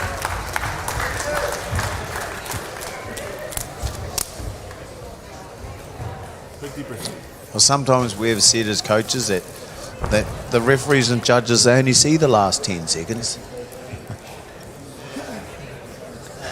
Because they're one-eyed. No. It all depends on which tournament you're at, I guess. No, but as you were, again, saying earlier, these referee and judges and the likes who come to these tournaments all give freely of their time, passionate about the sport. Everyone pulls together in amateur boxing in New Zealand to keep the sport alive and keep it going. This is why this sort of coverage has got to be good for us. Seconds out. Sefo Pauly in the red from the Mayhem Boxing Round 2. Gym. And Tamale I just think Tafu. we run this tournament every single year.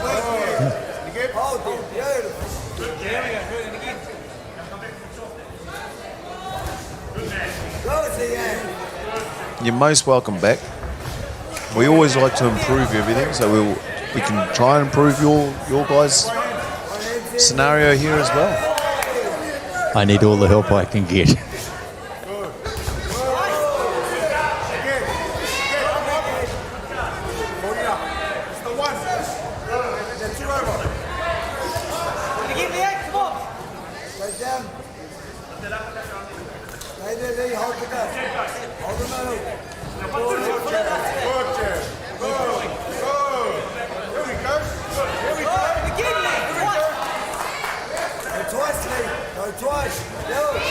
It's good to see these boys just holding that centre of the ring, isn't it?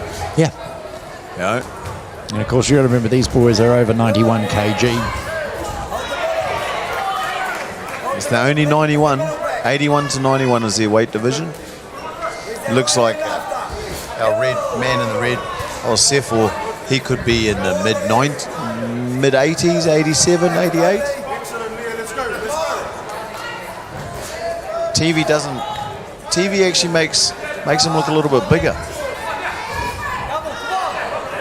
Because I'd say Tamale, looking here at the screen, he looks 100 plus, but people got to be reminded that he weighed in on the scales this morning Under 91, which is 90.99.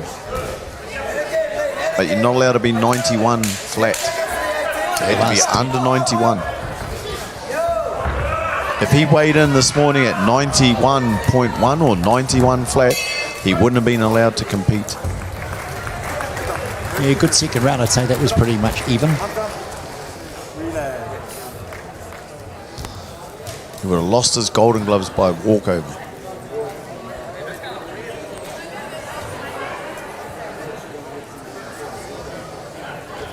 There's something else that these young boxers have to learn is weight management and everything up to a big competition like this, where you weigh in on the day of your fight. So these guys had to make weight on the Saturday and then again this morning.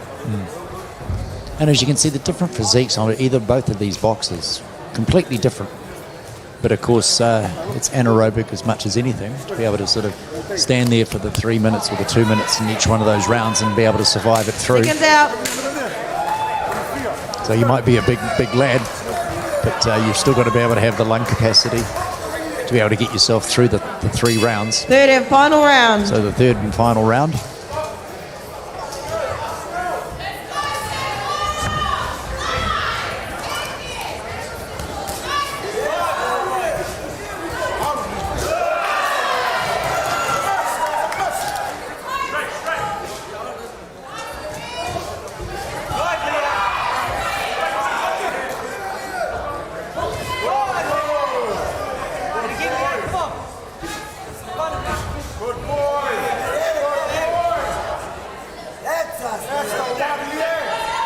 Sefo Pauly in the red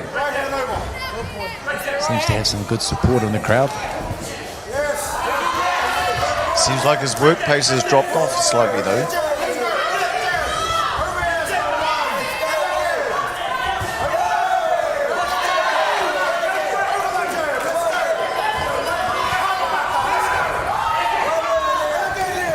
I think his approach of letting Tamale come in and then collect him then when he's inside is a very dangerous one.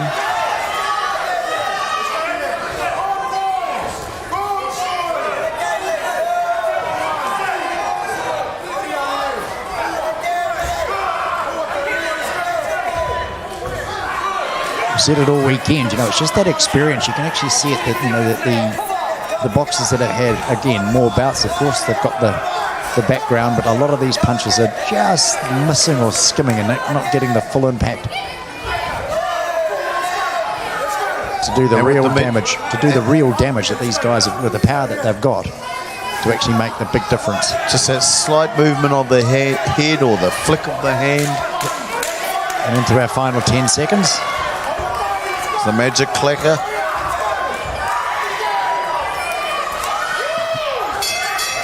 They're sucking in the air. And again.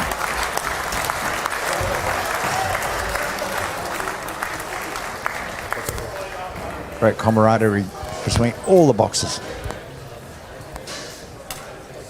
And I think actually the people watching these bouts themselves are enjoying the fact of how everything is running. How the boxers themselves are behaving themselves in a sense.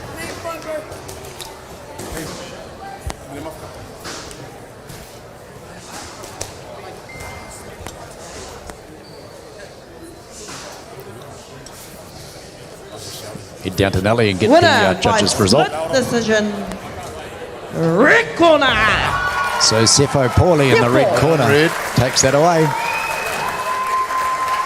In the heavyweight division, men's novice 91 kg.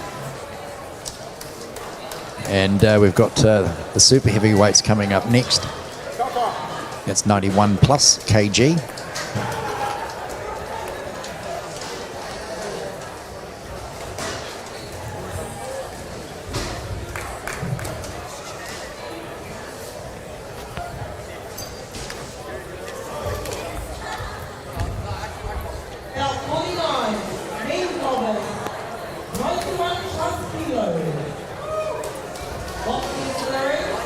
Now we're moving into the big boys.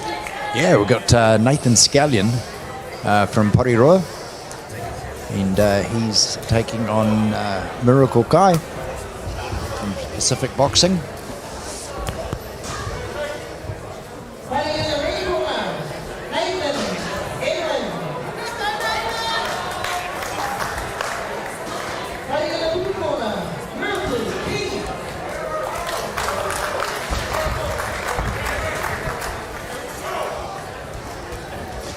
Poor referee is going to look rather tiny under. She does look up a bit, doesn't she? Yeah. How she's addressing these boxers. Yeah. Righto, boys, behave yourselves. She's looking up quite a bit, actually. Well, they've both got to be 6'3", 6'4". They are big boys. Hope she doesn't get caught in between the two. I dare say she'll have control of both of them very well.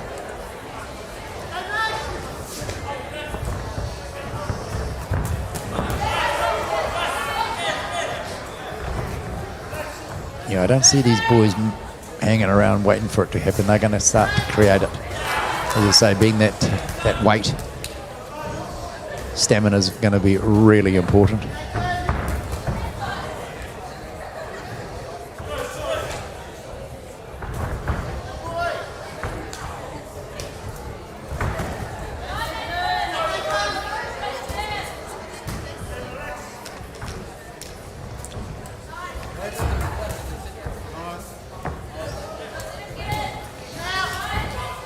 Just remind our viewers, Nathan Scallion is in red and Miracle Kai is in blue.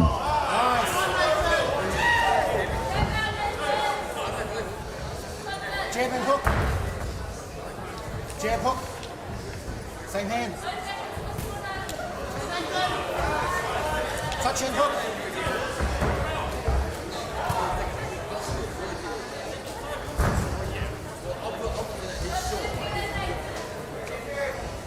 Body rip.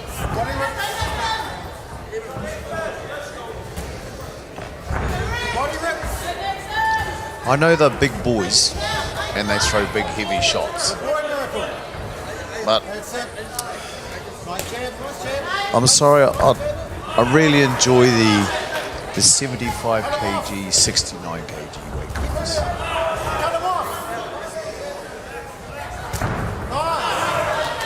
Yeah, I think the thing with the super heavyweights, I think people always think about the, your Tysons and your Furies and all of that type of thing, where they're expecting that big punch that's just going to put somebody on the canvas. And of course, it can happen even at amateur level, but it's a little bit different. I think the mindset is when you see these big boys, you are expecting, that type of The Mike Tyson style of fighting. which is get in there and really rumble it up. Then again, I think Mike, did he not in his debut as a professional? I think he was only about 19, wasn't he? 18, 19? When he had his first professional? Yes.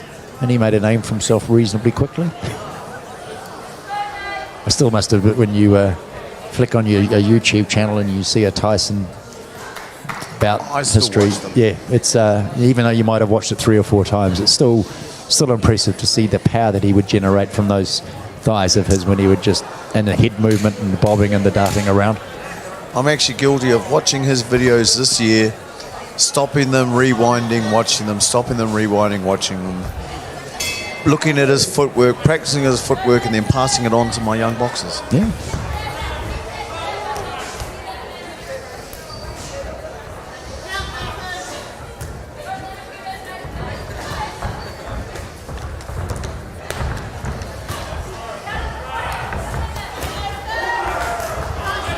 Work rate starting to climb a little bit now.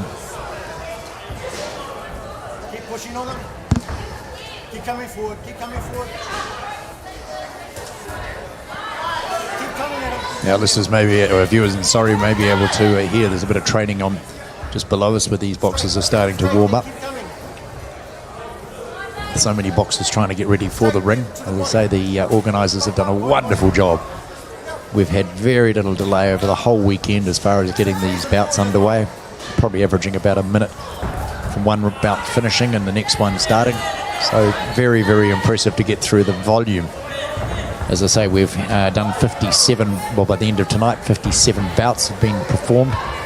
And around 57 yesterday as well.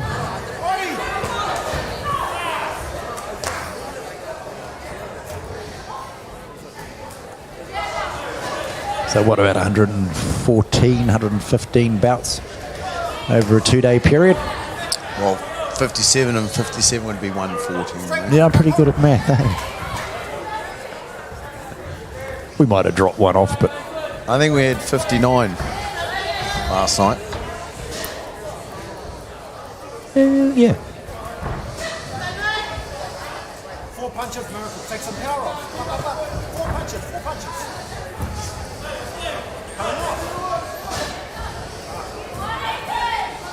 And we heard South Island ran their Golden Gloves just the other day as well. They had Oh, that was a slip. They had 22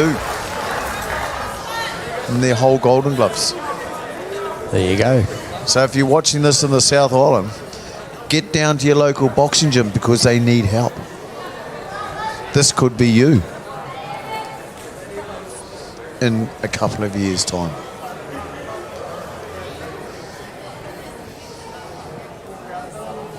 And that's what people forget. You look at these guys here, okay, and they think, oh, yep, okay. And I have it happen in my gym. People come off the street, want to do boxing, and they think they're going to be like this in 2 months. Yeah, right. They get the shock of their lives. Then after about 2 weeks, they disappear. Well, I think you've only got to look at those celebrity boxing matches or the charity boxing matches, which I know you personally have been involved with here in Taupo. Everyone who I've met and known who's done it for a charity has turned around and said it was the hardest 6 or 8, 10 weeks of their life getting ready to get into a ring as a total amateur, never boxed before. So, but no one I met said that they didn't enjoy the training. They said that was the hardest part of it, but boy did they love it. Getting themselves into peak physical condition. But they only had to maintain it. These boys have got to do it year round if they want to be competitive in the Golden Gloves. And that's what I used to say to them. I used to say, well, look at what about my boxers, my young boxers? They're doing it all year. Yep. 10 months. 10 months of the year, our sport runs for. Set up, Miracle. That's it. Be smart, brother. Well, this is a hard one for me to call, but I got a feeling that again, we're going with this, the fact that who's the aggressor all the time. And Miracle Guy, he seems to be, coming forward. And then I just get completely lambasted when Nathan's going and turns around and says, hang on a minute, I'm in this ring as well.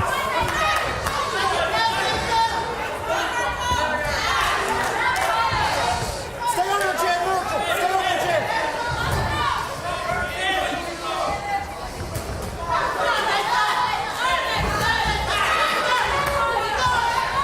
For super heavyweights, both these boys they're looking for the win Be smart, Miracle. Be smart. and staying safe. 30 to go. 30.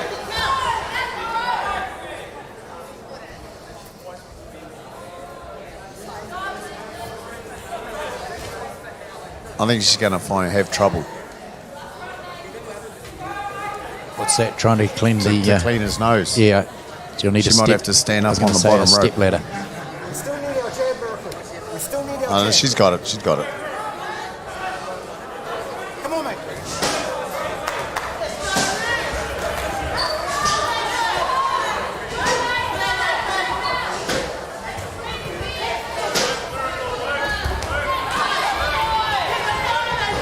Move your head a little bit.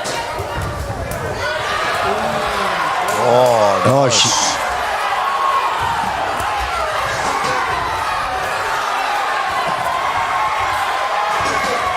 He's turned on the gas now. Right at the end, is it enough? I still have a feeling that Miracle is going to get this on a split decision.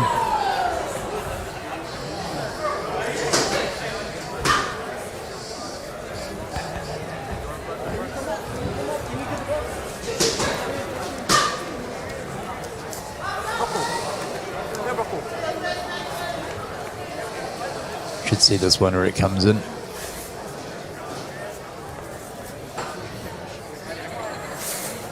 As I say, the camera in slow motion does give you an idea of how much power these boys are putting behind these punches. Pretty hard to read when you're watching it at full flight. Thought you were going to jump off your seat, bro.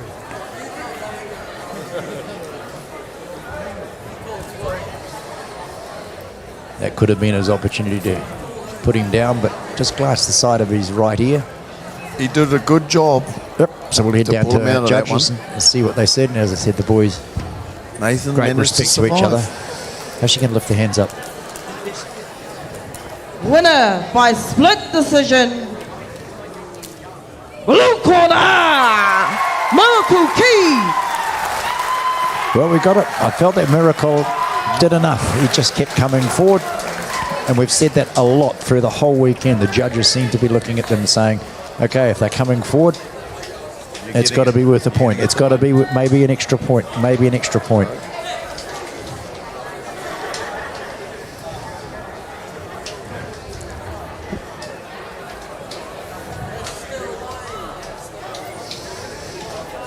So Pacific Boxing with Miracle Kai taking that away. Now, I'm not sure. I'll just see whether I can get our producer. We've got a bit of a... We've got an interesting announcement going to be made by our ring announcer shortly. We've got the women's 60 kg. In the red will be Erin Walsh, and in the blue, Troy Garton. Bear in mind, these are our elite women. Both experienced boxers. Clicked up a few bouts. They have. They have. Let's go, Troy.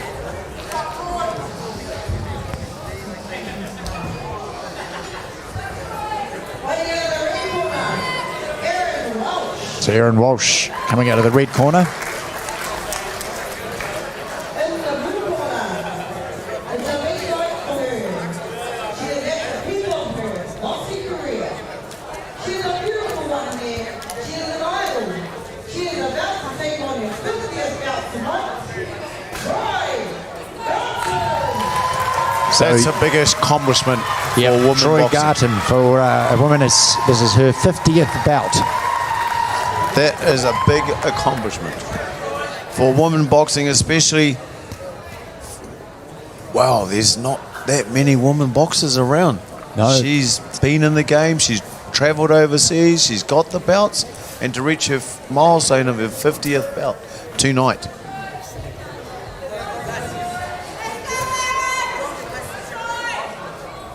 So it could be a big ask for Erin Walsh. Again, another boxer from Peach Boxing. She'll be hard. She'll be tough. She'll give it a go.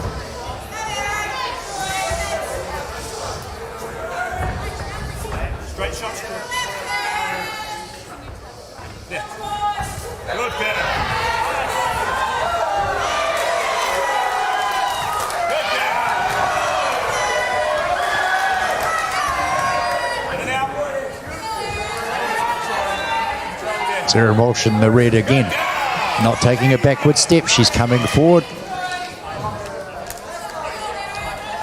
So, of course, Troy Garton, you'll notice that she does have the NZL on her back, which means she has probably represented New Zealand on more than one occasion. Yes, I would say that. Good, Troy. Back to the jab, Troy. Good. 5 over, Troy. Could be New Zealand Rugby League. She's there.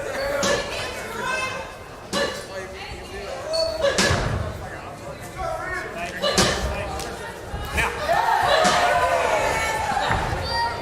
Keep working, Troy. Slowed down a little bit now. They've sort of eyed themselves up. There. There you go. 4 punches, Troy. 4 punches.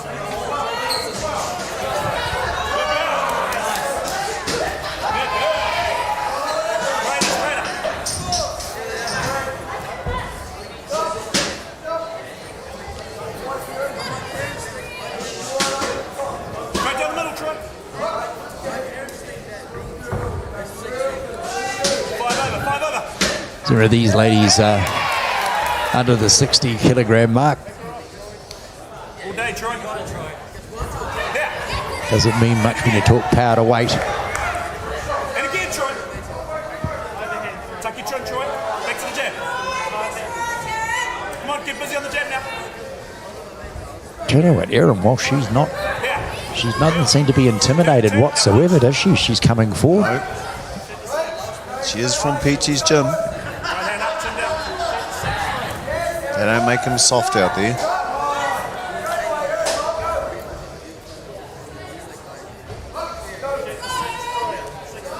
There you go.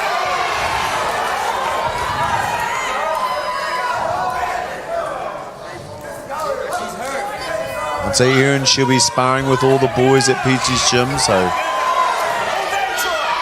come up against Troy Cardens won't be a problem. Very set. Your zone, Troy. There you go.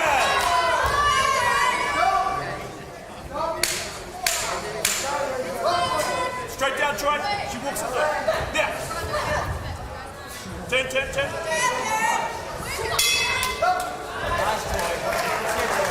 I'd say that first round was pretty evenly matched.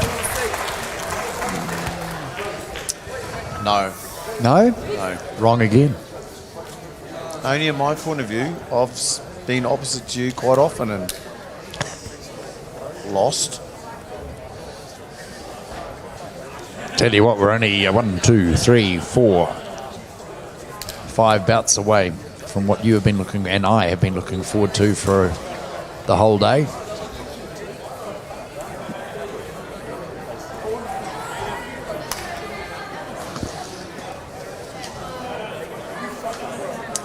David will be back in the house. But the question is how long? How long is he going to stay in this amateur game?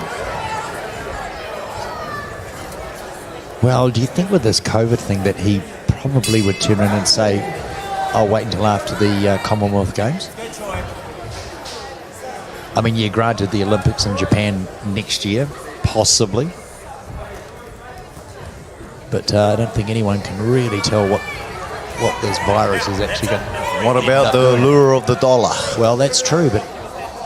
And with the professional boxing that's happening around New Zealand, just recently, look, you got Joseph Parker and Junior Farr coming up in December. Both of them making a name and putting New Zealand boxing in the spotlight.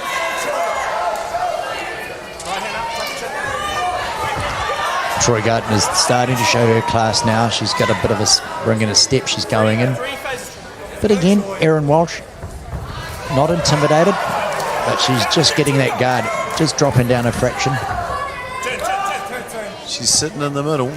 Troy's moving around, choosing angles, where to come in, trying to pick her shots.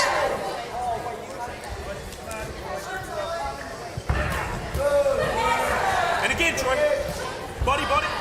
Push it back. Back to your jab, Troy. There. Good. Back of the 3. Chin down. Good girl. Turn.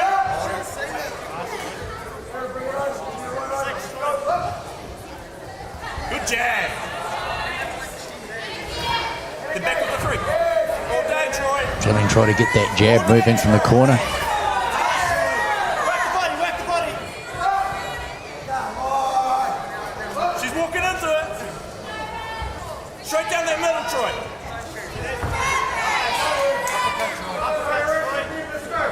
Straight down there. There you go.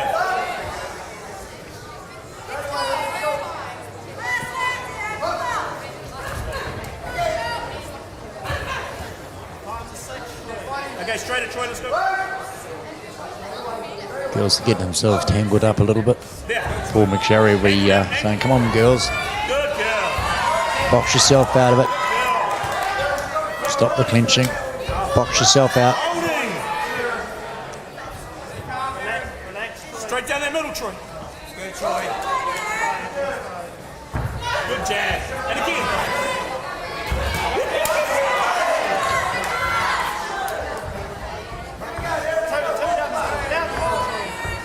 Keep working. Turn up, Troy. There you go, Troy. Angle all day, Troy. 10 seconds, Troy. Angle. Turn off, Troy. Now. Getting a little bit untidy at the second part of that round, wasn't it? Yes. I feel it's still going one way, though. Yep. No.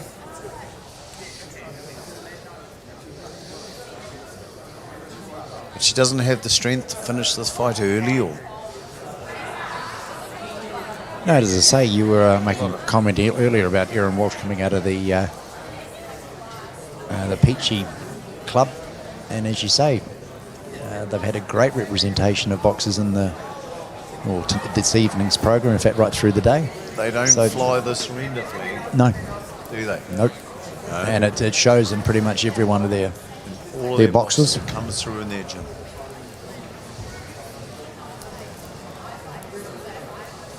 If you're matched up against a peachy boxer, you're going to expect a bout.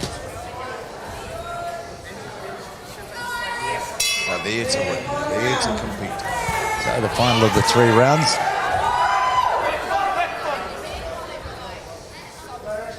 He's going to have a word with these young ladies and say, no, come on, this is not a wrestling match, this is a boxing match. You know what to do, get on with it.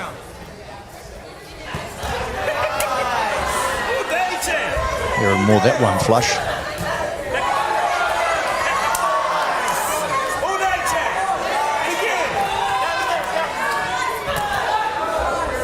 Absolutely wrapped for young Erin Walsh. She is not intimidated or show any way that she's saying, I'm not in this. I'm here to have a go. I'm here to win. What's she going to take out of this for their next match if they meet again? Oh, yeah. I can go toe to toe. She's going to write, come on, I'll get you this time. Back to the jab. 1, 2. Body now, body. But that experience of 50 has got to be working in Troy's favour, I have to say. Again, Troy. Stand up again.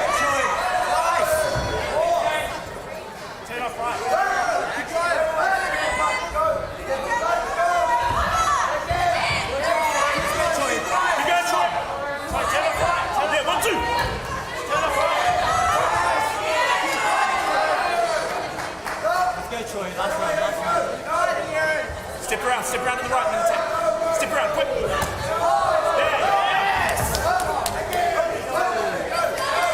There you go. Nice, Troy. All day, Troy. Keep going. Here you go.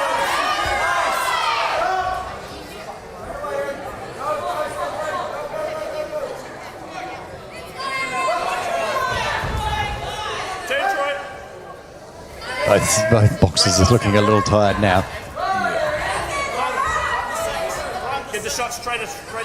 Body. I think Troy's going to remember a 50th bout. I think you're right. Turn. Straight it down the middle. Straight it down the middle. A lot of thanks to Aaron. Keep going, Troy. Keep going. All the way. Good girl. If she thought she was coming in for an easy ride on this one, it's a long way from that. Erin is. She got a flat tire, didn't she? Yep. Turn it. Now punch. Nice. Keep turning. Apologies for that. Keep going. Turn, Troy.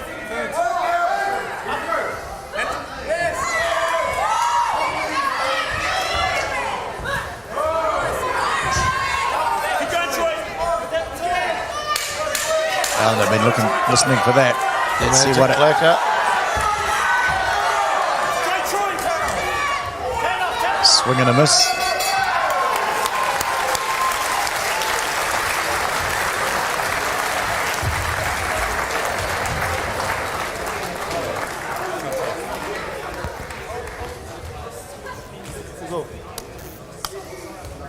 That last flurry of punches, quite a few of them missed.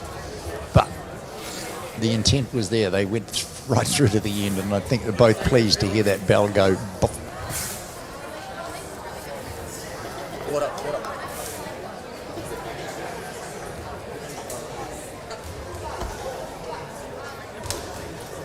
So we've got one more women's bout coming up.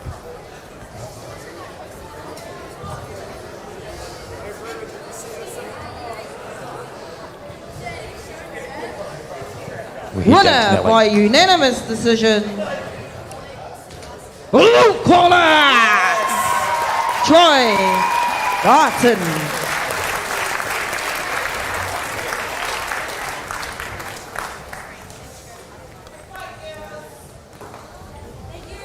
Nice to see, of course, celebrating her 50th bout was Troy Garton. Winner over Erin Walsh. Headed That excited, she took off without collecting her certificates.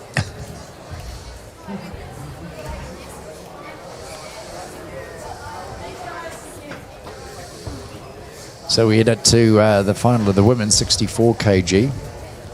Michelle Nuku up against Bout Kara 51. Fararao. Woman. Michelle will be 64 fighting out of the red corner. Boxers to the Kara ring. will be fighting out of the blue. And there's a bit of support for both these boxers in the crowd.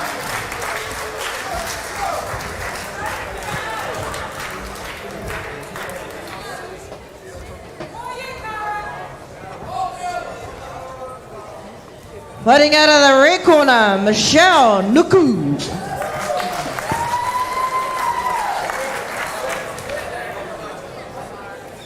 Fighting out of the blue corner, Kara Fararao.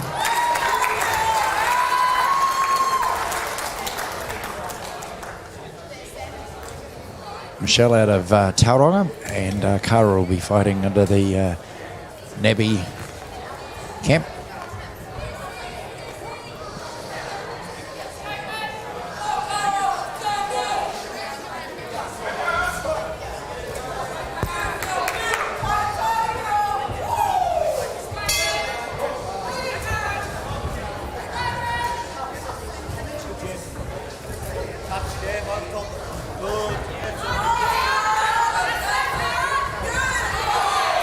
Right, they're not inviting themselves over for a cup of tea and a chat. These ladies are straight into it.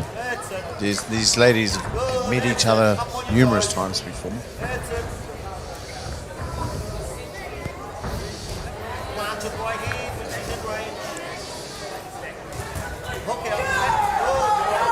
With Kara, you could say, being at the later end of her career, and Michelle being the new girl on the block.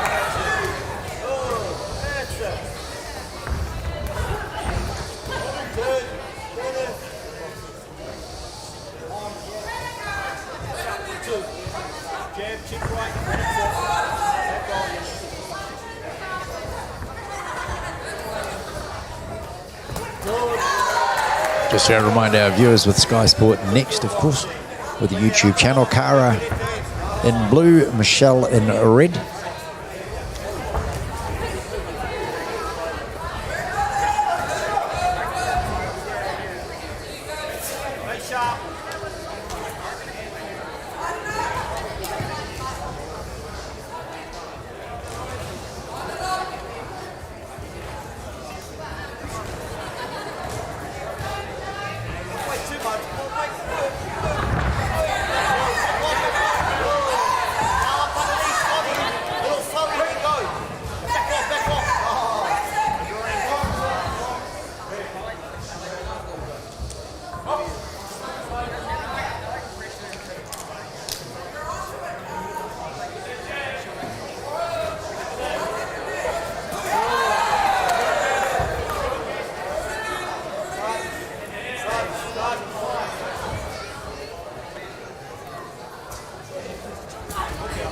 Cara doesn't like those ropes. She's sort of quite happy to run around the ring quite a bit.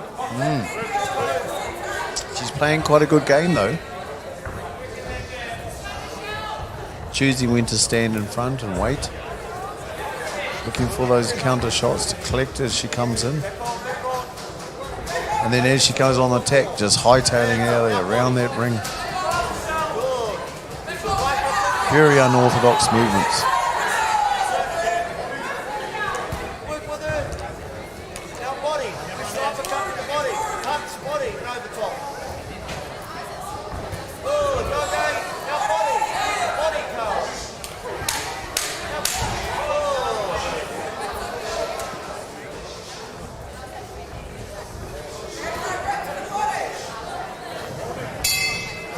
Yeah, Michelle walked into one nice little jab she's got to be careful of because she is coming in quite quickly. It's facing one direction, I feel. Michelle's got to have to change her game to pick up this, to have any chance of getting through.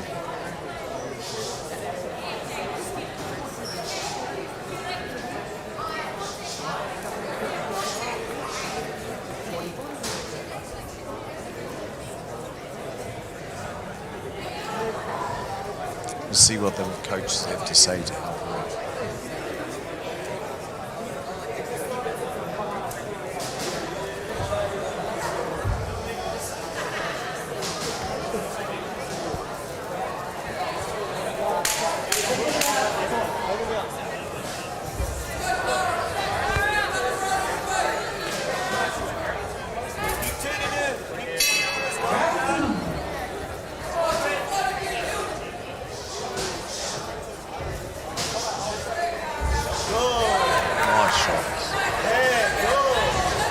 Straight down the centre as she comes in. Right into it.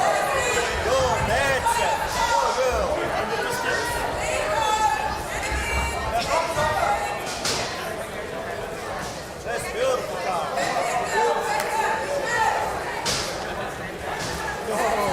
Now change the angle of it. Sit around. Stop. Good. Turn. Work. Change your angle. Tip around. Work. Well, let's keep it long. Back on. Yeah, the second round's looking a little bit more structured, isn't it? I think that first round they were just sort of, as you say, sizing themselves up, but not achieving a heck of a lot. Cara nullified Michelle's attack in her approach, though, by running away and then turning it back on her. Just as she's doing now, she's not allowing herself to be cornered.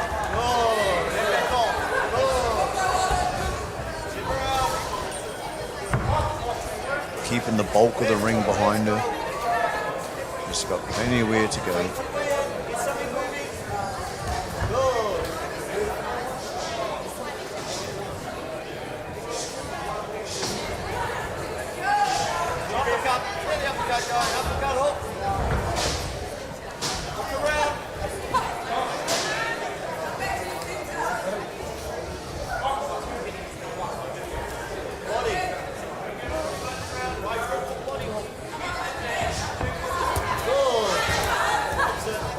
Michelle's struggling to find what to do.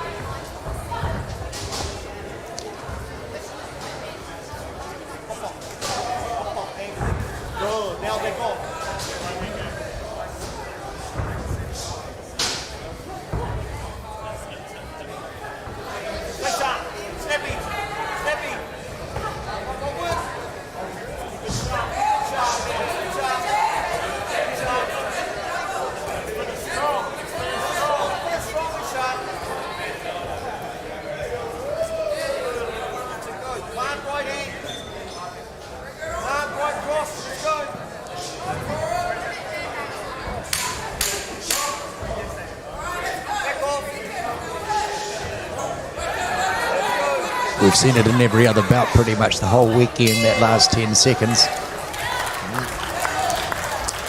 Is it very subdued?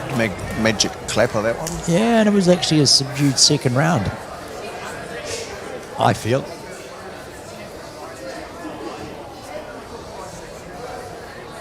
Menkara did get a couple of nice shots in. I think she's actually causing Michelle to actually sort of panic a little bit. She's thinking, am I behind? Am I not? So what am I going to do? I think Michelle's actually scratching her head and not quite sure what to do.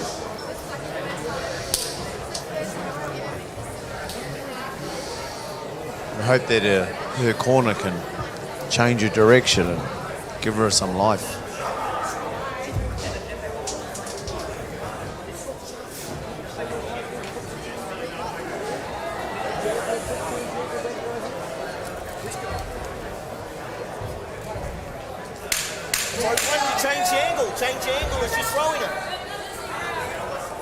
So this is the third and final round. Michelle Nuku from Tauranga up against Cara Whararo. She's in the blue.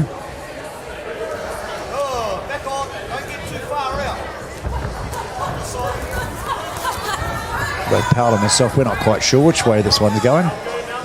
Oh, yes. Oh, you have? You've made your mind up already? I know where it's going. Oh, we've got it. Okay.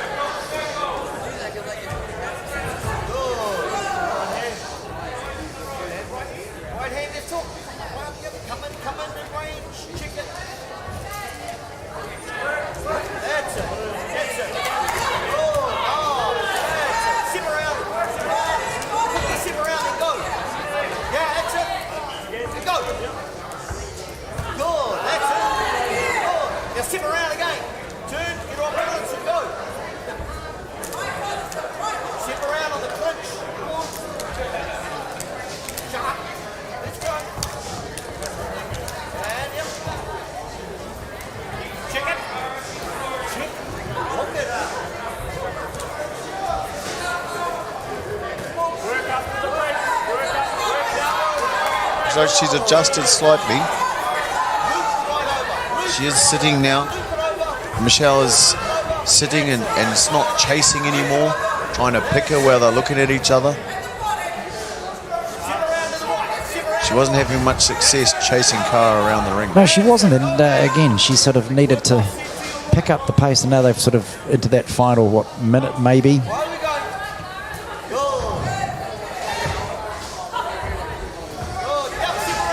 Because this is the last of the truly amateurs.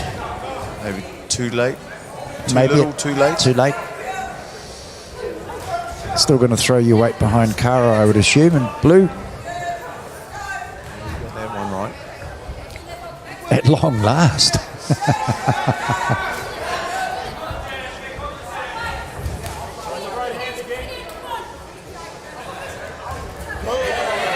That was a lovely... Oh, and I think she felt that as well.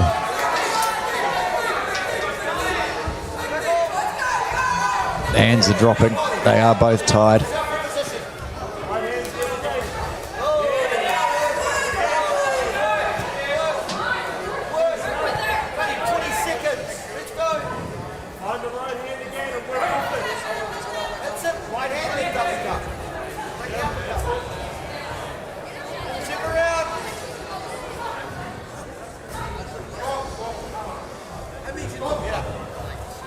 can't say that any of these bouts that we've had over the 2 days, they haven't given it a raw. With 10 seconds to go on this bout, The magic clacker. Michelle Nuko in red up against Cara Ferraro in the blue. Give themselves a hug saying, I'm glad that's over. Go to their opposite corners and we'll again wait for the judge's decision. So looking at a couple of these bouts that are coming up shortly. Of course, we're getting into the lights 60 kg next. And then the welters. And then we got the middles. And then, of course, we get into the heavies. And then the super heavy to finish our night off.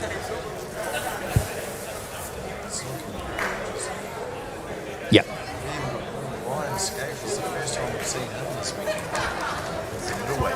It's a very interesting, very, very interesting bout. Very top class boxer, Ryan Skate. He's up against Colton Seymour Moore. Of course, Ryan Scaife out of Hiratonga.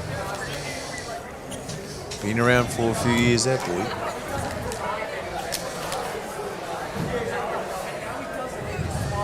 Winner by split decision. Blue corner. On a split Decision. Cara to trick that out. Wow.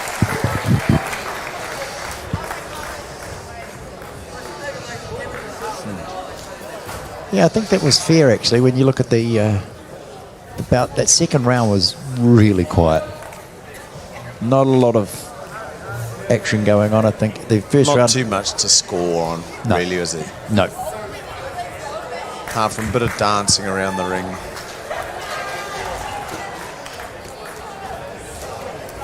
So we've got the lights. That's the 60 kg.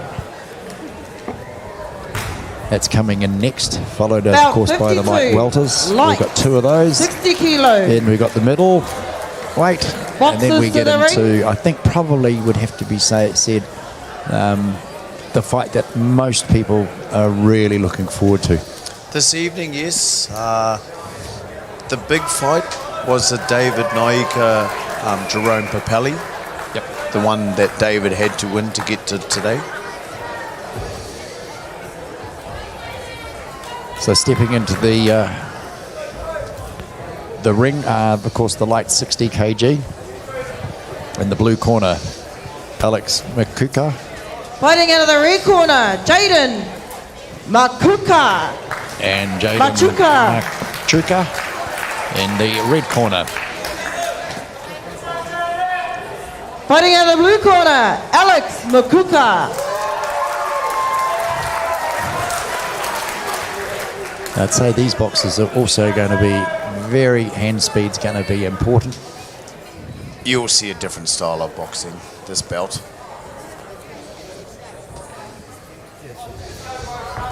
I'm sure.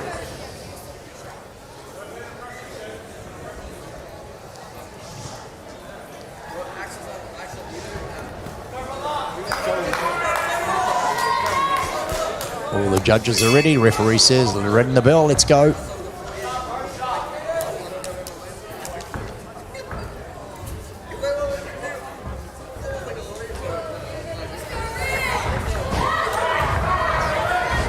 So, of course, these rounds will be 3 minutes. 3 of those.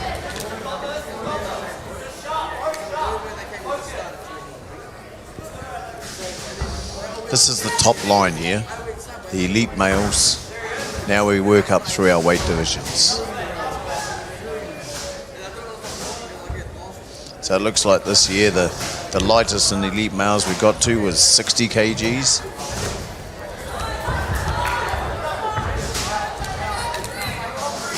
Not quite small enough to be a jockey, but small enough to be an amateur boxer. Yeah, well, I would imagine if you compared the fitness levels of a boxer and a jockey, there wouldn't be much of a difference. Both of them have got to be lean and mean. I can't really comment. I don't know jockeys. I wouldn't think they'd be that fit. All they do is sit down, really. Yeah, with 500 kilo of purebred animal underneath their backside, yeah. No, they've got to be strong enough. I think that was just a straight slip.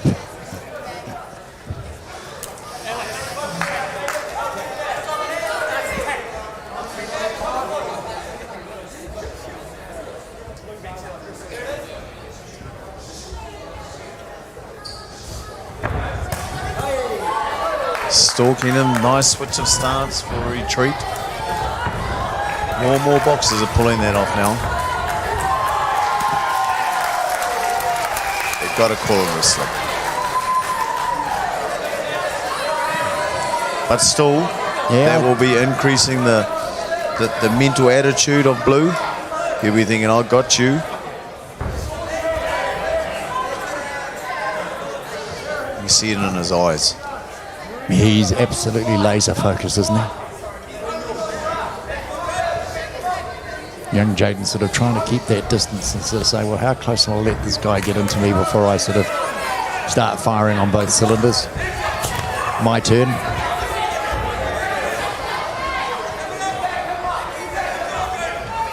But Alex in the blue, he's able to sort of, as you say, he's absolutely focused, saying, how do I get this guy up against that rope?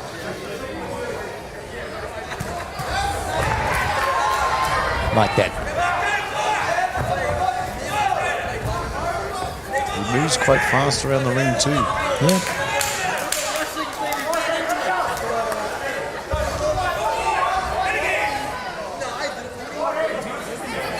It's the second time he's been warned for sticking that shoulder in.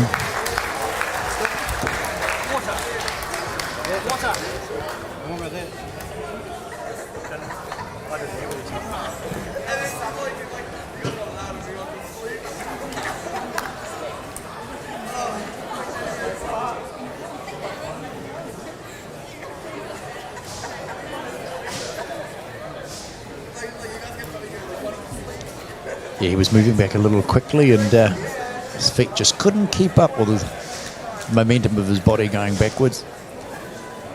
But it wasn't a takedown.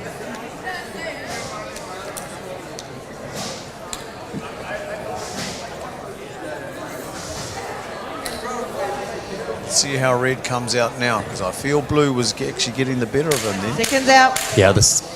I don't think I disagree with you on that one, but I think, as you say, Red's got a chance. He's got to say, I'm got to make up for it this time.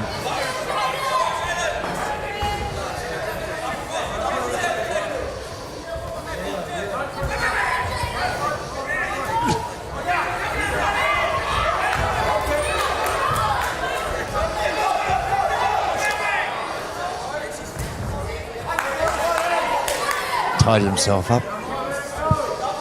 Gets himself back into the middle. Jaden's got to start thinking, maybe I change the approach, change the angle. I'm going backwards.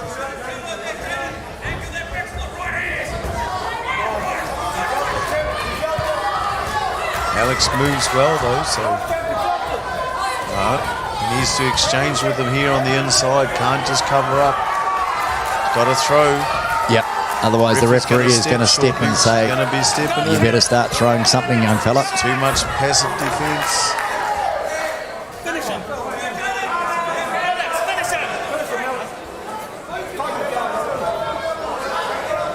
He was very lucky to get away with that.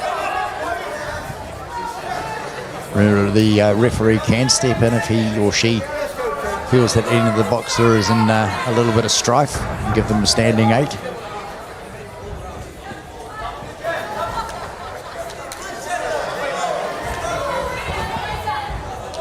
Got a feeling somehow that Jaden and Red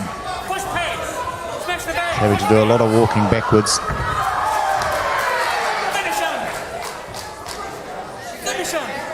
And he's saying to himself, how do I combat this? I don't have plan B. No. You better come up with one real quick. Mate, lock that back leg and get stuck in. Throw your hardest right hand at his chest.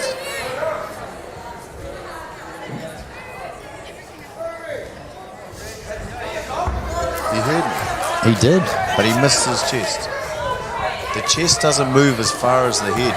You can't take this, mate. But Alex Makuka in blue definitely got the upper hand. This will be interesting. The referee had a funny feeling that was coming. A little bit overdue, but she's giving him a chance.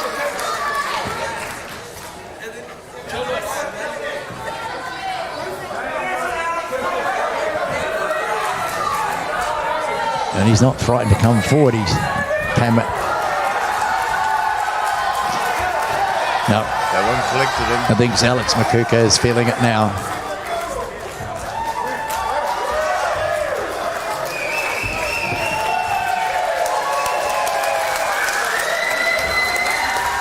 So the towel's been thrown in. I think... that was good coaching. Yeah. Jaden's corner said, I think young fella's had enough. We don't need to have him hurt too badly.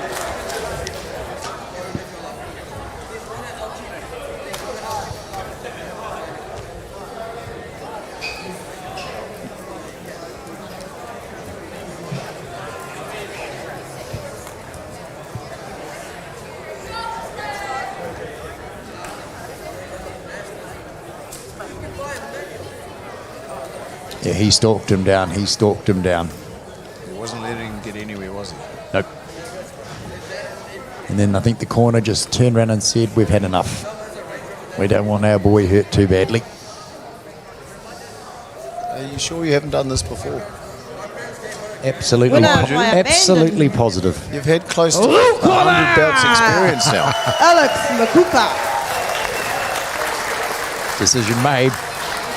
Alex Makuka taking out the lightweight 60 kg. Let's move up another weight division. Things are clicking on. We're into the light welters now, 64 kg.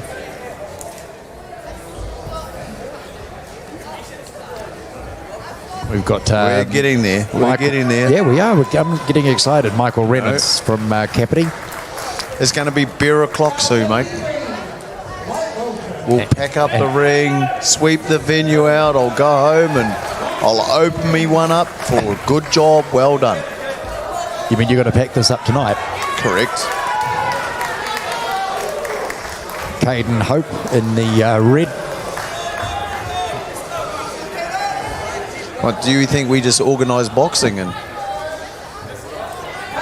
Yeah, no, well... No, we actually like pack up and clean up and... Turn up and get ready to go. Get ready to go and leave the hall like we found it, empty.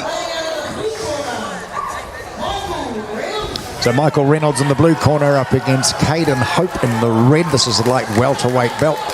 The crowd's starting to warm up now. There's 64 Michael Reynolds kg. got a few supporters here. Dino Schuster is officiating in this. Caden Hope, he's another good boy.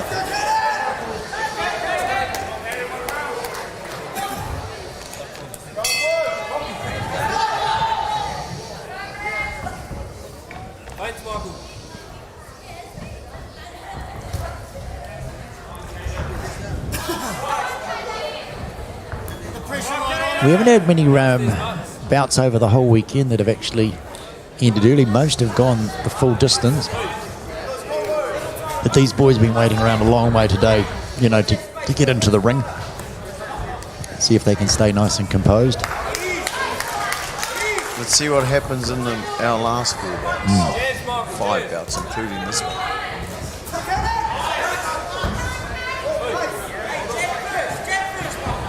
I hope you're enjoying the coverage as you're watching it on Sky Sport and Next on the YouTube channel. We'd love you to subscribe, follow what we're up to, and also you can follow on the social media with both Facebook and Instagram.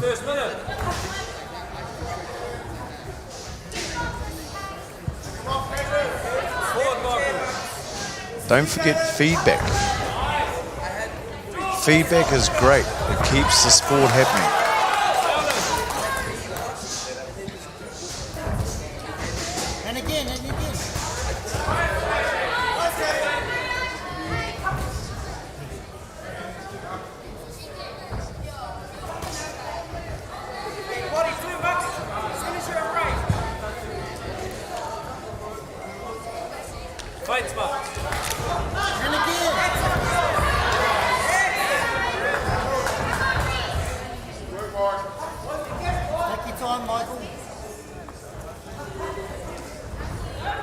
So young Michael Reynolds leading nicely with that, but getting pushed back onto the ropes.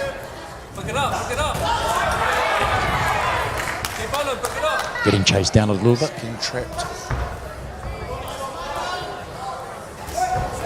Michael's trapping Caden. Keep the pressure, Michael. Just under a minute to go in this first round.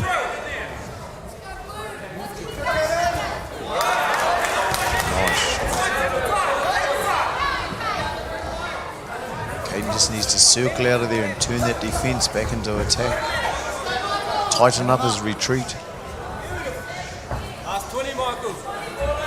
Work it. Around 30 seconds to go in this first round, and I think pretty much even. Refs have been very consistent with with all the bouts, actually telling the boxers to keep their heads up. Punch it out, punch it out.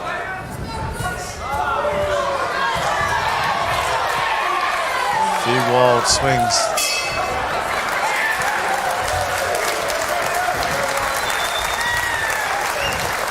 Well, where would you go on that one for the first round? I wouldn't like to be a referee.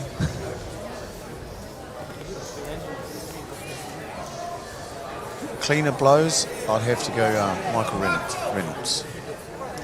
He is working the ring better, trapping off Caden.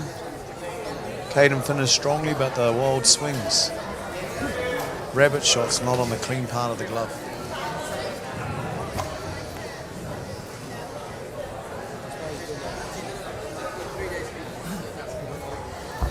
Yeah, all three of those went straight over his head, right at the last second. He's saying, "Oh, come on, bring it on.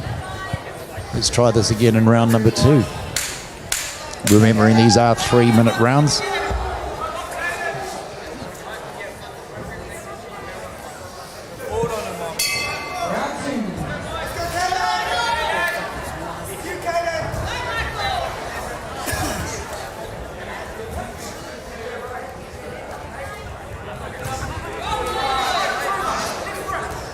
Straight down the middle.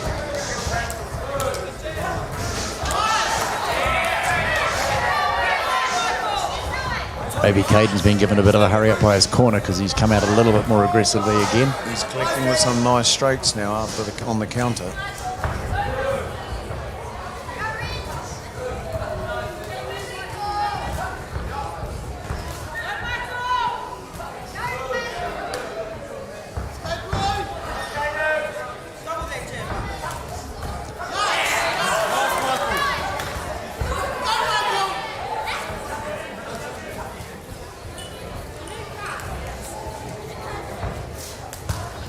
The jab of Caden is actually just keeping him back a little bit, pushing Michael away.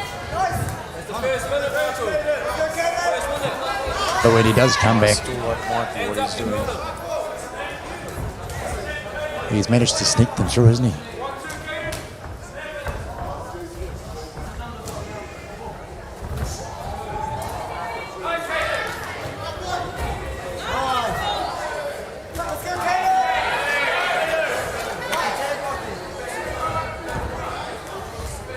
Hands up, hands up. Just over a minute and a half to go in the second round with Michael Reynolds in blue up against Caden Hope in the red.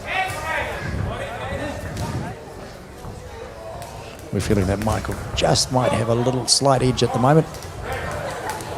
Let him go.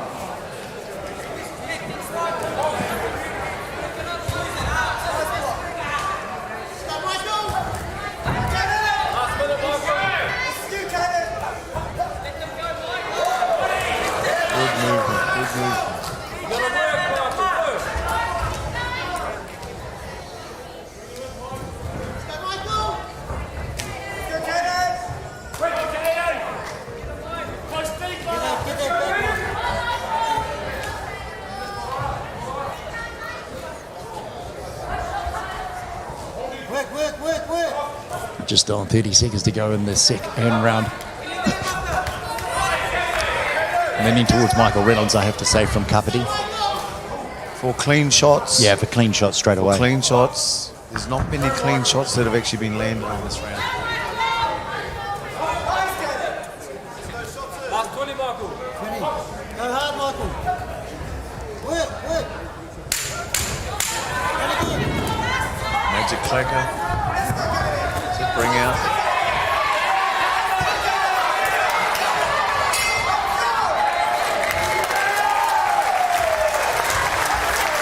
I think the audience enjoyed that last 10 seconds.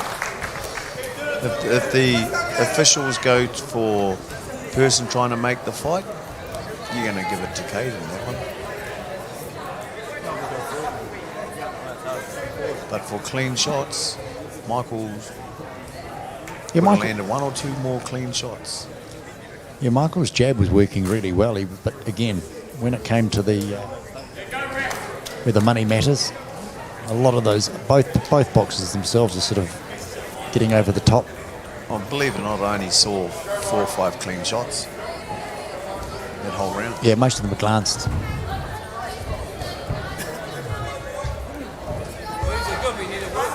On the scoring part of the glove. Counter, get the counter going. One was a beautiful double jab.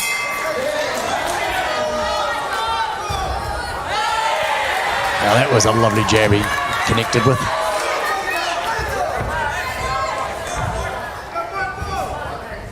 1-2, Max.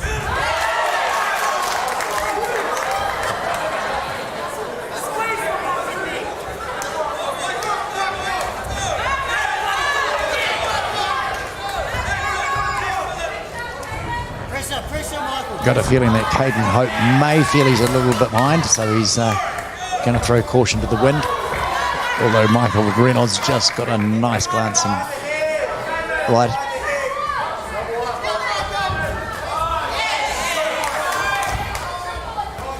Work, Michael.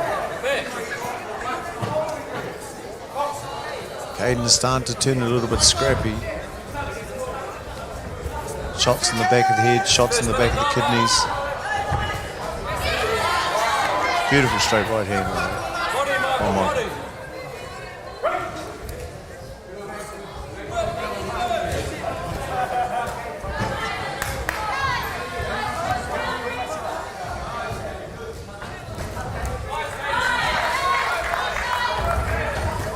Keep him there.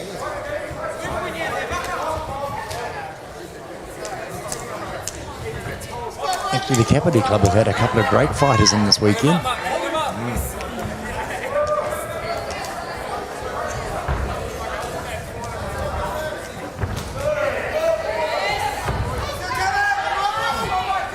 Keep on him, Michael.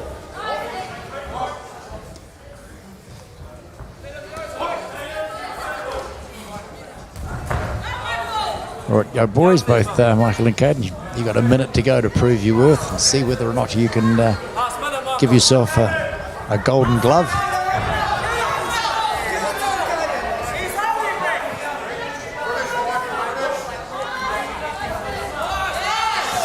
Just missed with that overhand. Again and again. Shrug him off. Ref's got to tell him to tidy it up. Last 30, Max, last 30. Yeah, a bit blow for blow up behind the head, behind the ears. Forward, Max, forward. In the corner.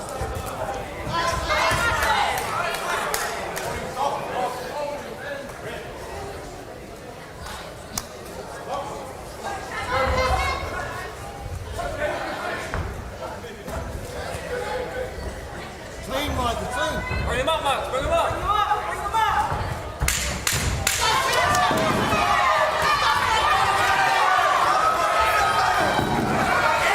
Boy, Michael connected quite nicely with that right. It is just about a magical clacker, isn't it? Yep. Well, I think the viewers at home with Sky Sport Next will be wondering which way you're going to fly on this one. I'll be putting it with Michael Reynolds in blue. I'd go the same. Attitudes started to play in that bout. Bit of cheekiness. Not clean shots, bring a bit of dirty boxing in. Yeah, I'm going to say it's split. I'm not going to say it was a walkover for Michael Reynolds over Caden Hope at all. Caden lost his concentration on what he was doing.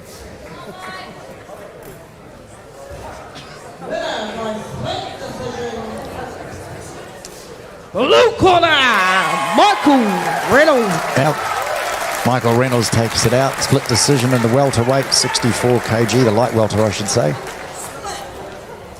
They'll be handed their certificates and their golden gloves.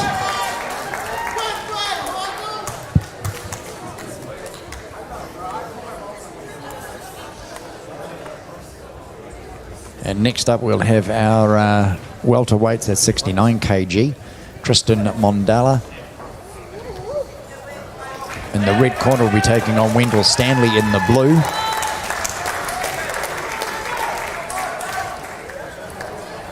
About 54, welter.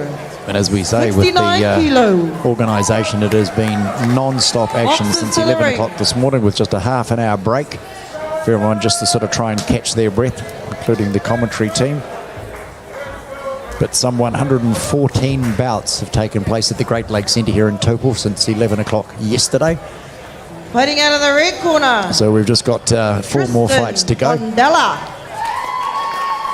And while we get a chance, a big shout out to the production team. Fighting out of the blue especially corner. the guys on the cameras who've been Wendell literally standing in the Stanley. same spot all day. And I take my hat off to those guys. Yep.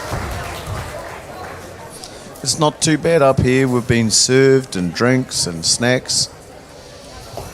Those poor guys on that camera stand.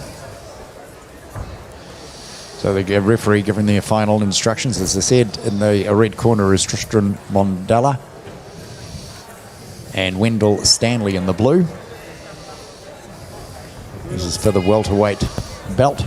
This Wendell Stanley, he's a very nice tall boxer. Good straight punching. Not too sure about Tristan. Is he going to have to try and mitigate that reach, that extended reach that he's got? He's got to get inside there. Yep. Make him miss.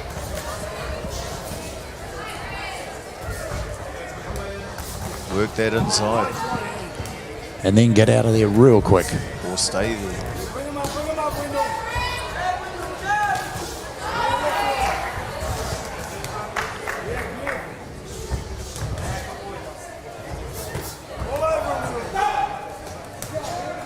Pushing.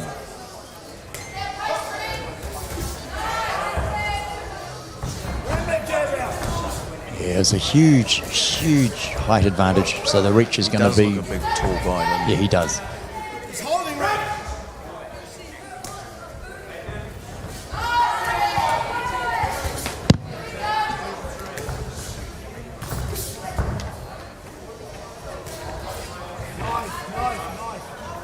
Tristan's doing a good job, though. He is trying to work in.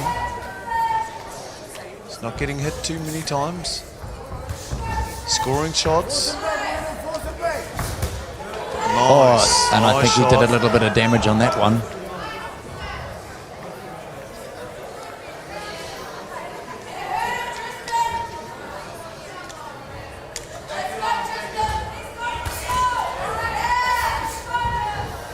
Stay on top of the game.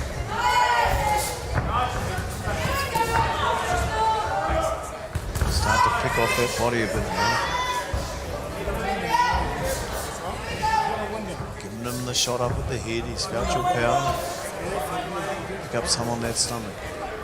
Body shot, Wendell.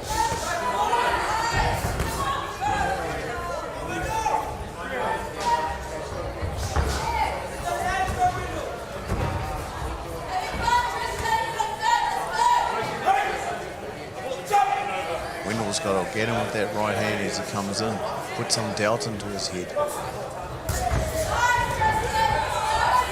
Yeah, I think when Tristan sort of gets inside of that, if he can just keep that jab going, because he did land a couple of nice rights just in the earlier part of the round, which gave Wendell a bit of a wake up call to say, well, hang on a minute, this guy Just throws that right uppercut as he comes in. He'll collect him. He's just got to get the timing. Just time it right. Tristan's coming in that side all the time. Head down.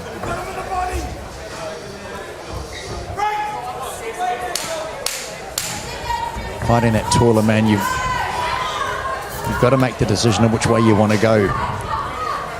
And if he gets inside, as you say, work to that body a little bit more. Doesn't move as much as the head. Slow your opponent down a lot faster. Bring his hands down, then you can hit the head. Wendell holds its guard high. there. That was earlier on. Now the referee did pick it up, of course, because of getting around the back of the head. But if he knows that's going to work for him, why not sort of pursue that a little bit more in the second round?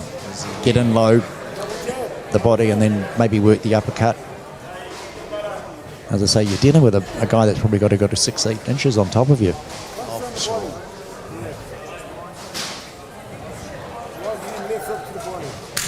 Seconds out. He's making a good bout of it.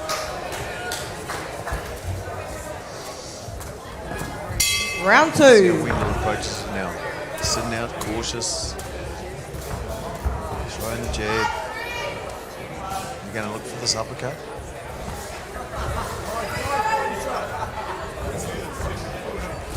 Yeah, nice body shot, Wendell. Very good.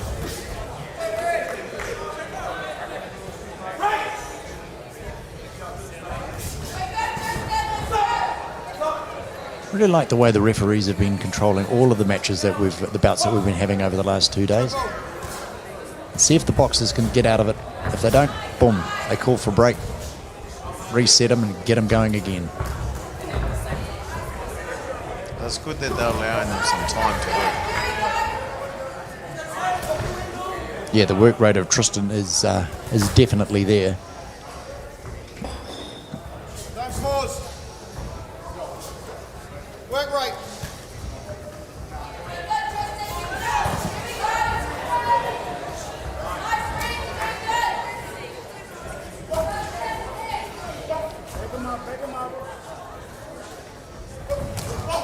He seems to be nullifying that Wendell jab somewhat, as you can see there. And again, as soon as he sees that hand drop down, he's moving in really quickly.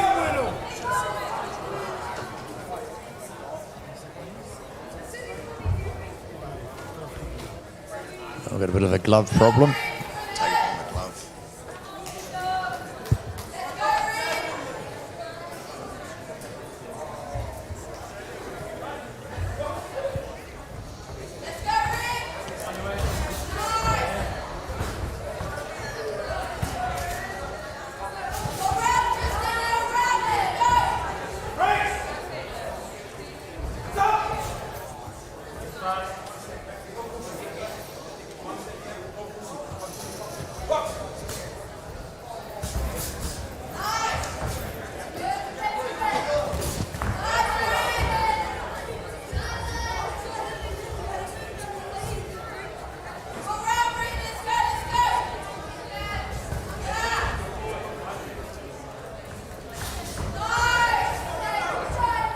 Great head movement, getting himself out of that reach.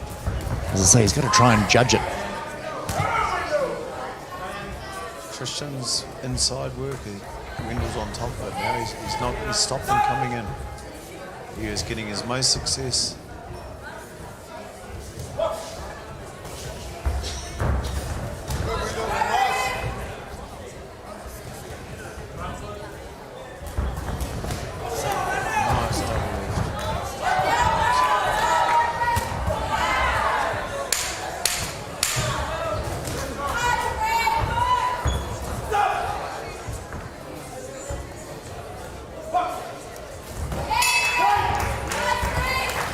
I think what worked quite well too for Tristan, maybe in round number 3, would be to work the body a little bit more. I mean, he's got to get in close. When he does, he's able to, get some damage done. But if Wendell can just keep that jab going, he's going to keep Tristan right out of it. So maybe get inside, because when he does get inside, he's able to land a couple of nice blows.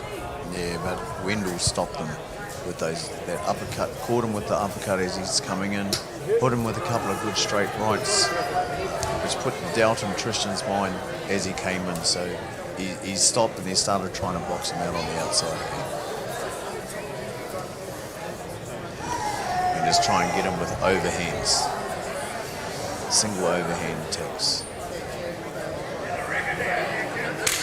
Seconds out. Oh, we're going to find out in the next 3 minutes. who's going to take out the welterweights, 69 kg. Third and final round.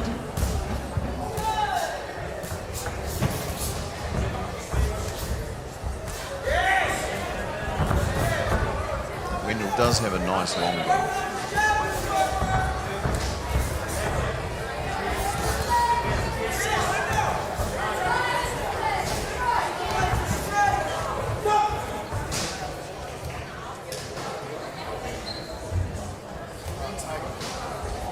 Same little issue.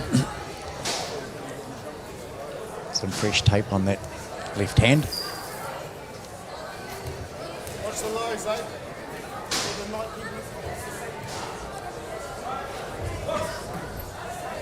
Ref happy with that.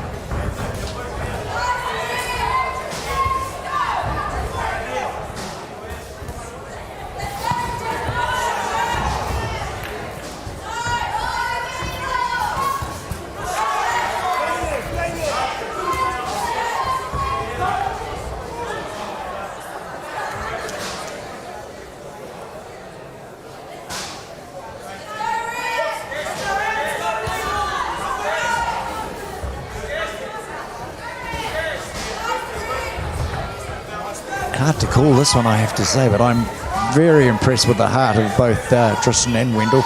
Tristan's not afraid to get in there and mix it up with a much taller opponent.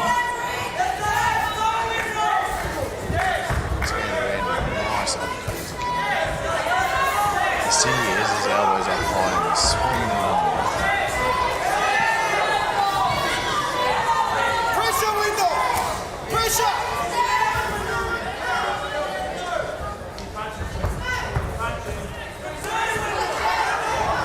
We're trying to work out what's the best way to go with the limited amount of time that he's got. But I think you say is Wendell Stanley has probably done enough to be able to take this bout out.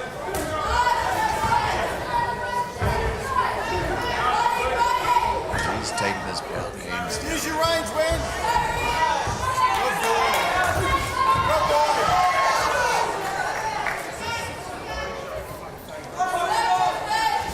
No. Back to your jab, Wen. Back to your jab. I think he's been watching a bit of Vasil Lomachenko turning around underneath his arm.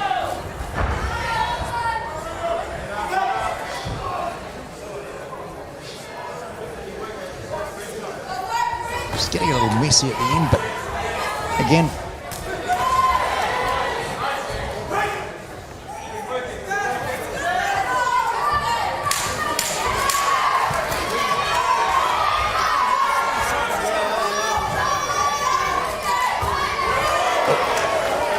lovely overhand right to finish the bout off. Both boys have given it their all. Wendell Stanley, Tristan Mondala.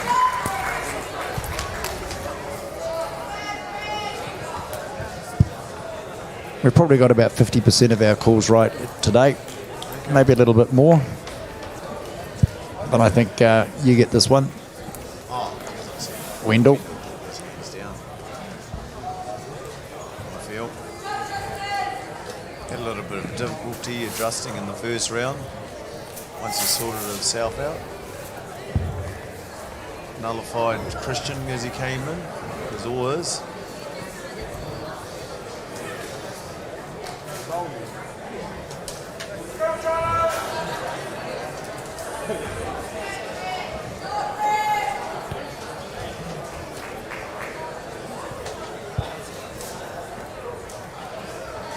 The boys can look down and see with the judges, but keep looking forward, lads. Winner by unanimous decision. Blue corner. Called it right. Wendell Stanley taking out the welterweight 69 kg. Good fight with Tristan Mondala. This will be a good fight. I haven't seen Ryan Scaife fight this next bout. I haven't seen Ryan Scaife fight in a good 12 months. So Ryan Scaife from Heratonga. He'll be fighting out of the red corner. And Colton Seymour Moore, he'll be in the blue. He's been active. I've Belt seen Colton. 55, middle. 75 kilos. Boxes to the ring.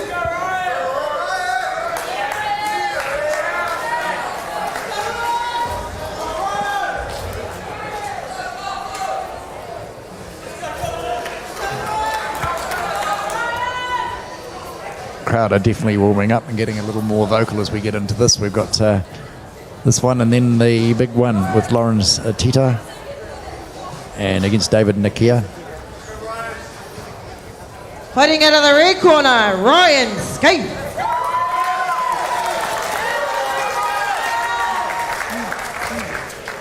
Fighting out of the blue corner, Colton Seymour.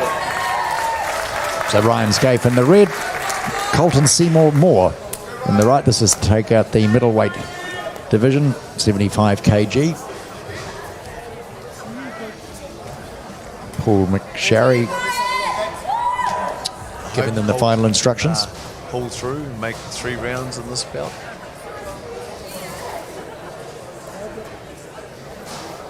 You've seen young Ryan Scaife. Oh, yes. I think hasn't lost a bout in a very long time.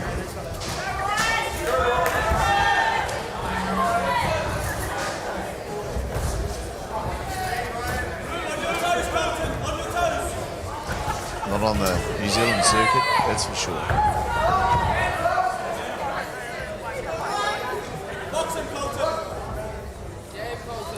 I think where Colton might find himself in trouble is getting tied up on those ropes. Because I think Ryan Colton came might- in straight in and said, I'm going to put you here and you're going to see if you can get out of here. I think Colton might find him in trouble inside those ropes, right there, in that ring.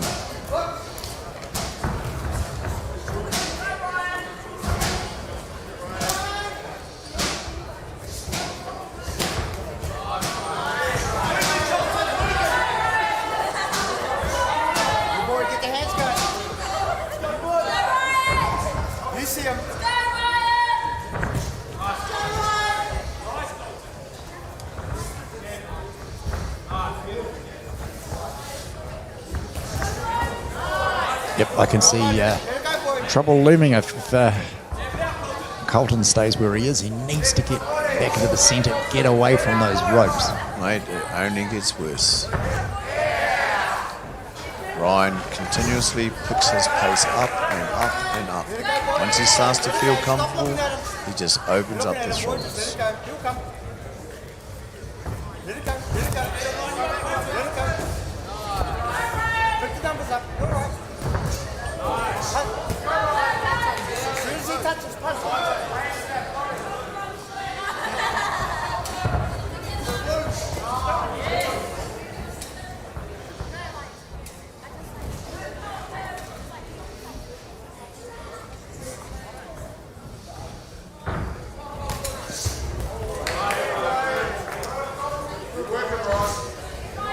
Nice right hand lead.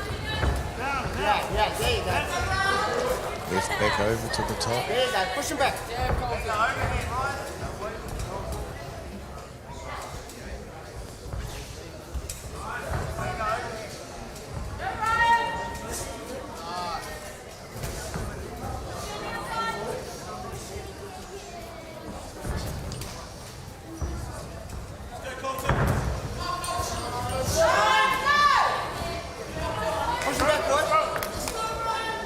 A good young boxers again.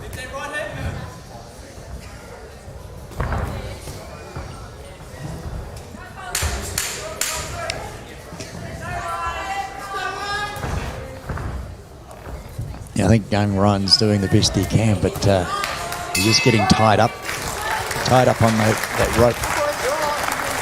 And Ryan's just not giving Colton an inch to move. No. He's definitely in control of this bout. Nothing happens unless he lets it happen.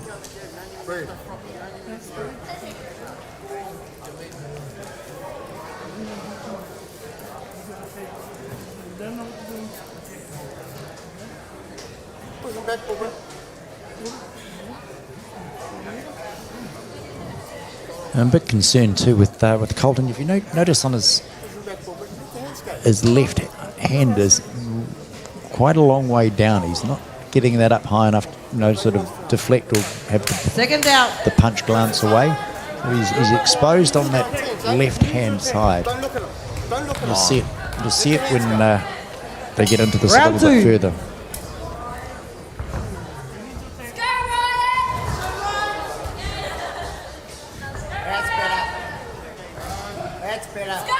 His left hand just starts to drop a little bit as we get into through that first round. See if he can get it back up again. Let's go forward, boys. Squiddy's trying to take it in the middle. Oh, stay there, mate.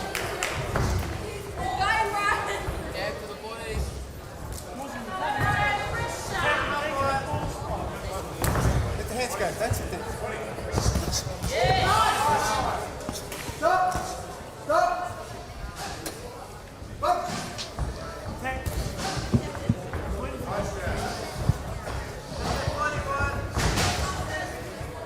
Pressure, put the pressure on Ryan. Go fight it, boy.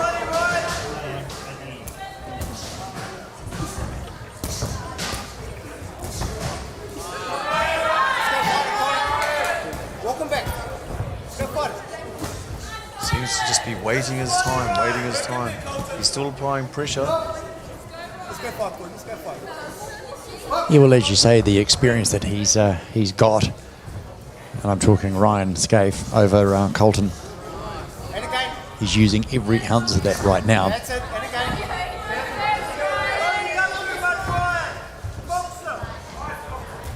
He's definitely giving Colton some respect.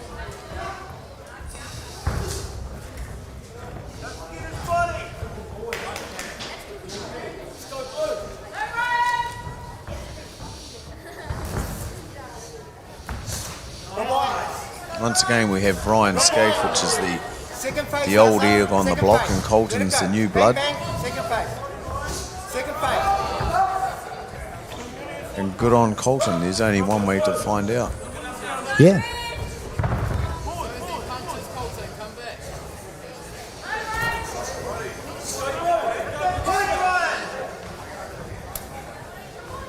Let's go.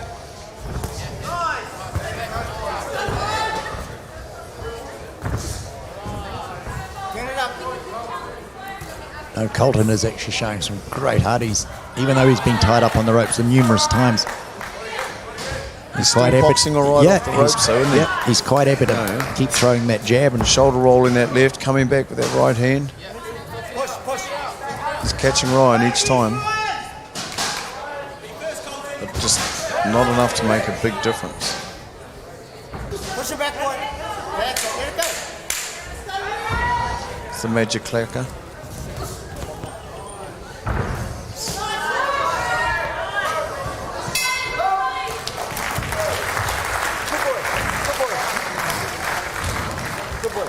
well, it was a good second round. Left guy. Good boy, good boy. Make him go back, son. You've got the hands. You've got it. Breathe him up. Big pressure, big pressure.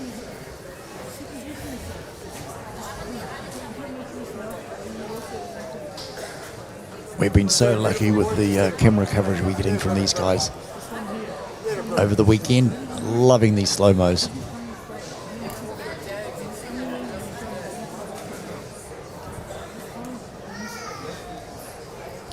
So just another 3 minutes of this to decide the middleweight for 2020 with the Golden Gloves. Ryan Scaife in the red up against Colton at Seymour Moore. Third and final round. 3 minutes to determine the winner of this one. Oh, nice overhand right by Colton. Clipped him right above the elbow, eyebrow.